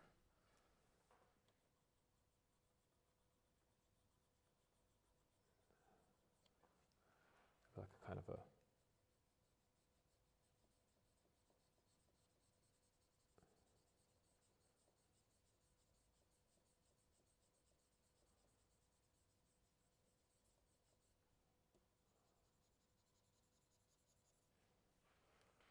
little bit of that jaw.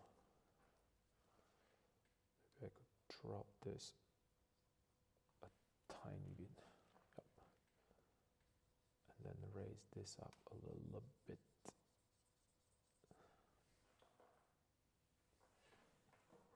Right. And then maybe we could just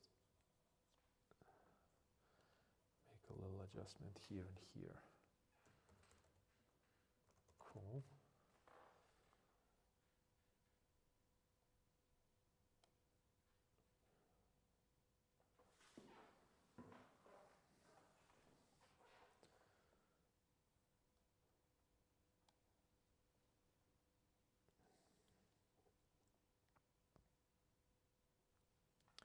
Let me go a little closer here. What I need to do, I have to switch to a eraser and make that eraser a little bit smaller.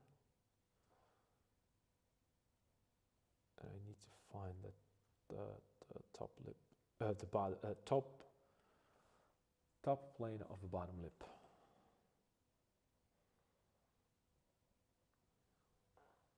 Might be a little too much of an angle, right? Of course, it's too much. This way, and then in the corner here. I'm over exaggerating this, but that's okay, because then I'm gonna come with a brush.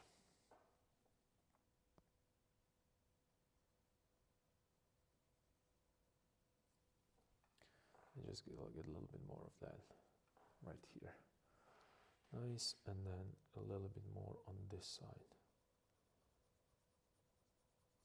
Right? So I have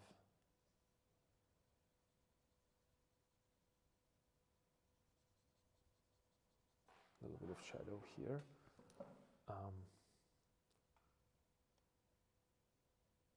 It needs to go a little bit up and then down. So this is going to be a center. Right here and right here. Let me see. Yeah, a little better. Okay, and then maybe I could give him a little bit, like a little light that it's catching, like you see, like on that, from one side to another, maybe a little bit just to show where the nose is going.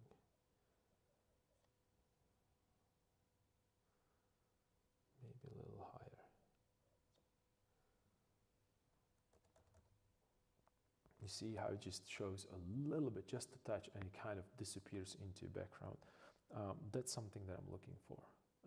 It doesn't register that way from a distance yet, but you know, I can push it a little bit more. You can see when it's closer to us, so I can push this a little darker here.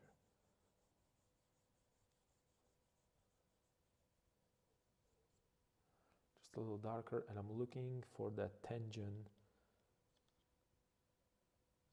this is a nose right here, so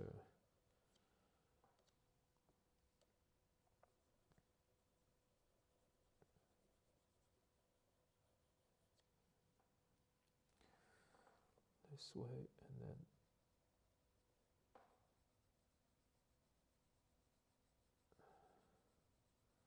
shape it slightly better.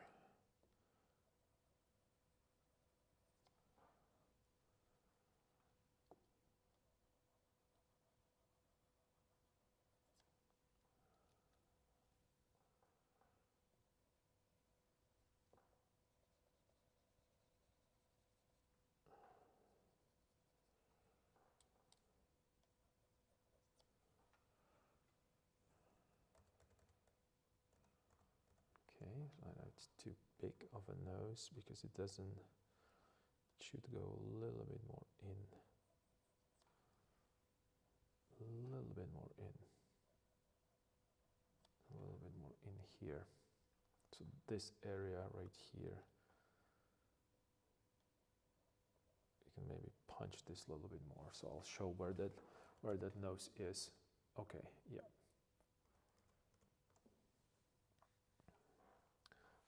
Cleaning up now soon of to kitchen with my iPad Pro. Oh, that's cool. That's awesome. I guess I just got zoned in with the drawing. I'd really like to draw or paint for that matter.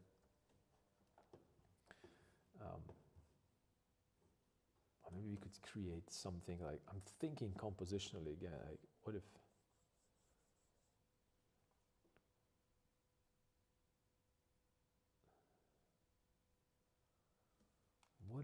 this right here, not this that I created here, but what if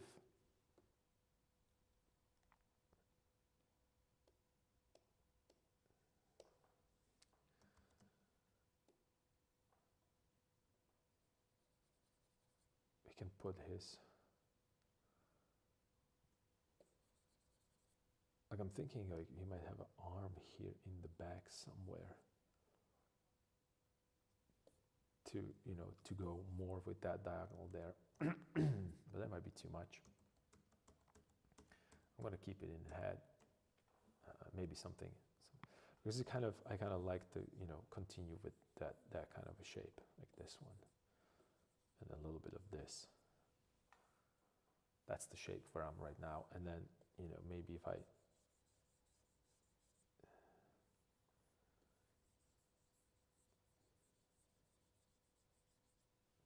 don't know. I'm just thinking in terms of composition right now, and the shape and the value. Awesome, it's looking good. Well, thank you. Well, it's just it's a longer process of, you know, exploring the possibility. Then, you know,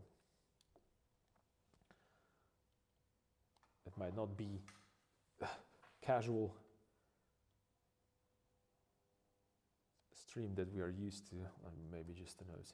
I'm going back and forth with decisions more than anything else. So the neck a little bit more here. No.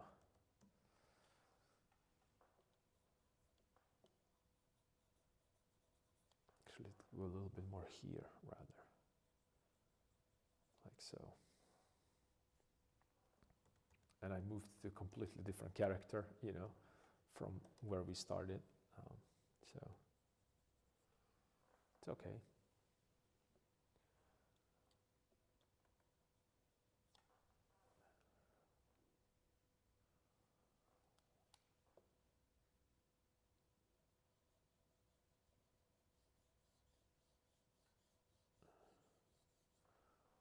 I'm thinking right now about his hair. Maybe I could really drop it down here, like so.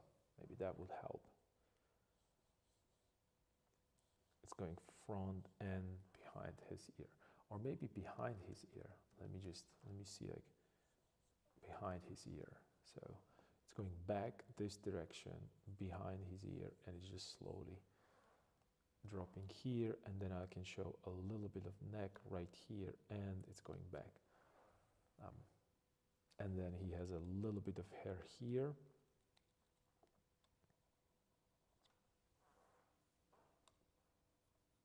that's going this direction. That's too much, maybe. But then I really want to show that separation. Let me just make that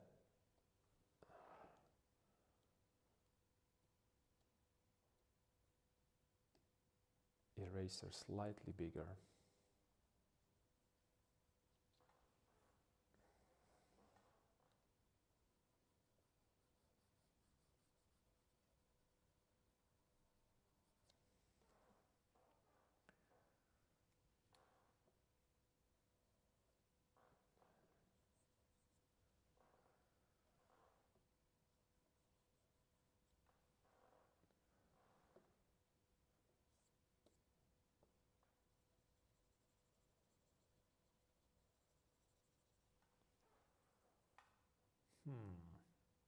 I don't know right now.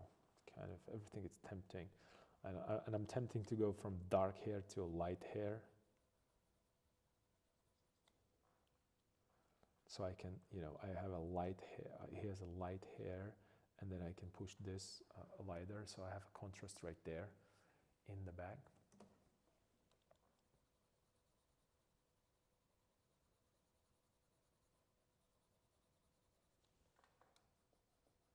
And I can cut off these right here. They just don't want to be cut. There.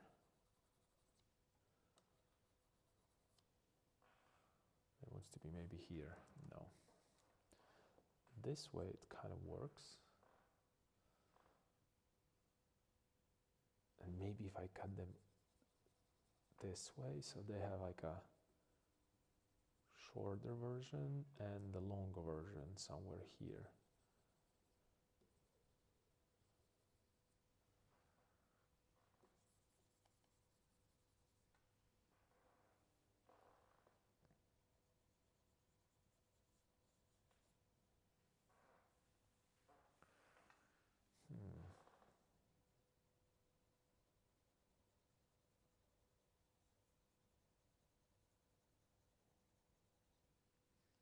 See, right now the neck is too big. This is just too much.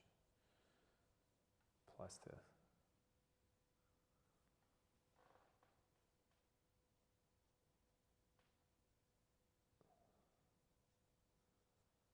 see, like this cannot be this way. It has to go a little bit more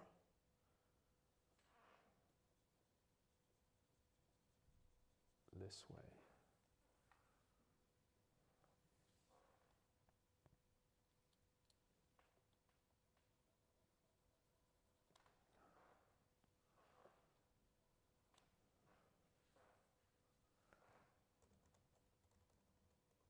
Instead of, I'm working a little bit more of that anatomy right now.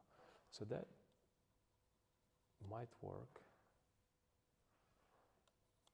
That might work. Because I pushed this too much up, but I can just, cut it here. The not necessarily cut it, but what I want to create is maybe push it a little higher up right here. Yeah, so I have like a nice curve going on here. That might be too much though. Maybe I should push it a little bit more this way. I'm just thinking right now, it might be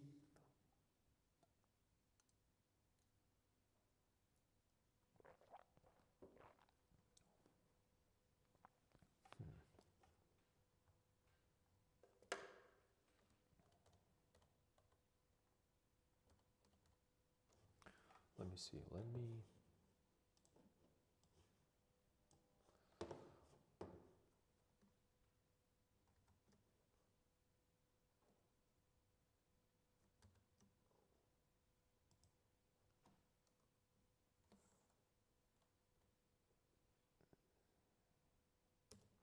right now it looks like, how it is, how does it look like right now? Like, remember StarCraft,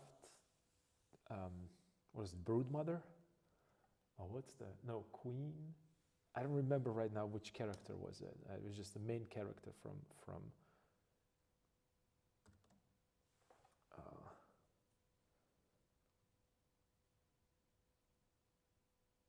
crazy, I don't remember.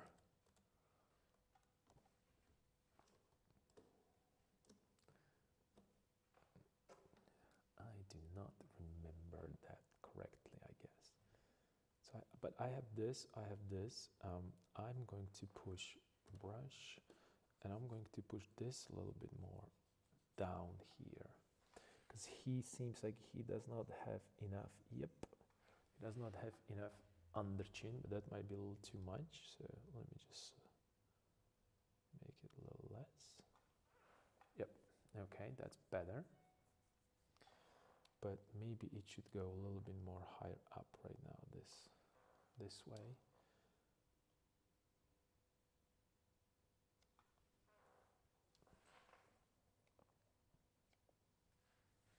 This way here.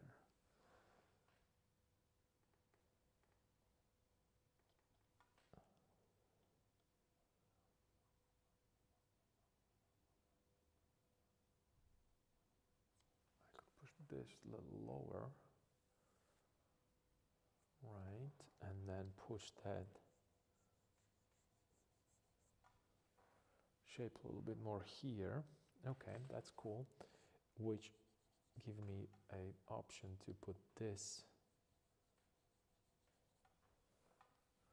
Yeah, it feels like that face was a little too squished, and it will give me a chance to make a little bit more volume here.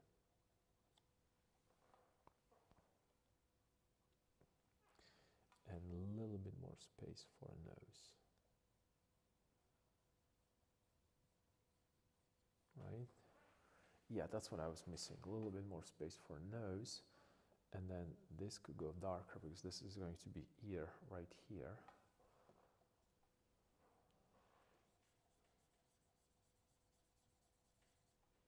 And here, and then maybe just because this is the other way around, you know, I was talking about these convex and concaves. It cannot go that way.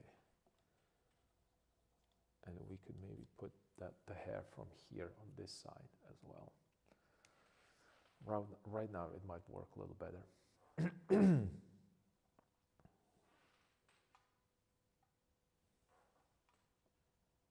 Yeah, and let's maybe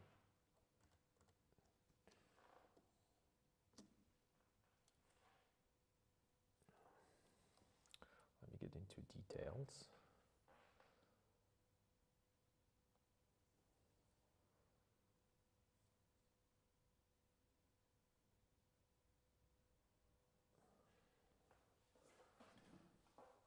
Okay, so let's get closer to this.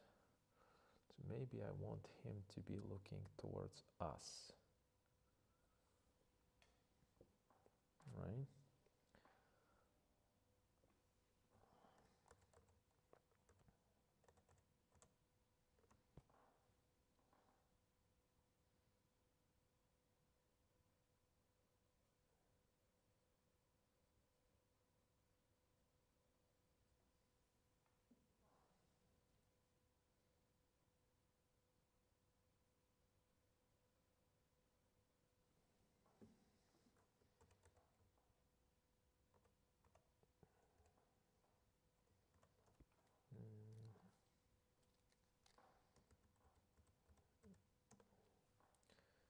It's supposed to be a little bit more this way, right here. Okay, cool. And then we're thinking about nose. Maybe nose should go a little higher. That might be the thing. A nose is not too high up. All right. Good. So let me get a little. Okay.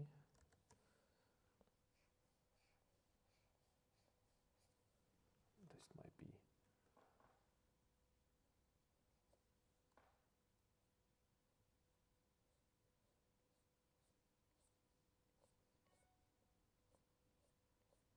A little bit more what I'm looking for. Yep. And this would be a shadow right here, like so. And then a little bit more the this way. Let me see. Oh yeah, now we're getting somewhere. Now we're getting somewhere. This might be too much, but I need to see that. Yeah, maybe. Let me just correct this first. The nose needs to go a little bit more this way. A little bit more this way, and just a touch. This needs to go softer.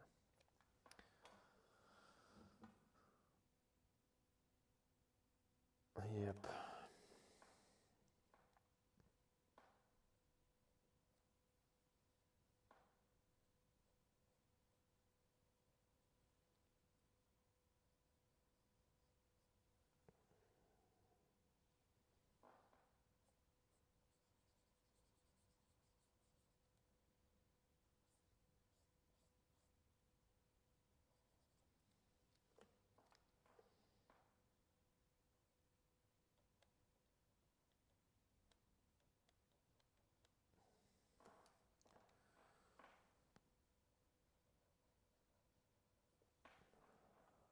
Right.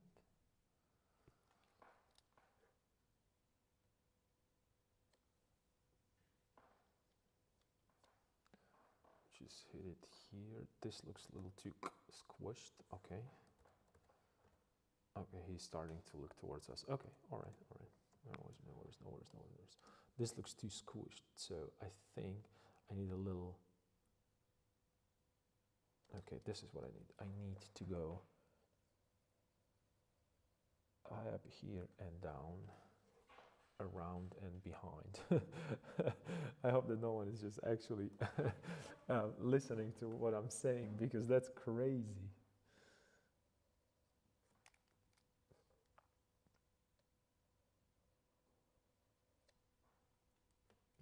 All right, this and this right here, we can make this go a little bit up, just a touch.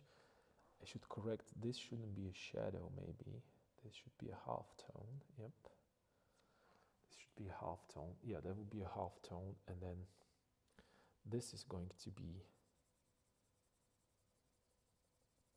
the position for nose. Let me see. Yep. It might be too big of a nostril there. It's getting really cold here. Let's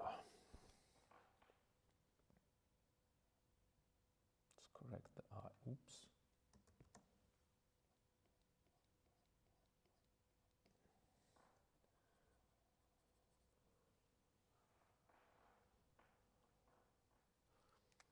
Maybe just a touch of like that upper eyelid, because I see it there in that, you know, in that where is that? I'm sorry, I'm just trying to bring this little one, you know. So I see a little bit of, this is what I was talking about, you know, a little bit of this right here, but instead of making it dark, I'm making it light, because check this out, it's lighter here. Now let me maybe go closer so you can see what I'm talking about. I'm just going to switch to a different brush so it's sharp, and let me make a smaller size.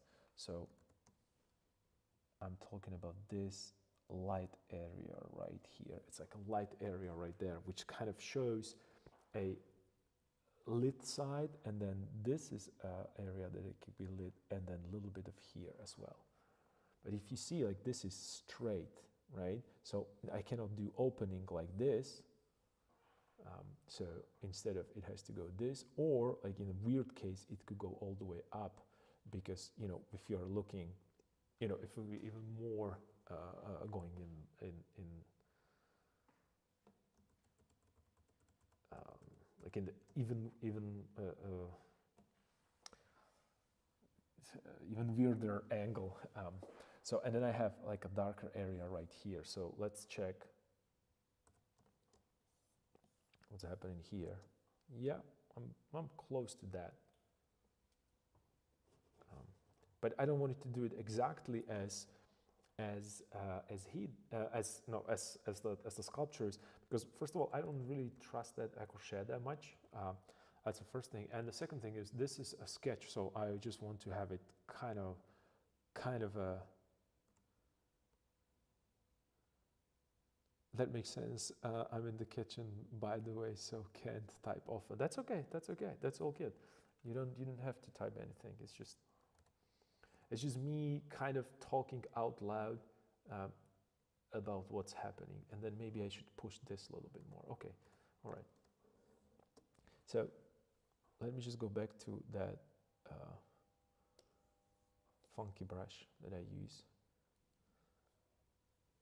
So I need a little bit more of this right here, because that's going to be, that's it, that separation right here, right? And then I have area, yep, this is this.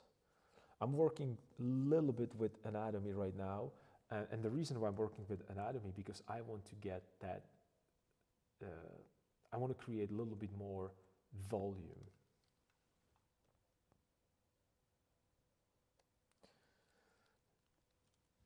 I want to create a little bit more volume.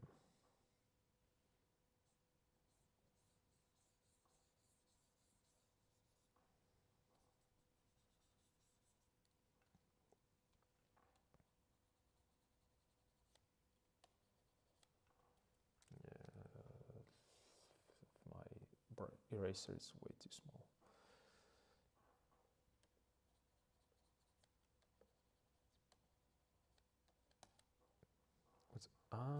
Okay, all right, I see what I did. Okay, different layers again. All right, so let's go brush.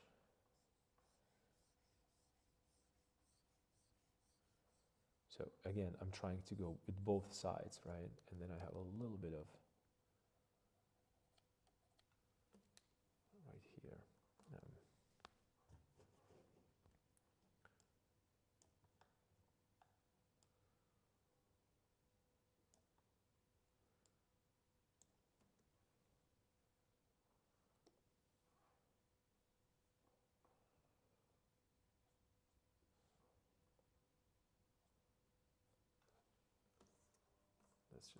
That's wrong.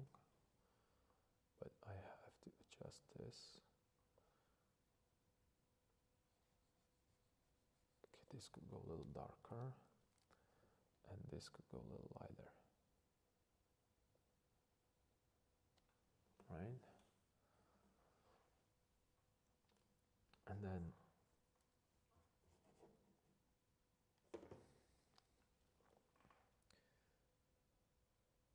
I could have a slightly, just a touch of the value here, so to show the transition, and then maybe it could go all the way here,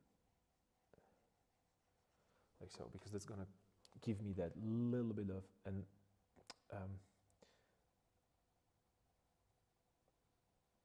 and then soften it a little bit more of that volumetric feel to it. Then I can push this corner of the mouth a little bit here. That might be a little too much, so.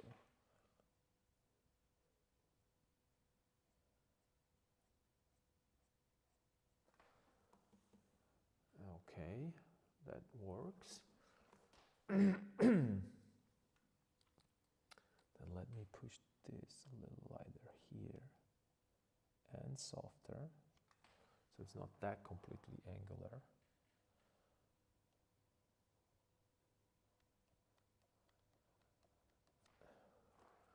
Flare it there, and then slightly softer here. Right, so I'm creating like a three-dimensional feel to it, so I'm bringing it to a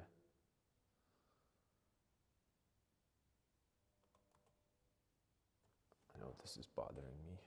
Let me just get a larger brush.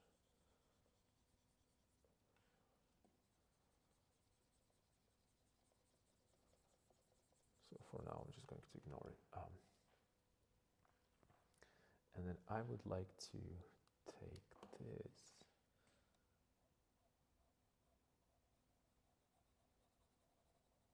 and soften it a little bit.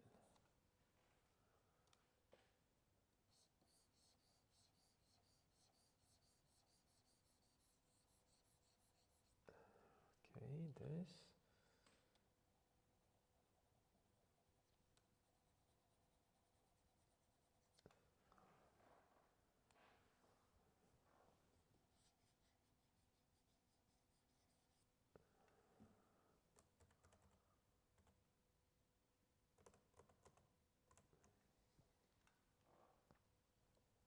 I think that this could go slightly bigger. I think that eye could be bigger. Maybe, I don't know.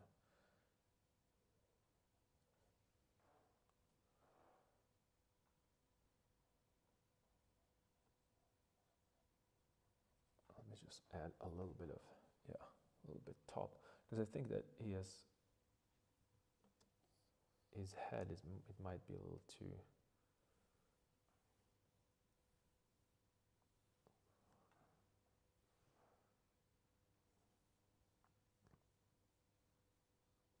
this is where the ear would be, right here. Ooh, I know his ear is to be, oh, now I know what's happening.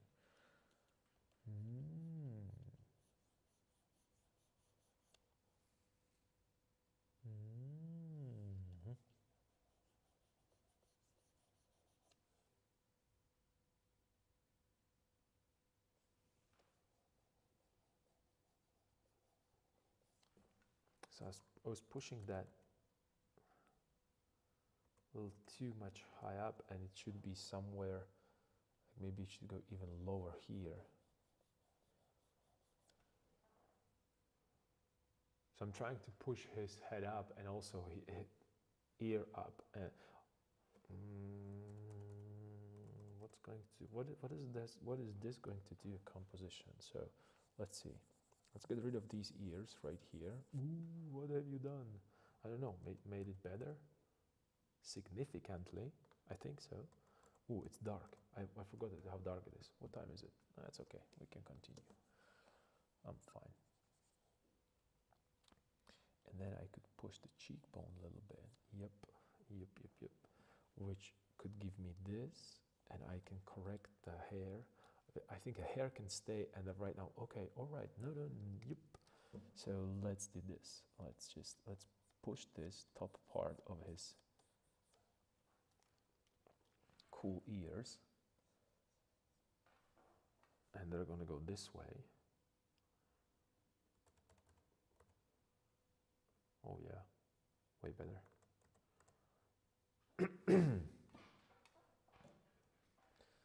So this is his neck right here, like so.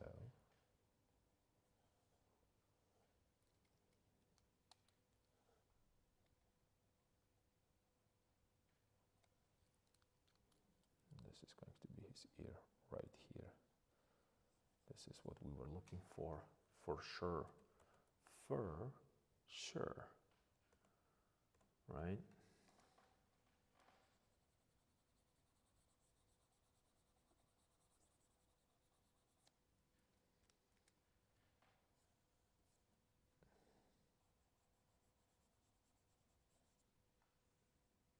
All right, and then we can push this, what I wanted to do, a little lower here, right? And a little bit this way, yep.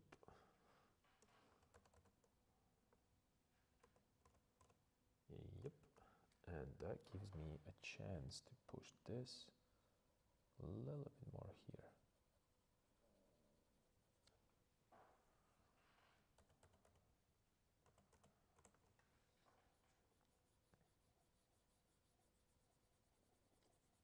Softening this a little bit.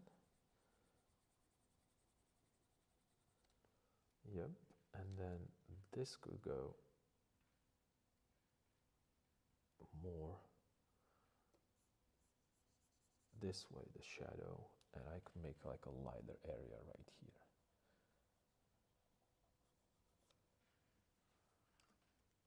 And then push it darker here.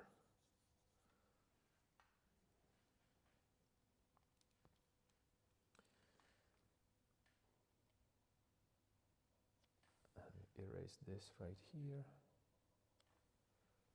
to give him a little bit more space and clarity, and maybe even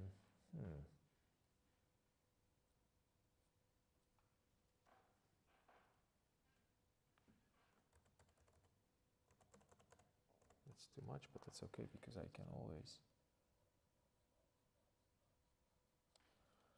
kind of like, I want to continue with that ear and hit the eye. So what I'm thinking about, it's just like, you know, like a dynamic, like this way, like so. Ooh, that would be a cool tattoo right there. Well, let's keep it there for now. So, you know, because I want to continue with that line because I need some connection there, right? So it's just kind of, you could have like a, whatever, something. I don't care what it is, but we can figure it out later. And let me soften it a little bit so it doesn't overpower the darkness of the eye, right? And then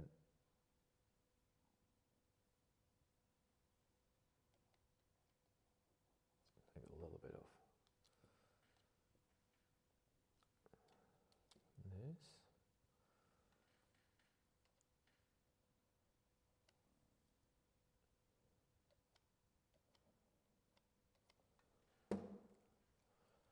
Ow. Let me make a lighter area here, right? So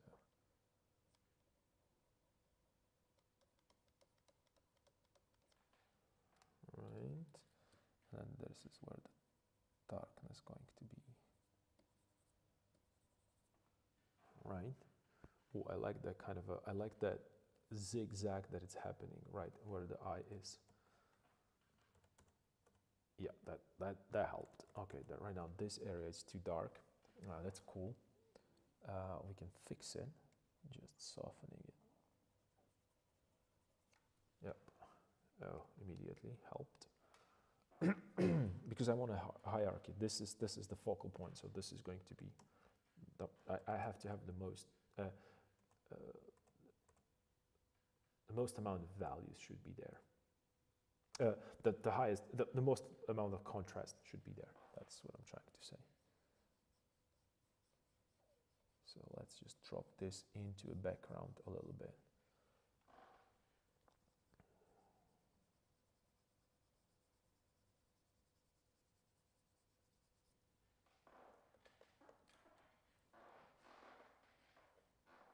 Let's drop into the background and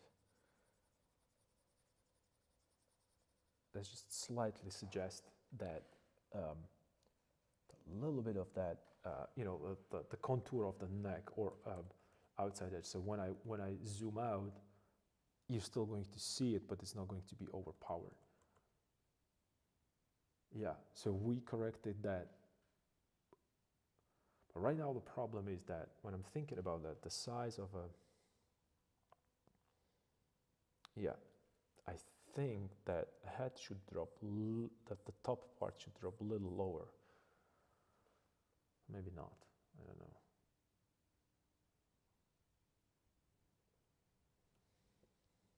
Maybe. Let's push the idea of those dreadlocks there a little bit. So we're composing. We are back to composing. So it's kind of, it almost feels too repetitive because I did something that I just get rid of it, and I did something, I get rid of it. But that's kind of a cool way to explore things. So, you know, so it's kind of a interesting way of, maybe I could, it's getting really cold here.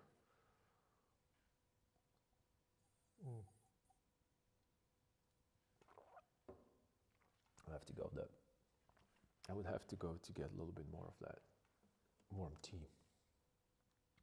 So I'm thinking about the size of a head, and it almost feels like my forehead is too small, you know, compared to my eyes. Where's that, you know, blender thingy that we created here?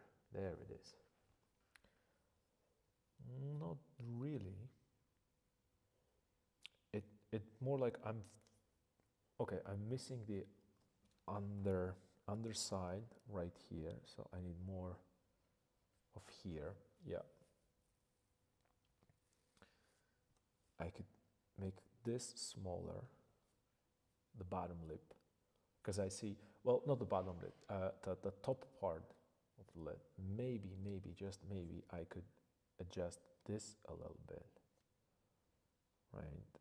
The angle of this. Yep.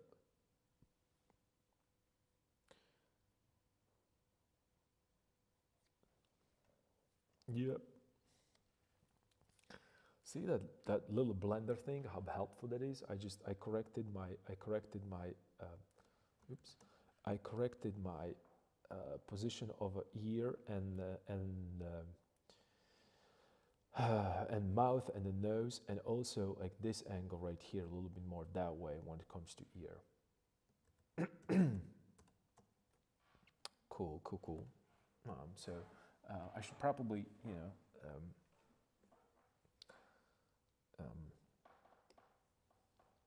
work with that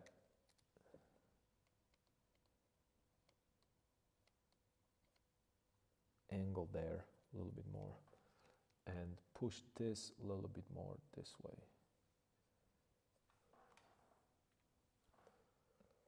Because I want to, or when I'm thinking about a forehead from this point, from this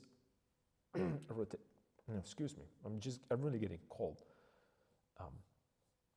So this is my forehead like this, and then it's going this direction right here,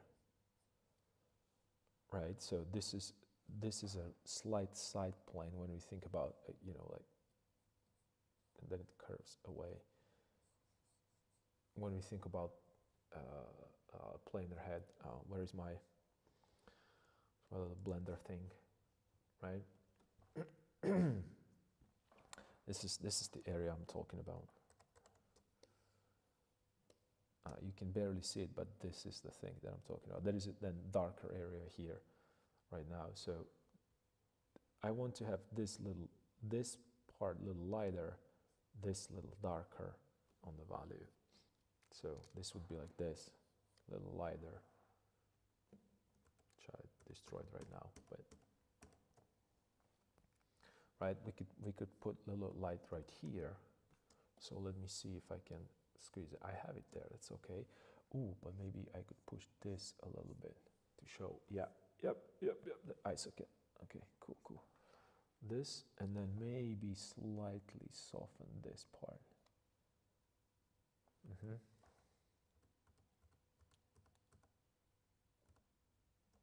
let's try one more time.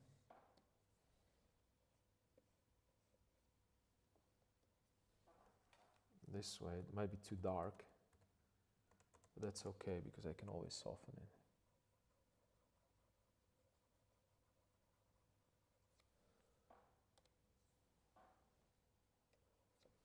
So let's use that a little bit. And then I could push here a little bit. This darker area, let me just make the brush a little smaller. Let's just do sometimes when like this, the other cool thing is that these brushes working only when they are big. When they're small, they just don't want to work very well. That area right there, and then I can support it with a little bit of this.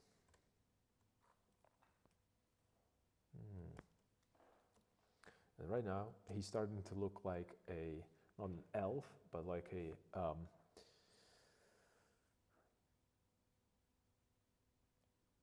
what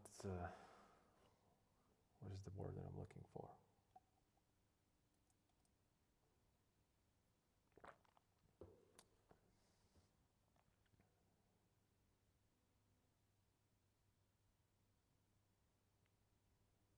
wanted to say orc, but no, like from World of Warcraft. I'm blanking that. It doesn't really matter. Let me just create a little better angle here. I'm still not happy with this angle. Yeah, this is better. If anyone can help me, like, what's the... Is it the troll? No, it's not what I'm looking for.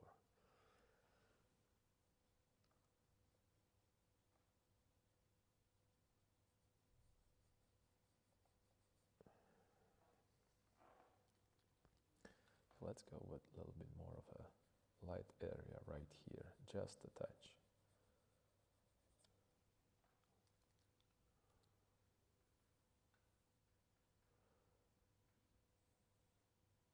Ooh, I know, maybe the fact that I want to put the... Okay, let's do this. So it will go all the way here. Ooh, that's not the one that I'm looking for. Okay, so let's put a little bit of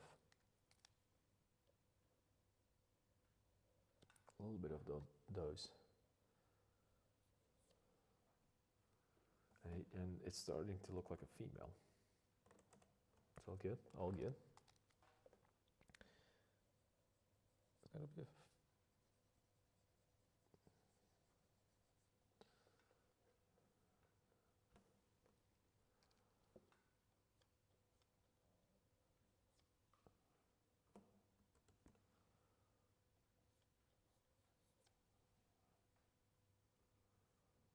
And those might be a little too big. No, maybe I should just push this. Oh, let me get a larger brush. Yeah, okay, all right, now we're back. Okay, this is gonna go a little darker. This needs to go darker for sure. Okay, yeah, cool. Yep.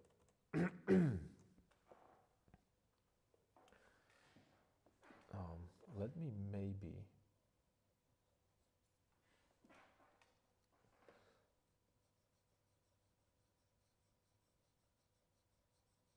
push this a little bit more, so I create more like a... Yep. Because I'm still keeping resisting, I would call it resisting, of kind of like this composition as well. There's so many cool compositions that we like, you see like how it is framed right now. It gives it like a little bit more like a cool vibe to it. So maybe this is the right composition. I don't know. I'm just, how many times I changed the layout and setup. And the beautiful thing is that we can actually crop and cut this whatever way we want to. So this is just the beauty of working digitally, for me especially.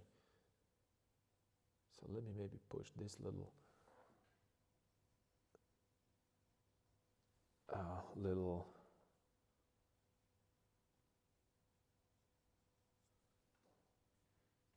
just a touch. Whoop, that was too much.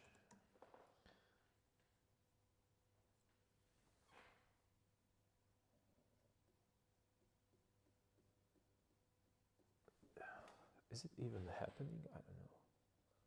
Yeah, it is. It is getting very, very slowly darker here. Okay, that's cool, that's cool. And let's get a little bit lighter value here. I'm trying to create a little bit more of that volume. I hope that you are able to see it. Let me just get a little closer so you know what I'm talking about. This is the area that I'm working on right now. So I want to create that a form. I want to show that I have, I want to show that I have this like little triangle that you see here. Then it's a sliver of darkness here. Then it's that crease, and then it's a half tone again here, right? Because that's going to create that kind of a three-dimensional feel to it there. That's kind of my goal right now. because, oops,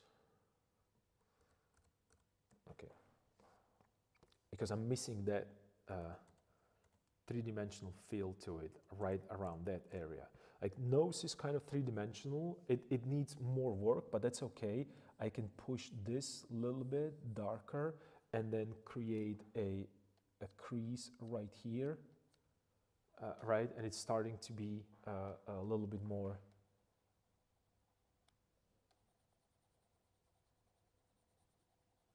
three-dimensional, right?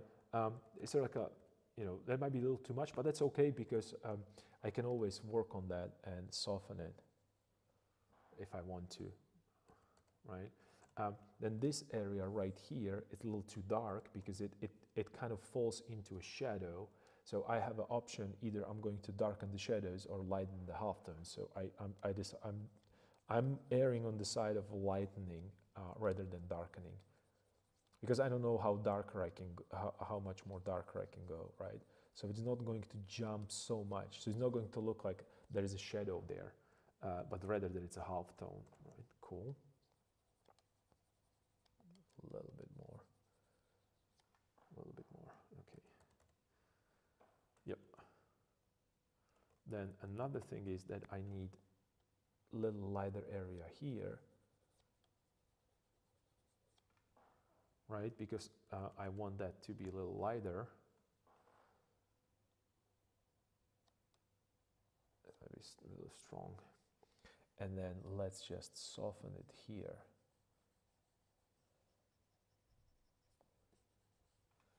Yeah. And then, because I want to, again, I want to work on this crease. There is the same little sliver on the other side. I can see a little, I can not see it necessarily, but I know that it's one more step there on the side. So I'm kind of going to slowly soften it.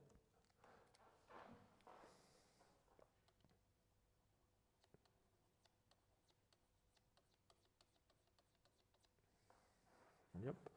And then shape it a little bit better.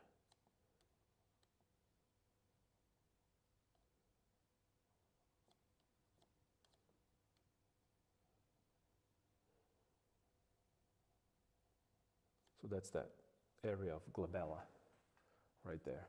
Let me maybe just a little bit more hair right there, just for fun.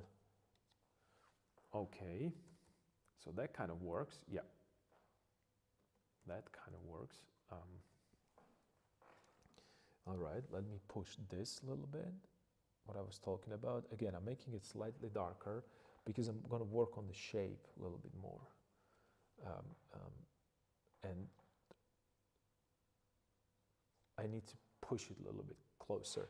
And not necessarily closer, but I can see that I made a, I mean, this mouth is open, but I don't want to, I said that I want to have, maybe we can try an open mouth, but I don't think it would work here right now. Maybe it would, I don't know. Maybe we can try it. But first of all, I want to make sure that I have a symmetry there, right? So again, I am going to look for these, for this. Right? I slightly changed that angle, right? But I have to take that into consideration, that it's going around and the back. And I see back with dinner. Okay, all right. So you're done with cooking. That's cool. Okay, so I'm going to bring a little light right here to push it a little higher. No, not higher. But I could push this a little bit more out there and darken this area so it kind of disappears into the background. That's going to be too much. I know it's going to be too much, but that's okay, because right now I can come with that eraser and soften it a little bit. And then maybe I can create a little lighter area right here. like really light area. Okay, all right. Because I'm trying to identify right now the light source that was going to work with these with this composition. Because I don't necessarily like the one that we have on that head, but you know, it's helping me to create a little better. And then we can create, you know,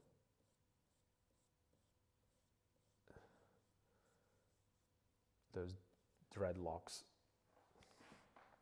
right here. Okay, cool. So we have that.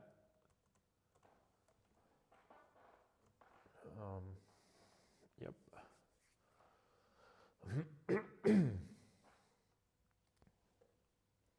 Maybe we could put a little bit of a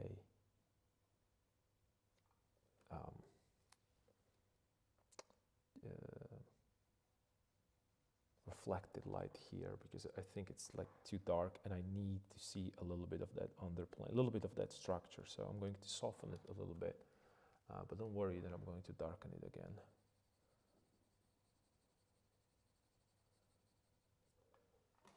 But just a little bit of that,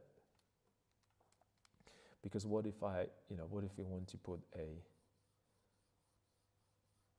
little bit of hair here, right? We talked about this, but not necessarily might be the good choice. I don't know. No, maybe not. Let's keep it this way, and or maybe if it goes like this, that might work. And you remember how I started that I'm in the twist, but because of the composition, I'm slowly having fun with that position. I don't know. It's looking great so far. You like it? Cool, thank you. I appreciate it. Like I said, I'm really just exploring and going back and forth. If you have, you know, I'm open to some suggestion. What do you think that it should be different? Or what do you think that it should go left or right? Since this is just a, you know, like little fun project that we put together only because, you know, because we can, right? So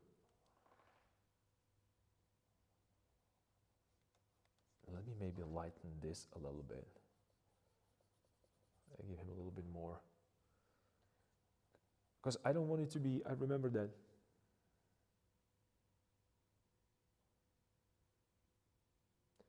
left or right, what do you mean by that? Left or right what? I don't know what I was talking about. You have to give me a little bit more. Oh, I know. You remember that first I started with a little bit of twist like this, and he's slowly starting to move a little bit more forward. Depends on the composition, because I'm right now, since this is nothing is set in stone, and this is why I love to work from imagination, because I can go and move freely. I'm not, you know, like I have that little head there as a helper, but that is it's nothing like that. It's just a little bit of it's a guide. It's not something that it's set in stone, and I'm moving based on what is composition asking for, rather than just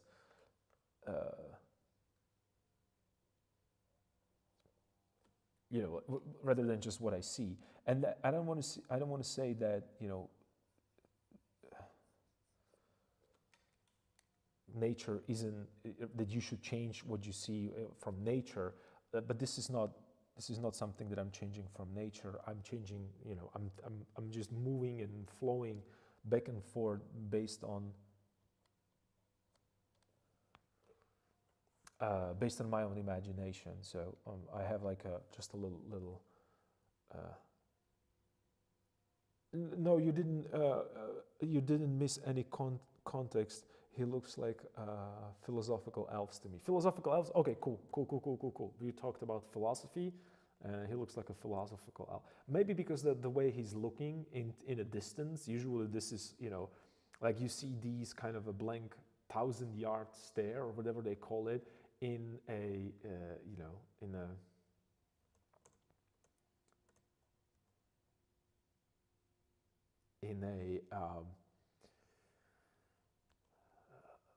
like when you see these classical busts of philosophers, actually, so you can see these kind of stairs into nowhere. But yeah, okay, so he's philosopher. I'm down with that. I'm totally cool with that.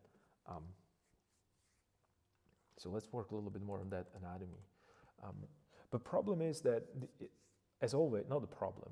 As always, we have a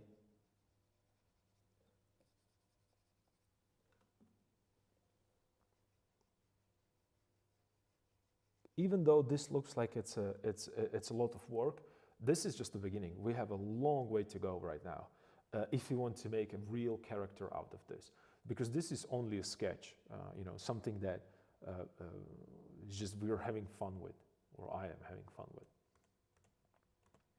Hopefully you do as well. But there is plenty of things that needs to happen right now, and we have a specific style. It's not a specific style. We chose a specific way to describe this. Check what it's going to happen if I randomly right now switch. I am going to switch the brush, and I'm going to start doing some corrections, right? Let's say here with the eye. Immediately when I start drawing, it's just going to change the character very quickly. I really like how you create something out of seemingly chaotic scribble lines. Well, here's the thing. It might seem that it's chaotic, but the fact that I am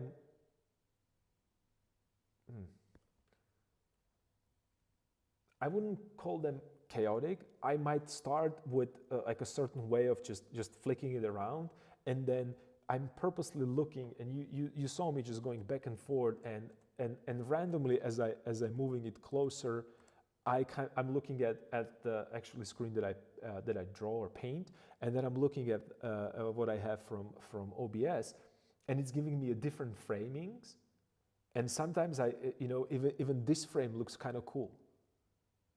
Even this frame, what you see right now, it looks kind of cool because it gives you kind of a little bit more dynamic part. And yeah, it's probably not a good word, but still.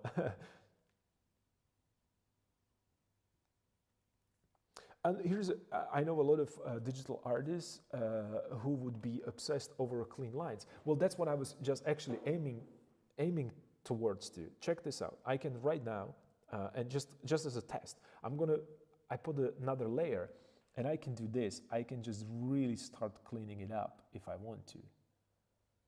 But it's going to be completely different. It's going to be completely different painting, right? Just to show you what I mean, so I don't really go too far into it. This is on the different layer, right? And I would see, like, how can I start doing this? This has no dynamic thing. And when you think about it, this is completely missed the point of dynamic line. And you would never call this dynamic pose if you would start like this. But then when you put it into context, suddenly, oh, gotcha.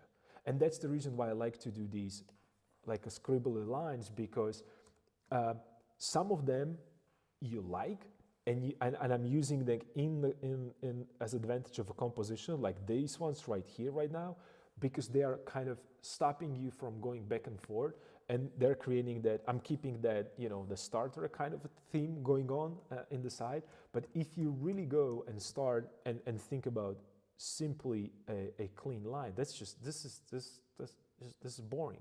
I don't even want to work on this.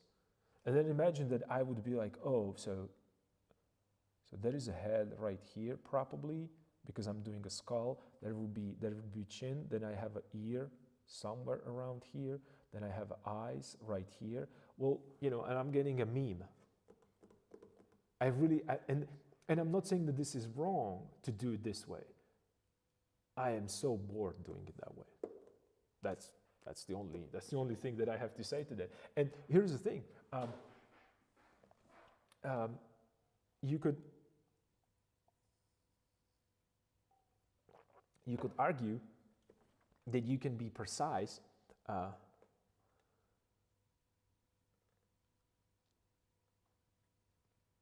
That limits some creativity, at least for me. Yes, you're absolutely right that it limits creativity. Another thing that you are missing out on is, I believe, those happy accidents. Like if I'm here and I'm thinking, oh, I'm going to create a character, I don't know, like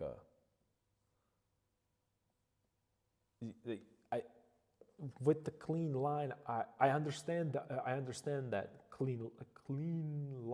lineliness, if that's even a word.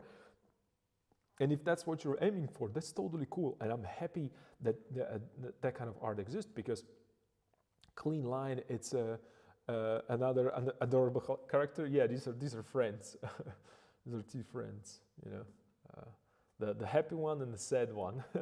And you know what? This is just the position of these two shapes. It's automatically giving you some kind of a.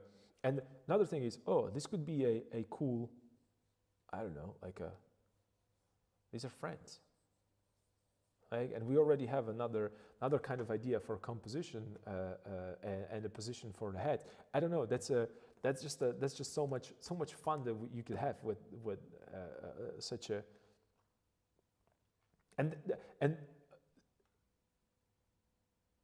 this is when you start thinking more visually rather than with the text. I should probably turn on the light because it's really dark here, right? And that's what I'm trying to do. It's like I saw these two characters. Actually, they could be like, you know, like that could be, you know, like, I don't know. It's just like a, you know, this is a really bad character, you know, or bad, you know. This is a visual representation of, I don't know, bipolar personality. I don't know. You can do whatever you want with this. And we created it by actually, you know, switching layers. You know, it's just fun. This is such a Photoshop is such a powerful tool, or any a software for the reason, because from one file and one of the, you know, like I can start layering these things as much as I want, and I can start looking for some cool stuff. I'm looking at the portrait right now that I'm working on. Look how much more it might be a good way when you're stuck. Absolutely, it might be a good way when you work all the time, because look how much more deeper and darker that portrait is right now. You can still see it through there. We are on a solid way, and I turn on the layers that they were not, you know. They are absolutely not related to this whatsoever, right? And then, you know, you can turn off the tone paper if you like to work with white, but I don't. Let's actually see how it looks when it's without the tone paper. I think it's gonna look weird. Yeah, it looks way weird. And do you know why it looks weird? Because the tone paper has its imperfections there, and it's kind of helping that.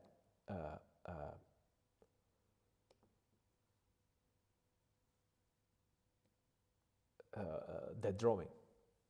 And same goes when I work on the tone paper. When I work on the canvas, I like to tone my canvas a little bit, because it's going to give me these. You know, little areas and spots, and you know, I have a gradation that it's not like when you take a gradation from left to right or from top to bottom. It's a little darker here, a little darker there, a little here, and already in the shape, within the shape, you have a variety. Whatever shape you choose to draw, right, or here, you already have some variety in the brush stroke. Tone paper helps a lot. But when you work with tone paper, this is another thing that you have to take into consideration. I haven't even started to push the highlight. I haven't even started with highlights. So let me just maybe get another layer with the highlights. So I still can go bright light here. I still can start, I can right now start pushing, you know, a little bit more into that if I so choose. So, because I saw multiple times, and also with the students or, you know, another artist, they use tone paper and then you just cover it all with some other stuff, let it shine, let it fly through. So take advantage of it. Don't just cover it completely. Use your tone paper, and depends on the darkness of a tone.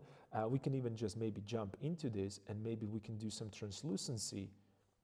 I just, oops, cancel. So it's just going to, and it's starting to change the character of that drawing. It doesn't seem much, but you know, I mean, it does. It does create difference. So you can start playing with opacities, and you would never be able to do this with your regular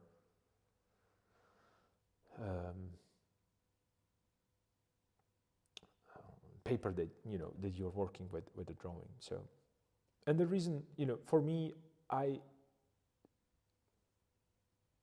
don't have, you know, like a special way of doing digital art. I'm even, you know, you were laughing at the beginning that I'm holding a pencil, the stylus, weird, and that's true, because, whoops, and that's true because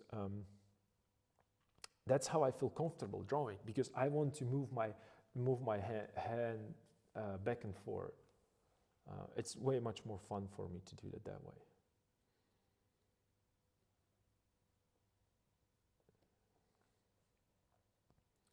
So I feel like this might go a little too much in right now, so I want to give him a little bit more of a cheek on there, and then again a little bit more of that light area, right here, and as it goes up right here.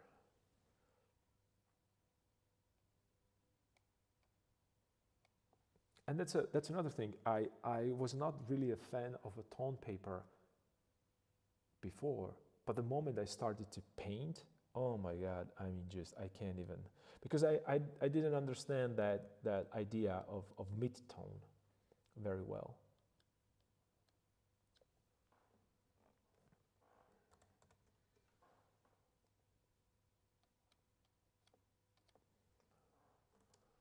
And then darken that eye a little too much, so maybe, because I was doing that, showing that, so let maybe make a little bit of, right, to show just a touch of what's happening there, and then this might be too big of a, and of course I would, when I need to work on details, I would get closer to it, but that goes besides the, and I forgot that I have a white on my, and I don't want to work with white right now. The only reason why I don't want to work with white, because I still want to play with transparencies.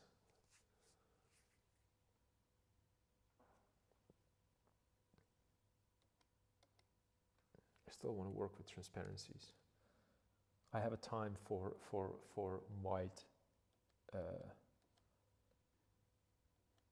or chalk. In this case, I'm thinking about that as a chalk, because I have plenty of other options, plenty of other ways how to describe. Not plenty of ways how to describe. I haven't exhausted yet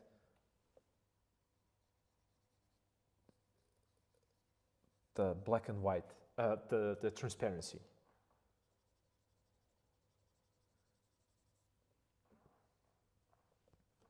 So maybe I can push this even more high up. What do you say? think it could go higher up. We'll push this here a little bit more. Yeah, maybe. He's starting to look like I'm probably,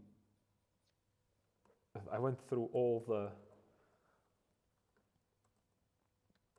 characters that I know in my head with this one.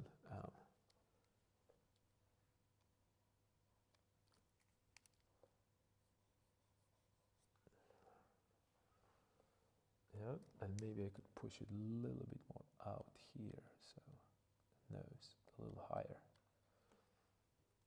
Yeah, I like this shape a little better. I think I do.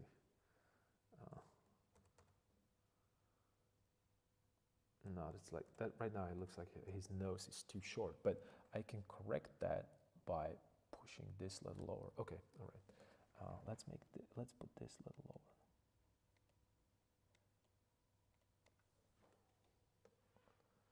Right, and then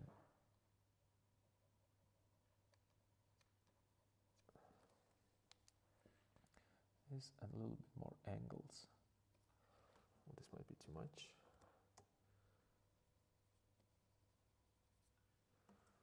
A little bit more angle.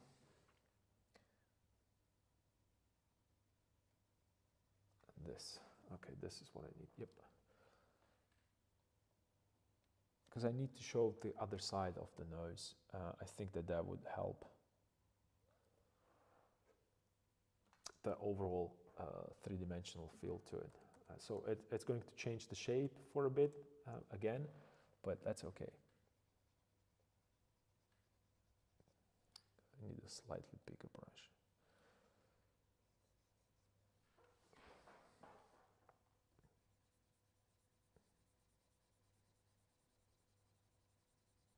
So let's make it a little darker here. Right, so I'll create a contrast because his nose, and usually, and right now it looks weird, but that's okay because I'm changing the shape, overall shape, and I want to play again with that erasing a little bit and find the shape with erasing a little bit. So I can change this slightly.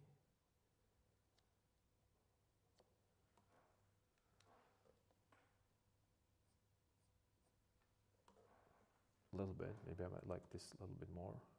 I don't know, but it's okay. It's fine because, you know, we can always land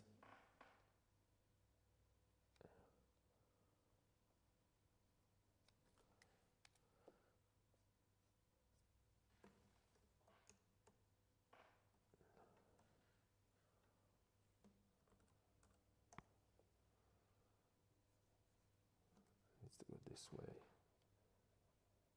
and that way. And I have a little darker value here.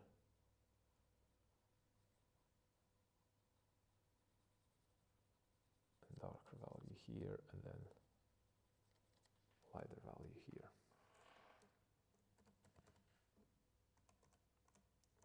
All right, and then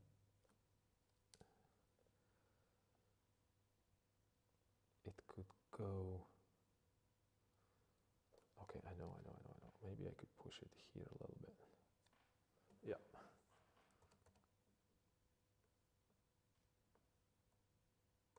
Yeah.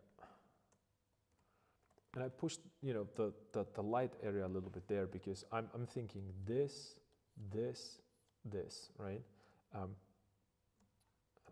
me just do it a little differently. So this is what I'm thinking about. Like I have this, I have this, and then I have this. So kind of a, you know, oops, compositionally, this is what I'm thinking about, right? So I'm playing with this a little bit.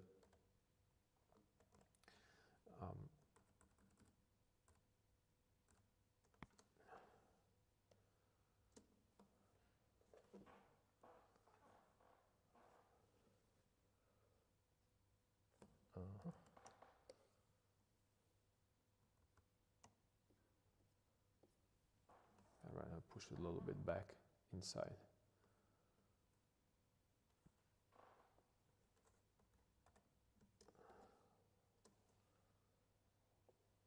Maybe this could be a little longer. The lower part, yeah. If I push, yeah, I still feel like my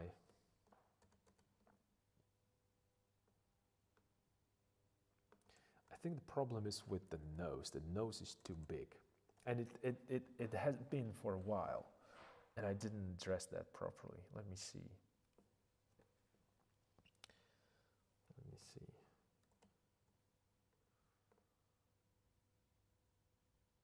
Maybe not.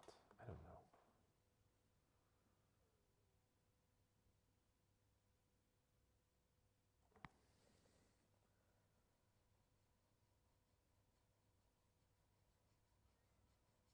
I'll put a different shape there.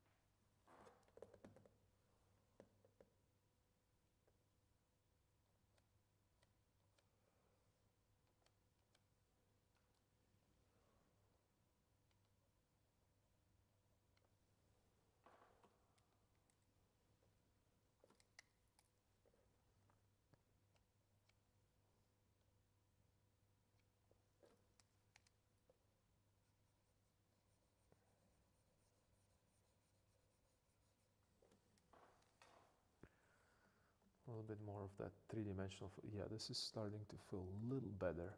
The nose is too dark. I understand that, right? I understand that, but that's okay. I can just fix it momentarily.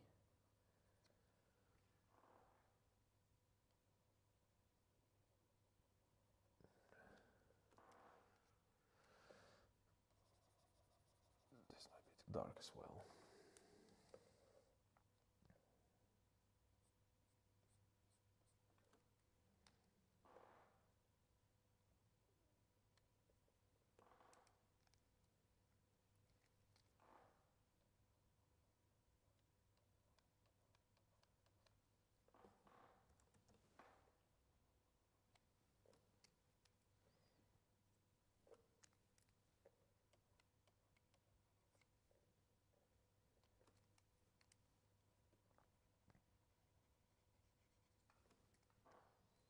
Nose, a little bit of nose, and then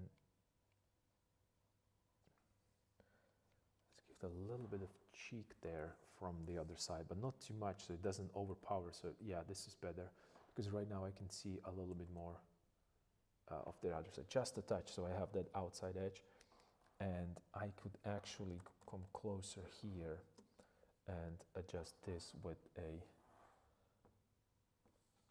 slightly smaller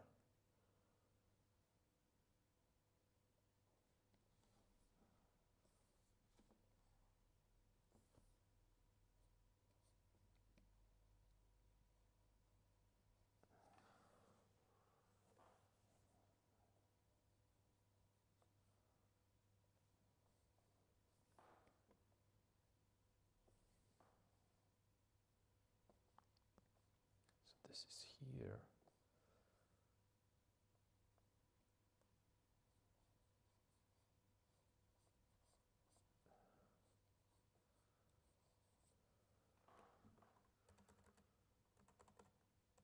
Because it was looking a little too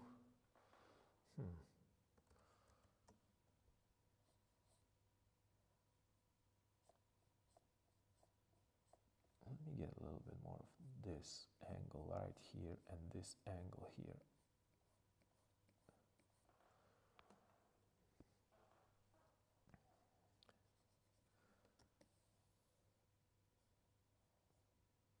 Yep.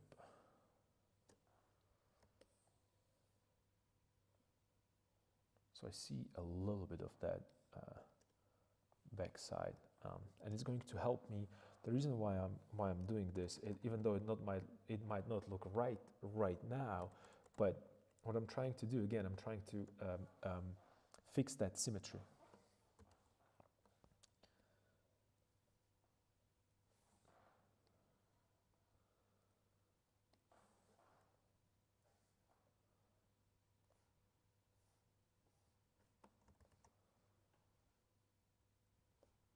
So it's gonna go this way.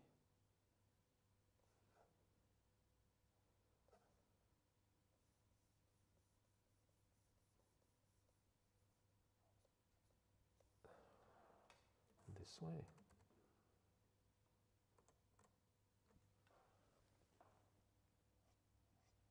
And then up.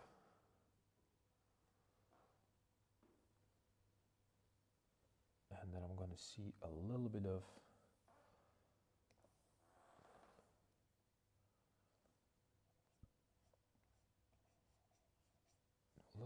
this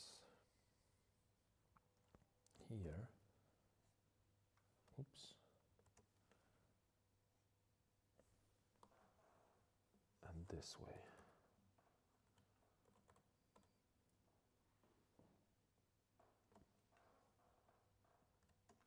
Okay. So that might work.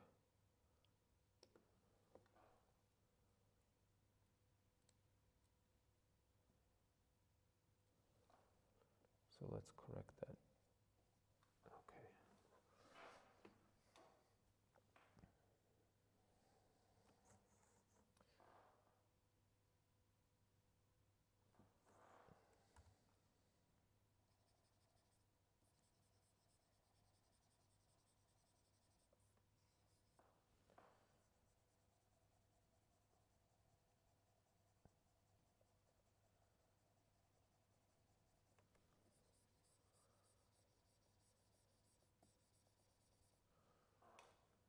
Okay. So structurally, if it's working or not, that's what yeah, this is better. This is better here.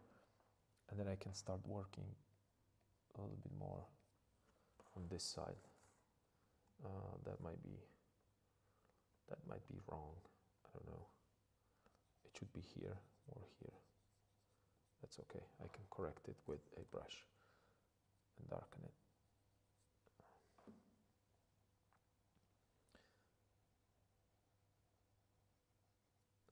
That's going to be part of the shadow. And then this is going to be part of the shadow. And we have a little bit of reflected light right here.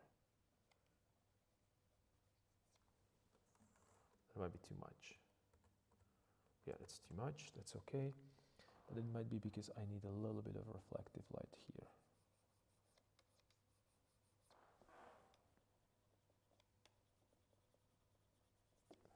That's again too much.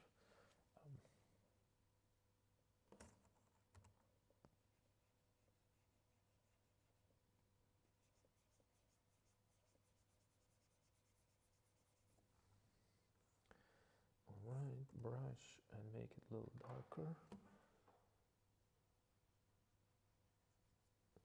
And then eraser.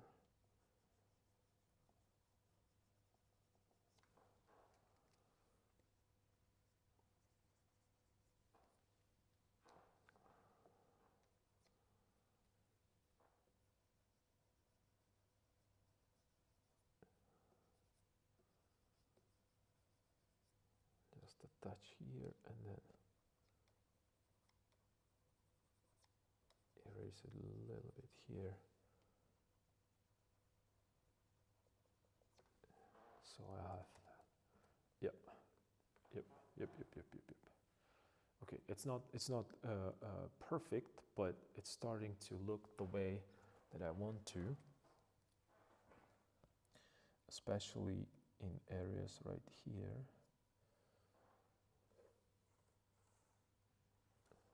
And it should be softened here.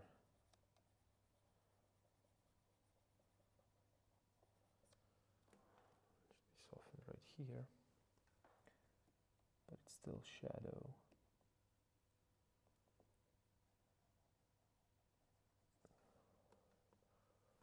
And then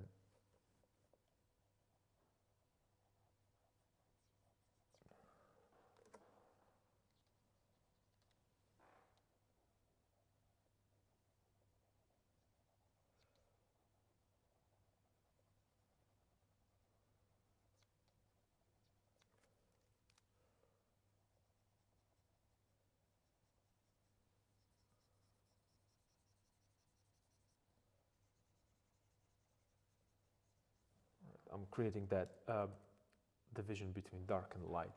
A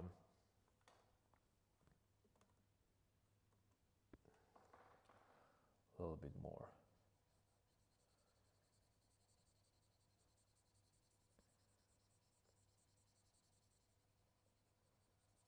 Let's push this higher up, just a touch, so I can work with that erase a little bit to show that.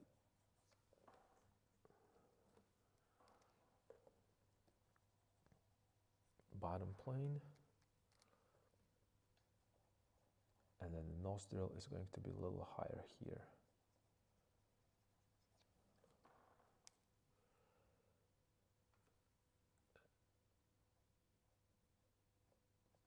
I could cut it a little bit more here.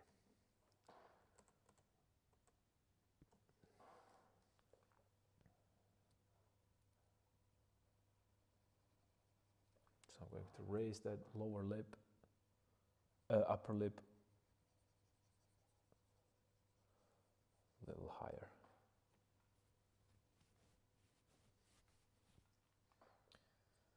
A little higher. And that will give me a chance to correct this area right here. Yep.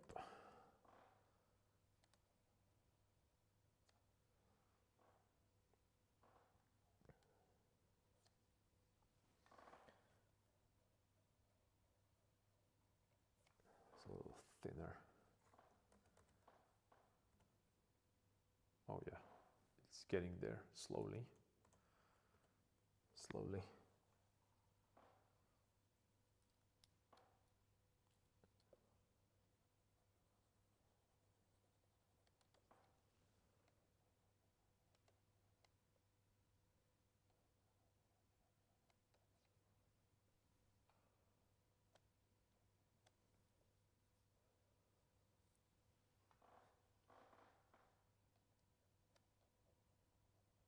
Let's create that little corner there.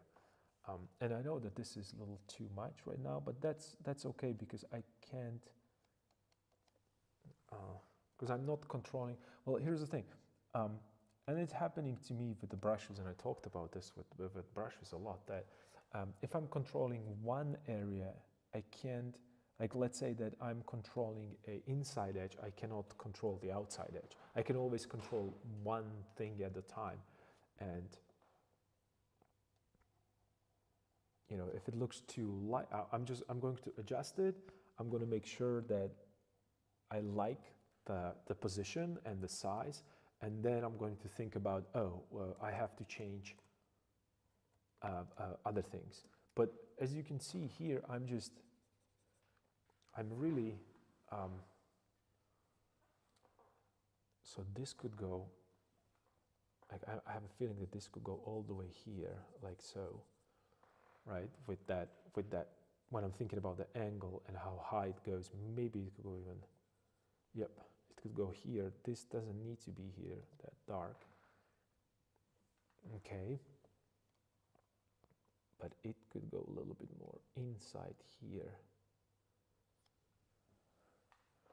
Right, and I'm searching for a nice, what would be the word?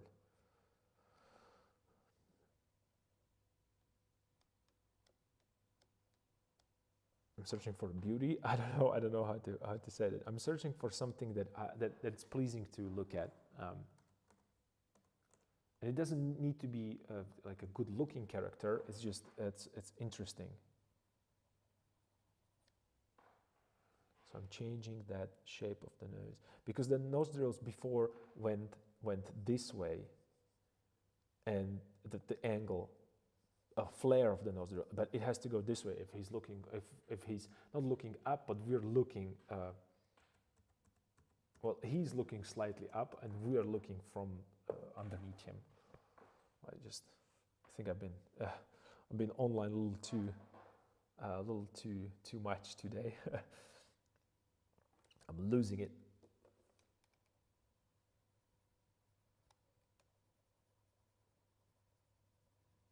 So this would be the shape of the nose, and you know it was too dark at the beginning, but it's starting to fit to overall scheme, and I'm getting a little bit more detail. So I'm pushing it back and forth between these things, and it will be same thing right now for the ear, right? So I might start, you know, working on the ear.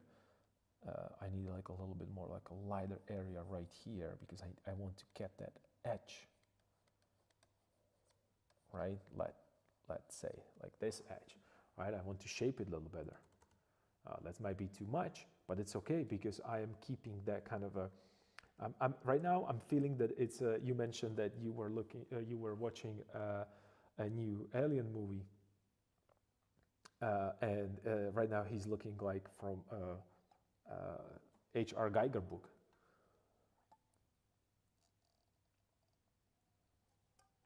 Like an alien. Like when you think about it, like the alien shape, a very famous one, that H.R. Geiger, it's so known for, right? So, as you know, and we went through like so many different iteration of this, and it's and you might think that hour, 2 hours ago we were done with this, but you can obsess, and you know, just do whatever you want with these. I would like to continue on this, actually, truth to be told. I think that we have something here that might be kind of cool to work with. That might be a little too high. No, I think we can work with that. There is a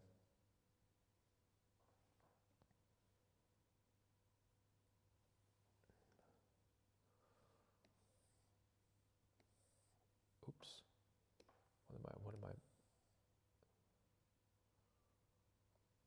What am I? Okay.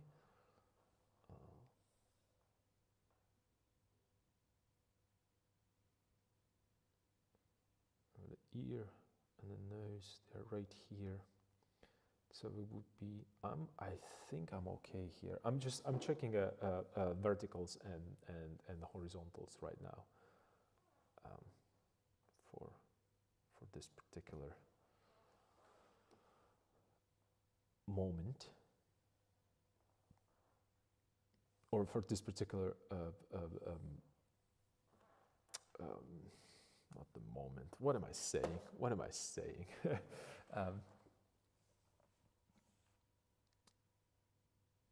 I just wanted to check that, you know, how aligned certain things are here with the nose and ears in this position. It almost feels like this whole thing could go. Maybe we could switch it and this thing could go. Well, let me just do this. You're gonna be like, what if we do this? Like this would go dark.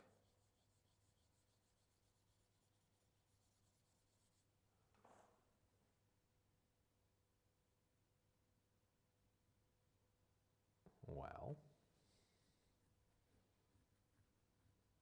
I think this is what was kind of a, yep. So let's push this dark. Did I make it on a different layer? Yep, never mind, okay. So this is when I'm clicking buttons that I don't understand. I can merge these layers, oh, that's okay. So if I make him a little darker here, because Rembrandt is kicking in this late hour.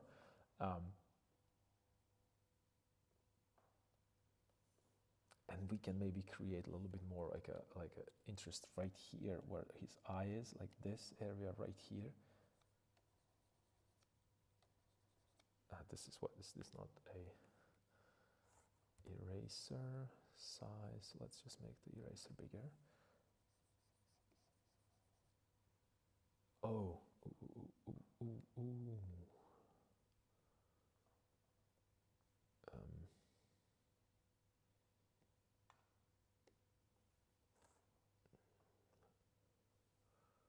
Actually,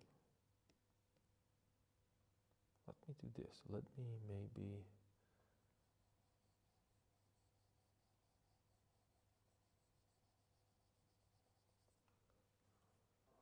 see it this way.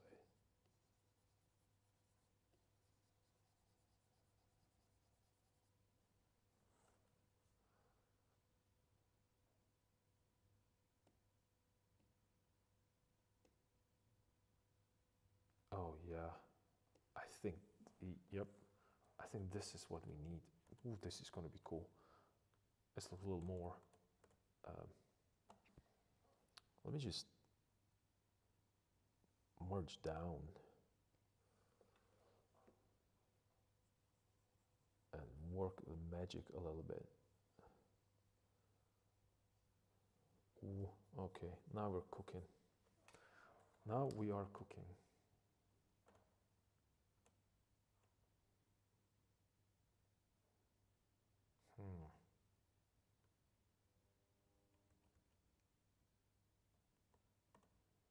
A little bit more mysterious vibe to it. And instead of making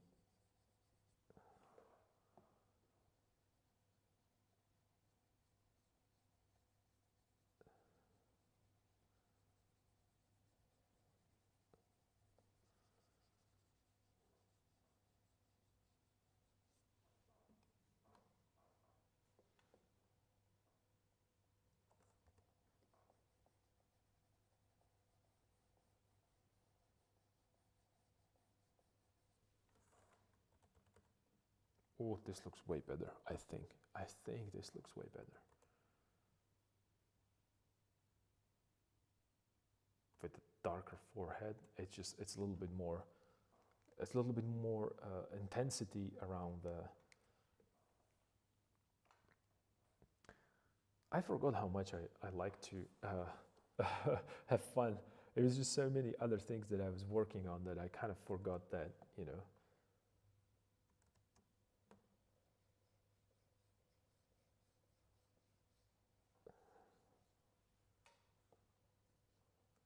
And then I could maybe push this a little bit more.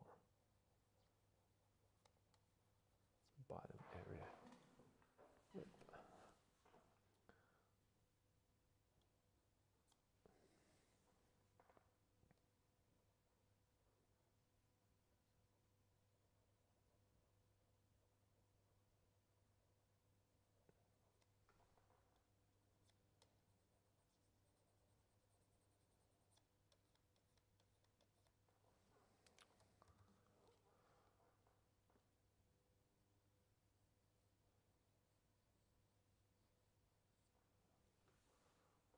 Yep.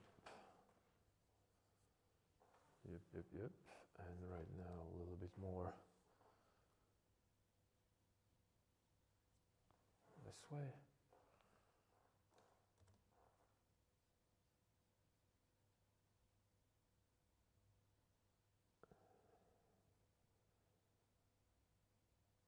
And soften it here a little bit just to show the transition. Yep. Ooh, that's better. That's way better.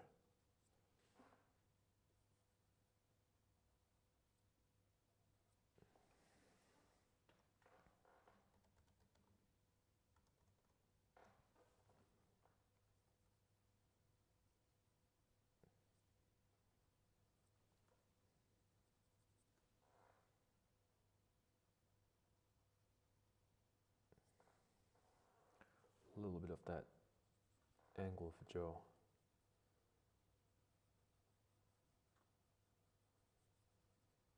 going to be slightly lighter.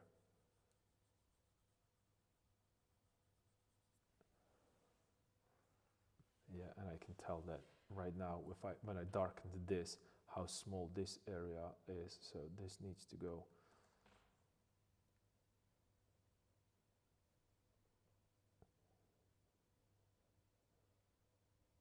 a little bit more this way. I need a little more space here. Just a touch, not a lot. I just don't want to go crazy, but just a touch.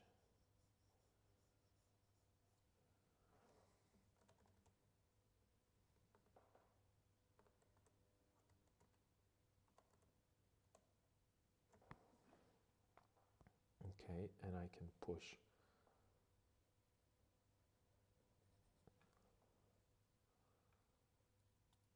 So that will give me a little bit more space for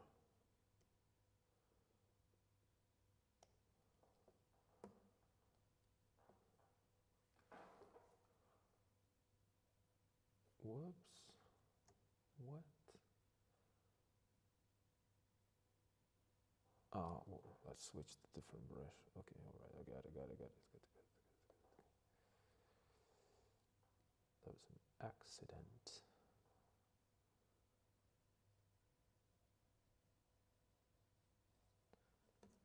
This is not what I'm looking for.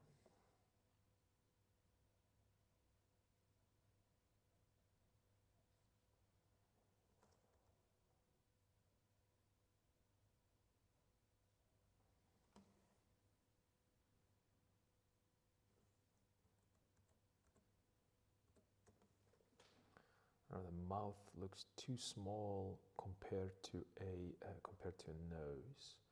So let's make the mouth a little bigger.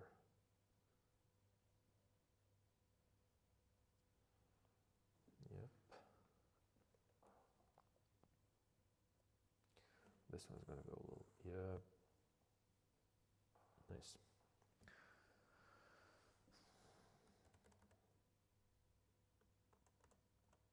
Okay, and I need a little bit more of a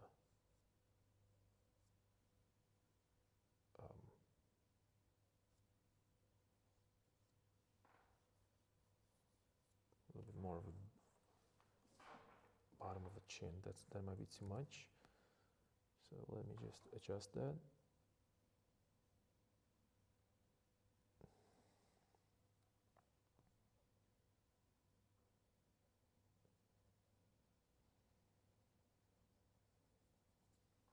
Slowly.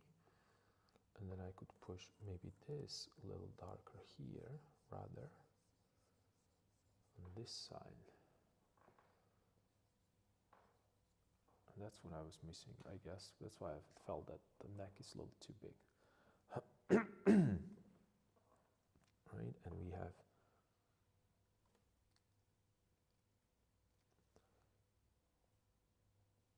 this is where the end of the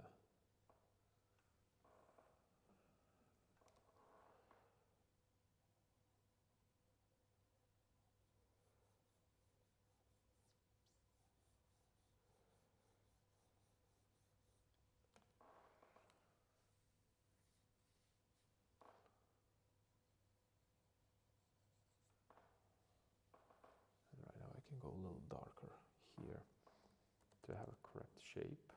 Yeah. Yep. This mouth needs to be adjusted right now. Okay, so let's look at the mouth from this position. Maybe just a little bit erasing here.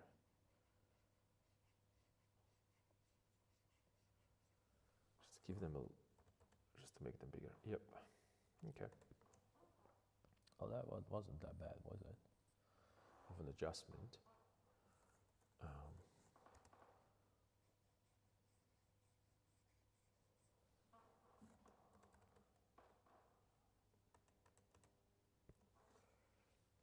Okay, and then a little bit here, this direction. This needs to be a slightly different plane, so I have it rotates from light to dark.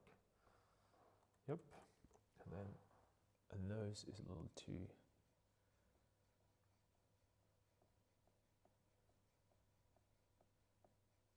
bright, so I'm just creating that kind of a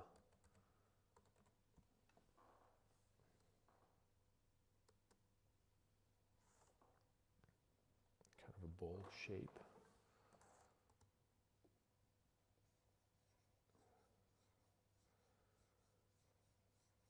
Right here, and I could probably push this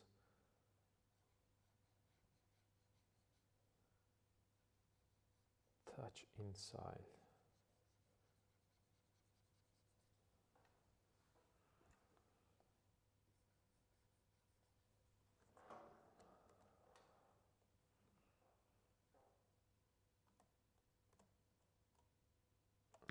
Okay, and then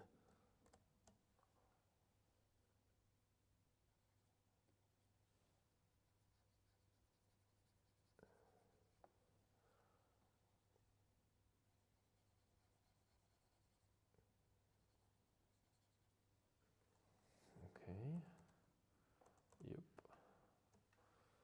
a little bit, and then maybe just a touch right here in that. I can continue that. This needs to be softer here, but I'm gonna deal with that later, or just a second. This might be pushed a little bit more here, because the corner of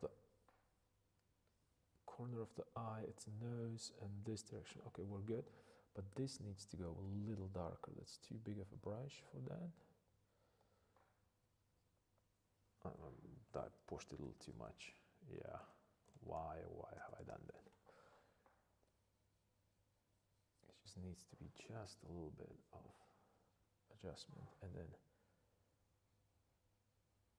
make it a little darker so it kind of disappears, and then brush and just adjust the shape slowly.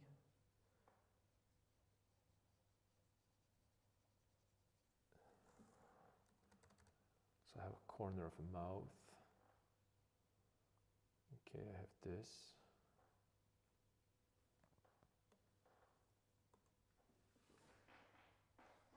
I'm thinking maybe, well, I don't know, what do you think? Like, where should I? But this needs a little bit more adjustment. Right here, yep. And then this way.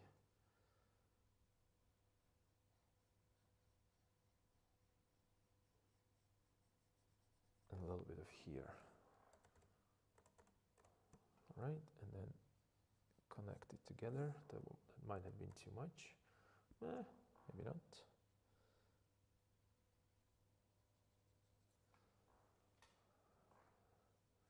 So it's this way.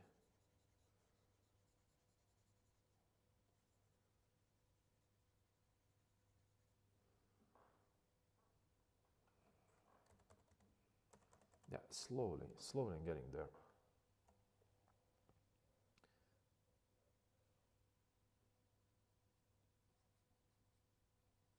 A little bit of that noise. I'm just making little lighter areas there, just to make it a little better, a little more readable. I don't know if that's a word. Let's just add a little bit more of that eye socket. So I have it there. Yep. Just to darken that a tad more. And then maybe I could push this little lighter. This area right here. Maybe too much.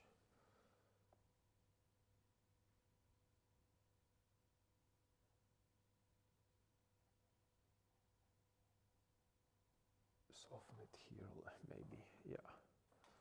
Just to give him a little different kind of I'm looking for a different facial expression, slightly different brush.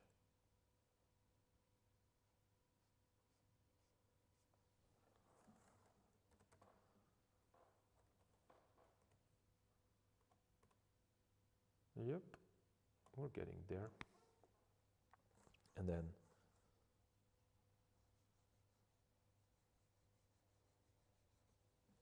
now let's just change the brush to larger size, and let me just push this all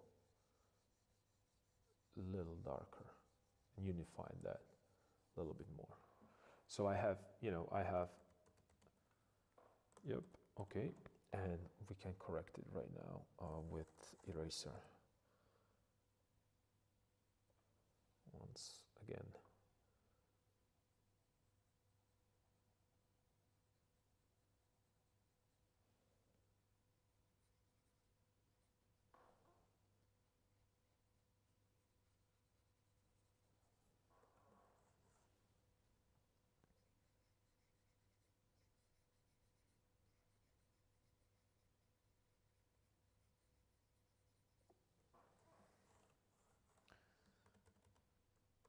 Okay, right now it's overpowering this side, that's okay. What is this?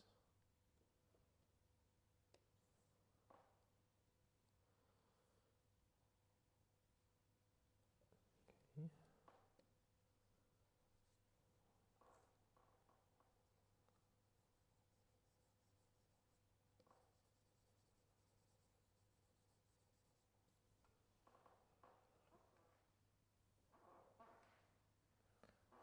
It's really too late, but I don't want to stop. But I should.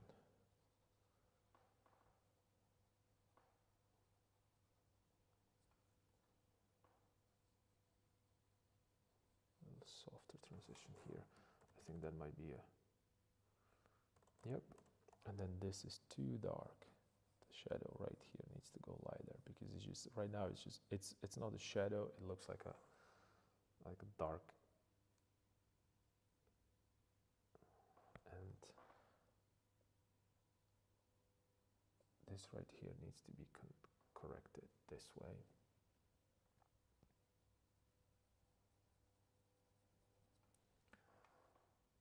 This way, and I think that I was taking a brush.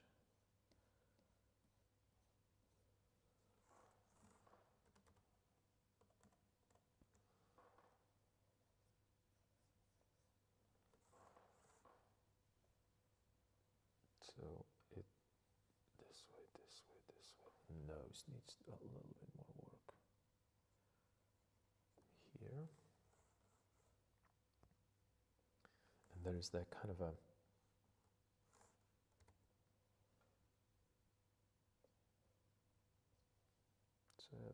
flare right there of the nose, and then if it's right here, symmetry that I'm looking for should be right here. Let me see. Yep. Okay, cool. I'm again back to a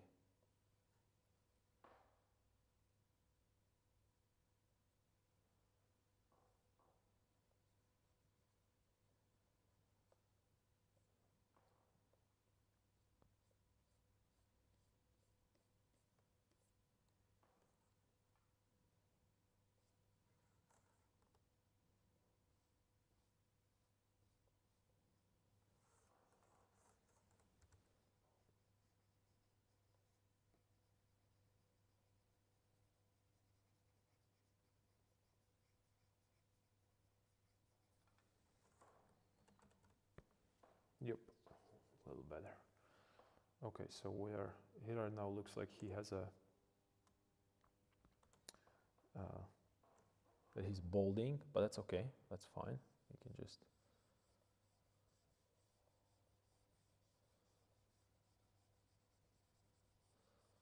could be a bald elf. Who cares, right?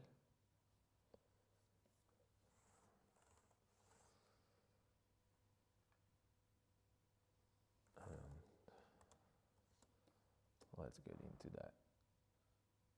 little.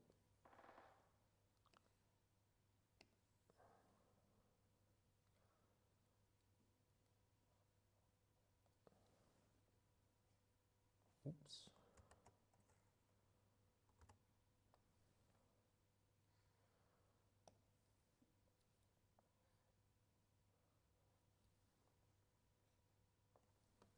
Yep, that's what I'm looking for. And let's see if I can kind of have fun with this eye a little bit more to make it a little bit more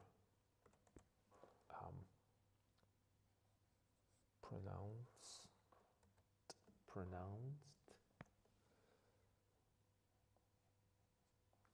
Okay, so a little bit more three-dimensional. All right, and maybe we could do like a, do we have a highlight somewhere here on the, we don't, but we could maybe push the upper, bottom lid, but it shouldn't go, it should be more this way. Oh, this is going to read, oh, it's okay. Maybe a little bit here.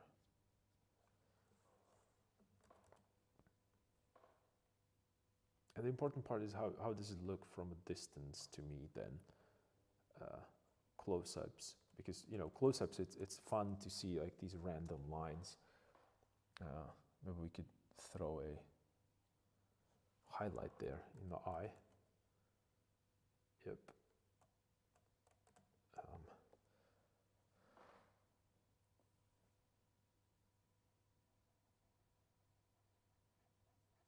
Maybe a little like a reflection there, right?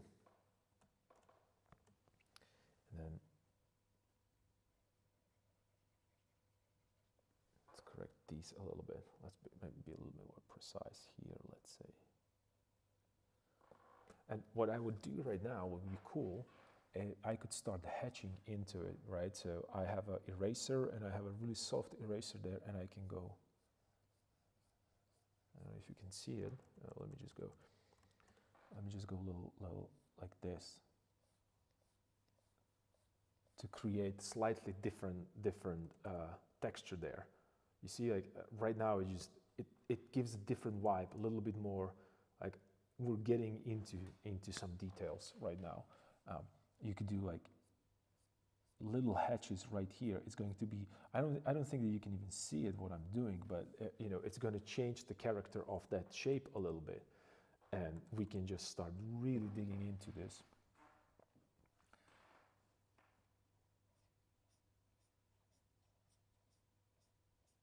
And start shaping it, you know, to way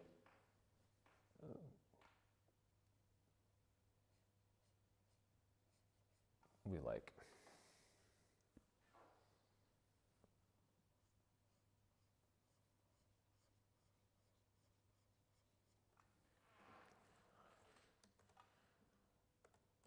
You know, see, like these scratches looks really weird here and there because I'm working with the A4, right? But we are very close to that kind of a, like we're having fun. Finally, we're having fun. Now, all the time I have fun, but this is what you know, like what I guess everybody's waiting for all the time. So, oh, can I get? When is the time when I get to details? Well, we're still working on the details, but with a different rate.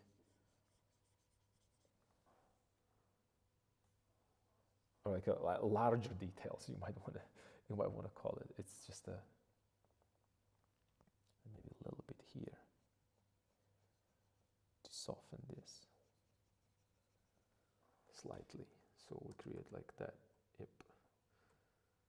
And you can switch to a brush, and then you can do, you know, like line work this way as well. Maybe softer, you know, to create some other transitions, and get a little bit more. I don't know. What can I? Okay, it's going this way.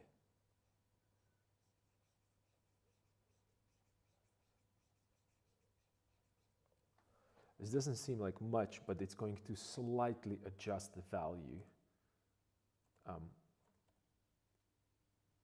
and you can get really precise. Like let's say that I want to, oops, doesn't really matter. Let's say that I want to soften area right here, right? So instead of just erasing it, I'm just going to add a little bit more of a value there by hatching into it, right? And it's automatically, if I go further away, it's going to change the shape. It's not going to change a lot overall, but it's going to. This is something that I would call soft transitions in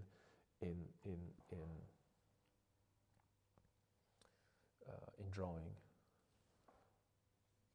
Maybe we could add him the division, like a little dimple.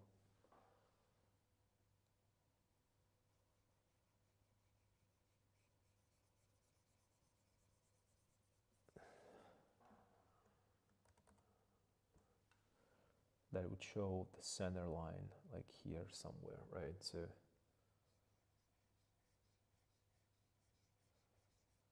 this is a center line here. Maybe I can push this a little bit more. So I'm gonna, shape it. I'm gonna switch to eraser, and again, slowly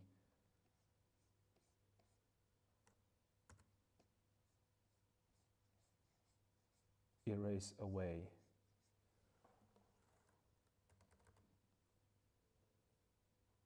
And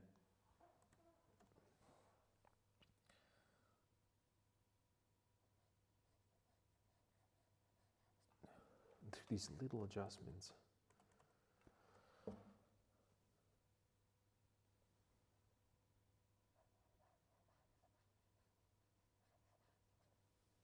And just to create a little bit more of a form and symmetry as well.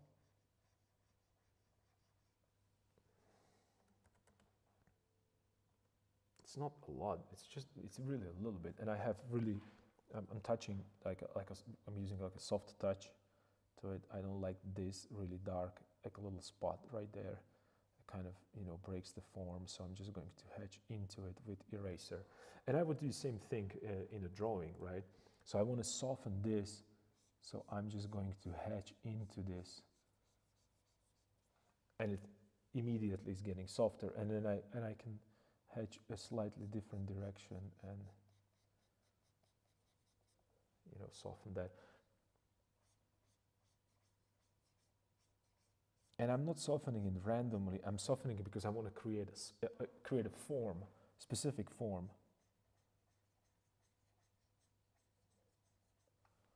So you might want to think that really details are these are details for me. Where I would just sit here and just go into these adjustments. And I have so much work on the nose, like that's just too much work.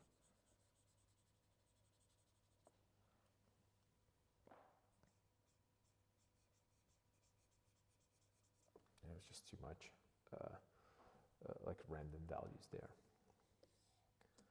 But you have to be you should be careful with this, because you start doing it everywhere and you're going to break that. I want to reserve these hatchings right now for the areas that I want a little bit more important. So I would start focusing here where the eye is most, because that would be something. How would I put this? That's the focal point for me right now. So I might actually get into here and hatch a little bit softer value here, not because it's lighter, because I want to hit that reflective light a little bit more, right? So it just gives a little bit more volume to that, and a little bit more of that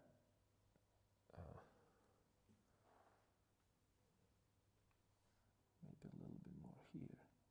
And I'm really playing with the pixels right now, right? So I don't think this is necessary that much, but it's going to give a kind of another feel to it, or another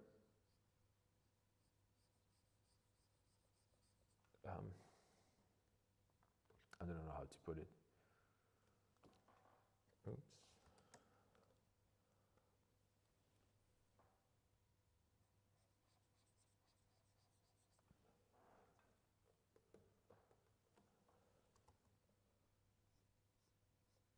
extra layer of complexity, I guess.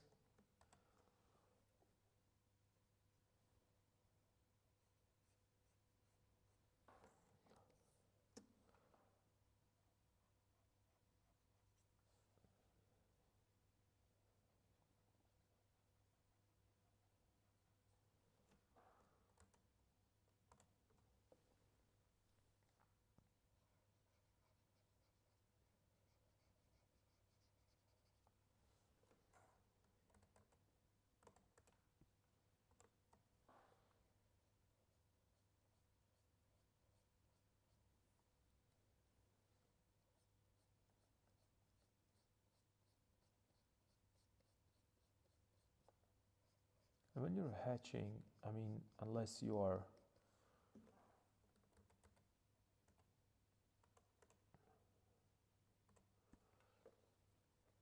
when I hatch, I think I talked about this multiple times. I like to do a kind of a Michelangelo hatching, and that's you know, like when you usually when you think about hatching, it's like this. Let me just go zoom out so you don't see the. So it's, you know, you're hatching, and then you go cross hatching, right? And you're trying to hit it as close as possible, but you got the point.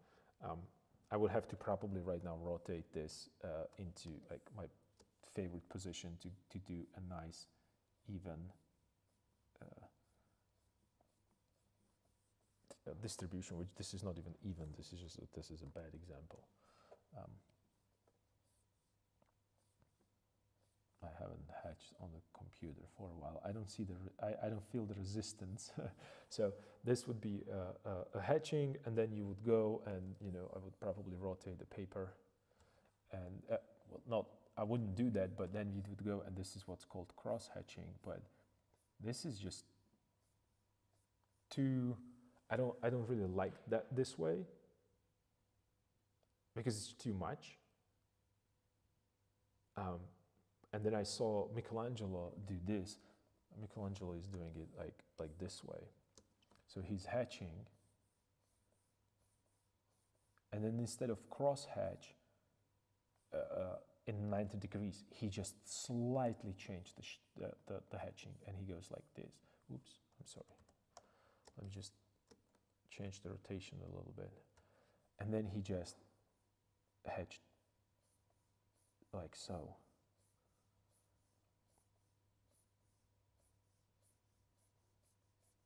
And I like this angle a little bit better, because it almost feels like this can start describing a form, whereas, you know, just the classical 90-degree cross hatching is just a flattening the hatching. I don't know how to say that. I don't know how to describe it. I don't know if you can see it actually. I should probably go closer. And the reason why I like to, like I said, the reason why I like to do that kind of cross hatching is strictly because of the feeling of a form. Like, this feels almost like it's curving in some places, and it's because, you know, sometimes, you know, the hatching, and if you do it very quickly, it kind of it can flare a little bit, and if you have it like cross hatching, it looks wrong. If you have it under a slightly different angle, it doesn't look wrong. It looks a little bit more natural to me. Like, it's like a man-made, not machine-made, for some reason. I don't know. I just feel that way. But it might be me.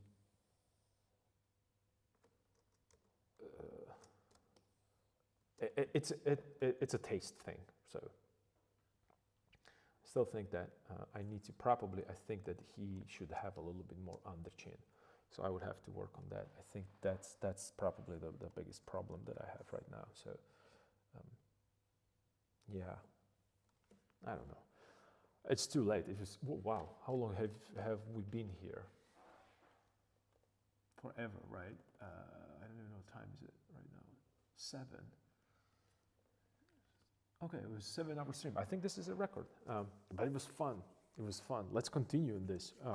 Let's maybe pull this up sometimes during the Bed Painting Friday. I know, just let me just zoom it in a little bit so you know what I'm talking about. Let me just get rid of this this head right here, and let me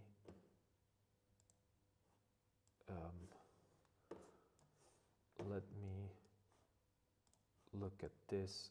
Like, how could we? I don't know. I'm just looking for some ideas how to compose it better. I don't know, but we have a chance to work on the composition a little bit more. There are like moments when I like it this way, moments when I like it that way. It looks kind of cool when it's just, you know,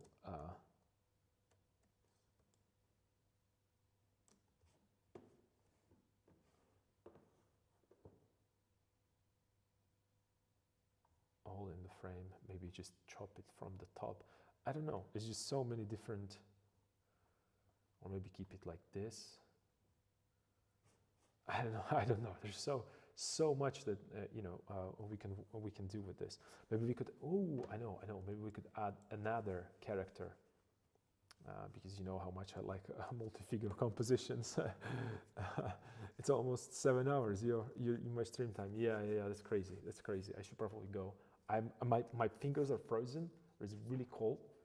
I hope I'm not going to get sick.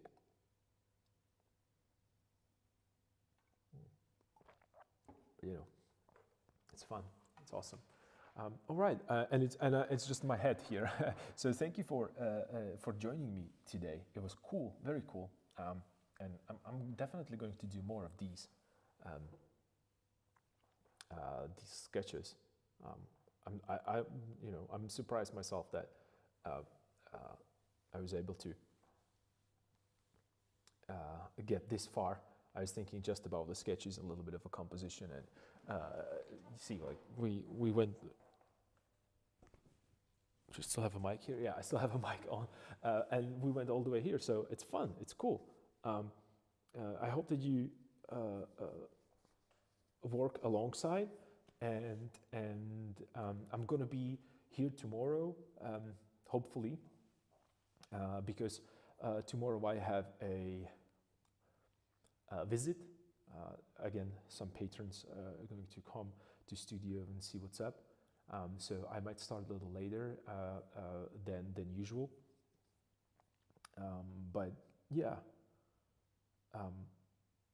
nothing makes me, you know, happier than being here these days and interact with you and trying to, you know, better myself every day. And today was kind of a fun with just the brush and one layer, a little bit of like a concept. I think it's starting to look like me a little bit more than I would like to. I think it has turned out great. Okay, awesome. It was fun watching a stream. I'm glad that it was fun finally, because usually I'm completely distant in some other area. And we can do a little bit more compositions like this, and you can really start, you know, you can nail all your sketches, you know, in the digital medium. So there is no reason for you not to be prepared for painting. So right now you can put another layer, and I can start, you know, I can start a painting on top of it, and, you know, or just, you know, do you know what we could do? See, I'm going to think about this. I'm going to take this to a what's the name of the copy center. I'm going to ask them to print it, because I don't have a printer that big. I don't want to do, you know, A4. It would be maybe too small. I can do like, I don't know, 30 by 40. We can do 30 by 40. And we can just do a acrylic painting on top of this.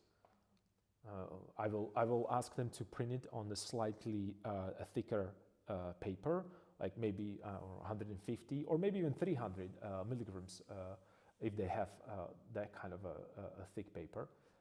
And if not, it doesn't really matter. I would stretch it on.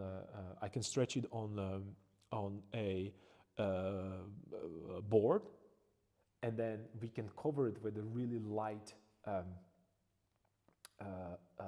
With really light, not light, with transparent PVA, polyvinyl.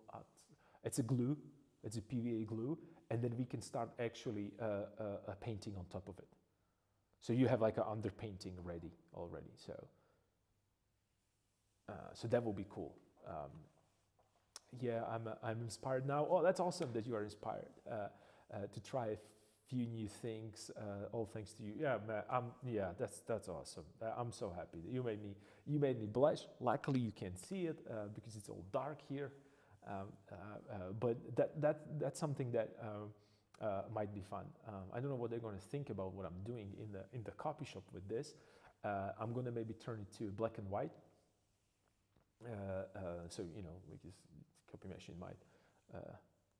might get crazy with this, but it's okay.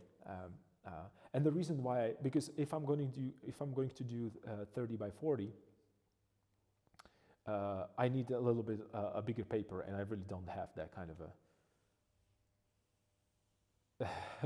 I can imagine you blushing, so it's all.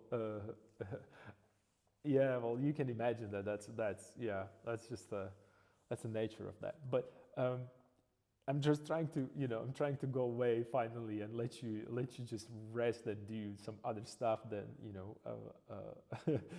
being here, because also my eyes needs to rest, because I was staring at the screen for a long time, and I feel that kind of a fatigue. So yeah, let's see what can I do and figure it out tomorrow, so we can just explore and experiment and just bring some creative ideas and compositions. Because like I said, we can then, another thing is we can actually hit this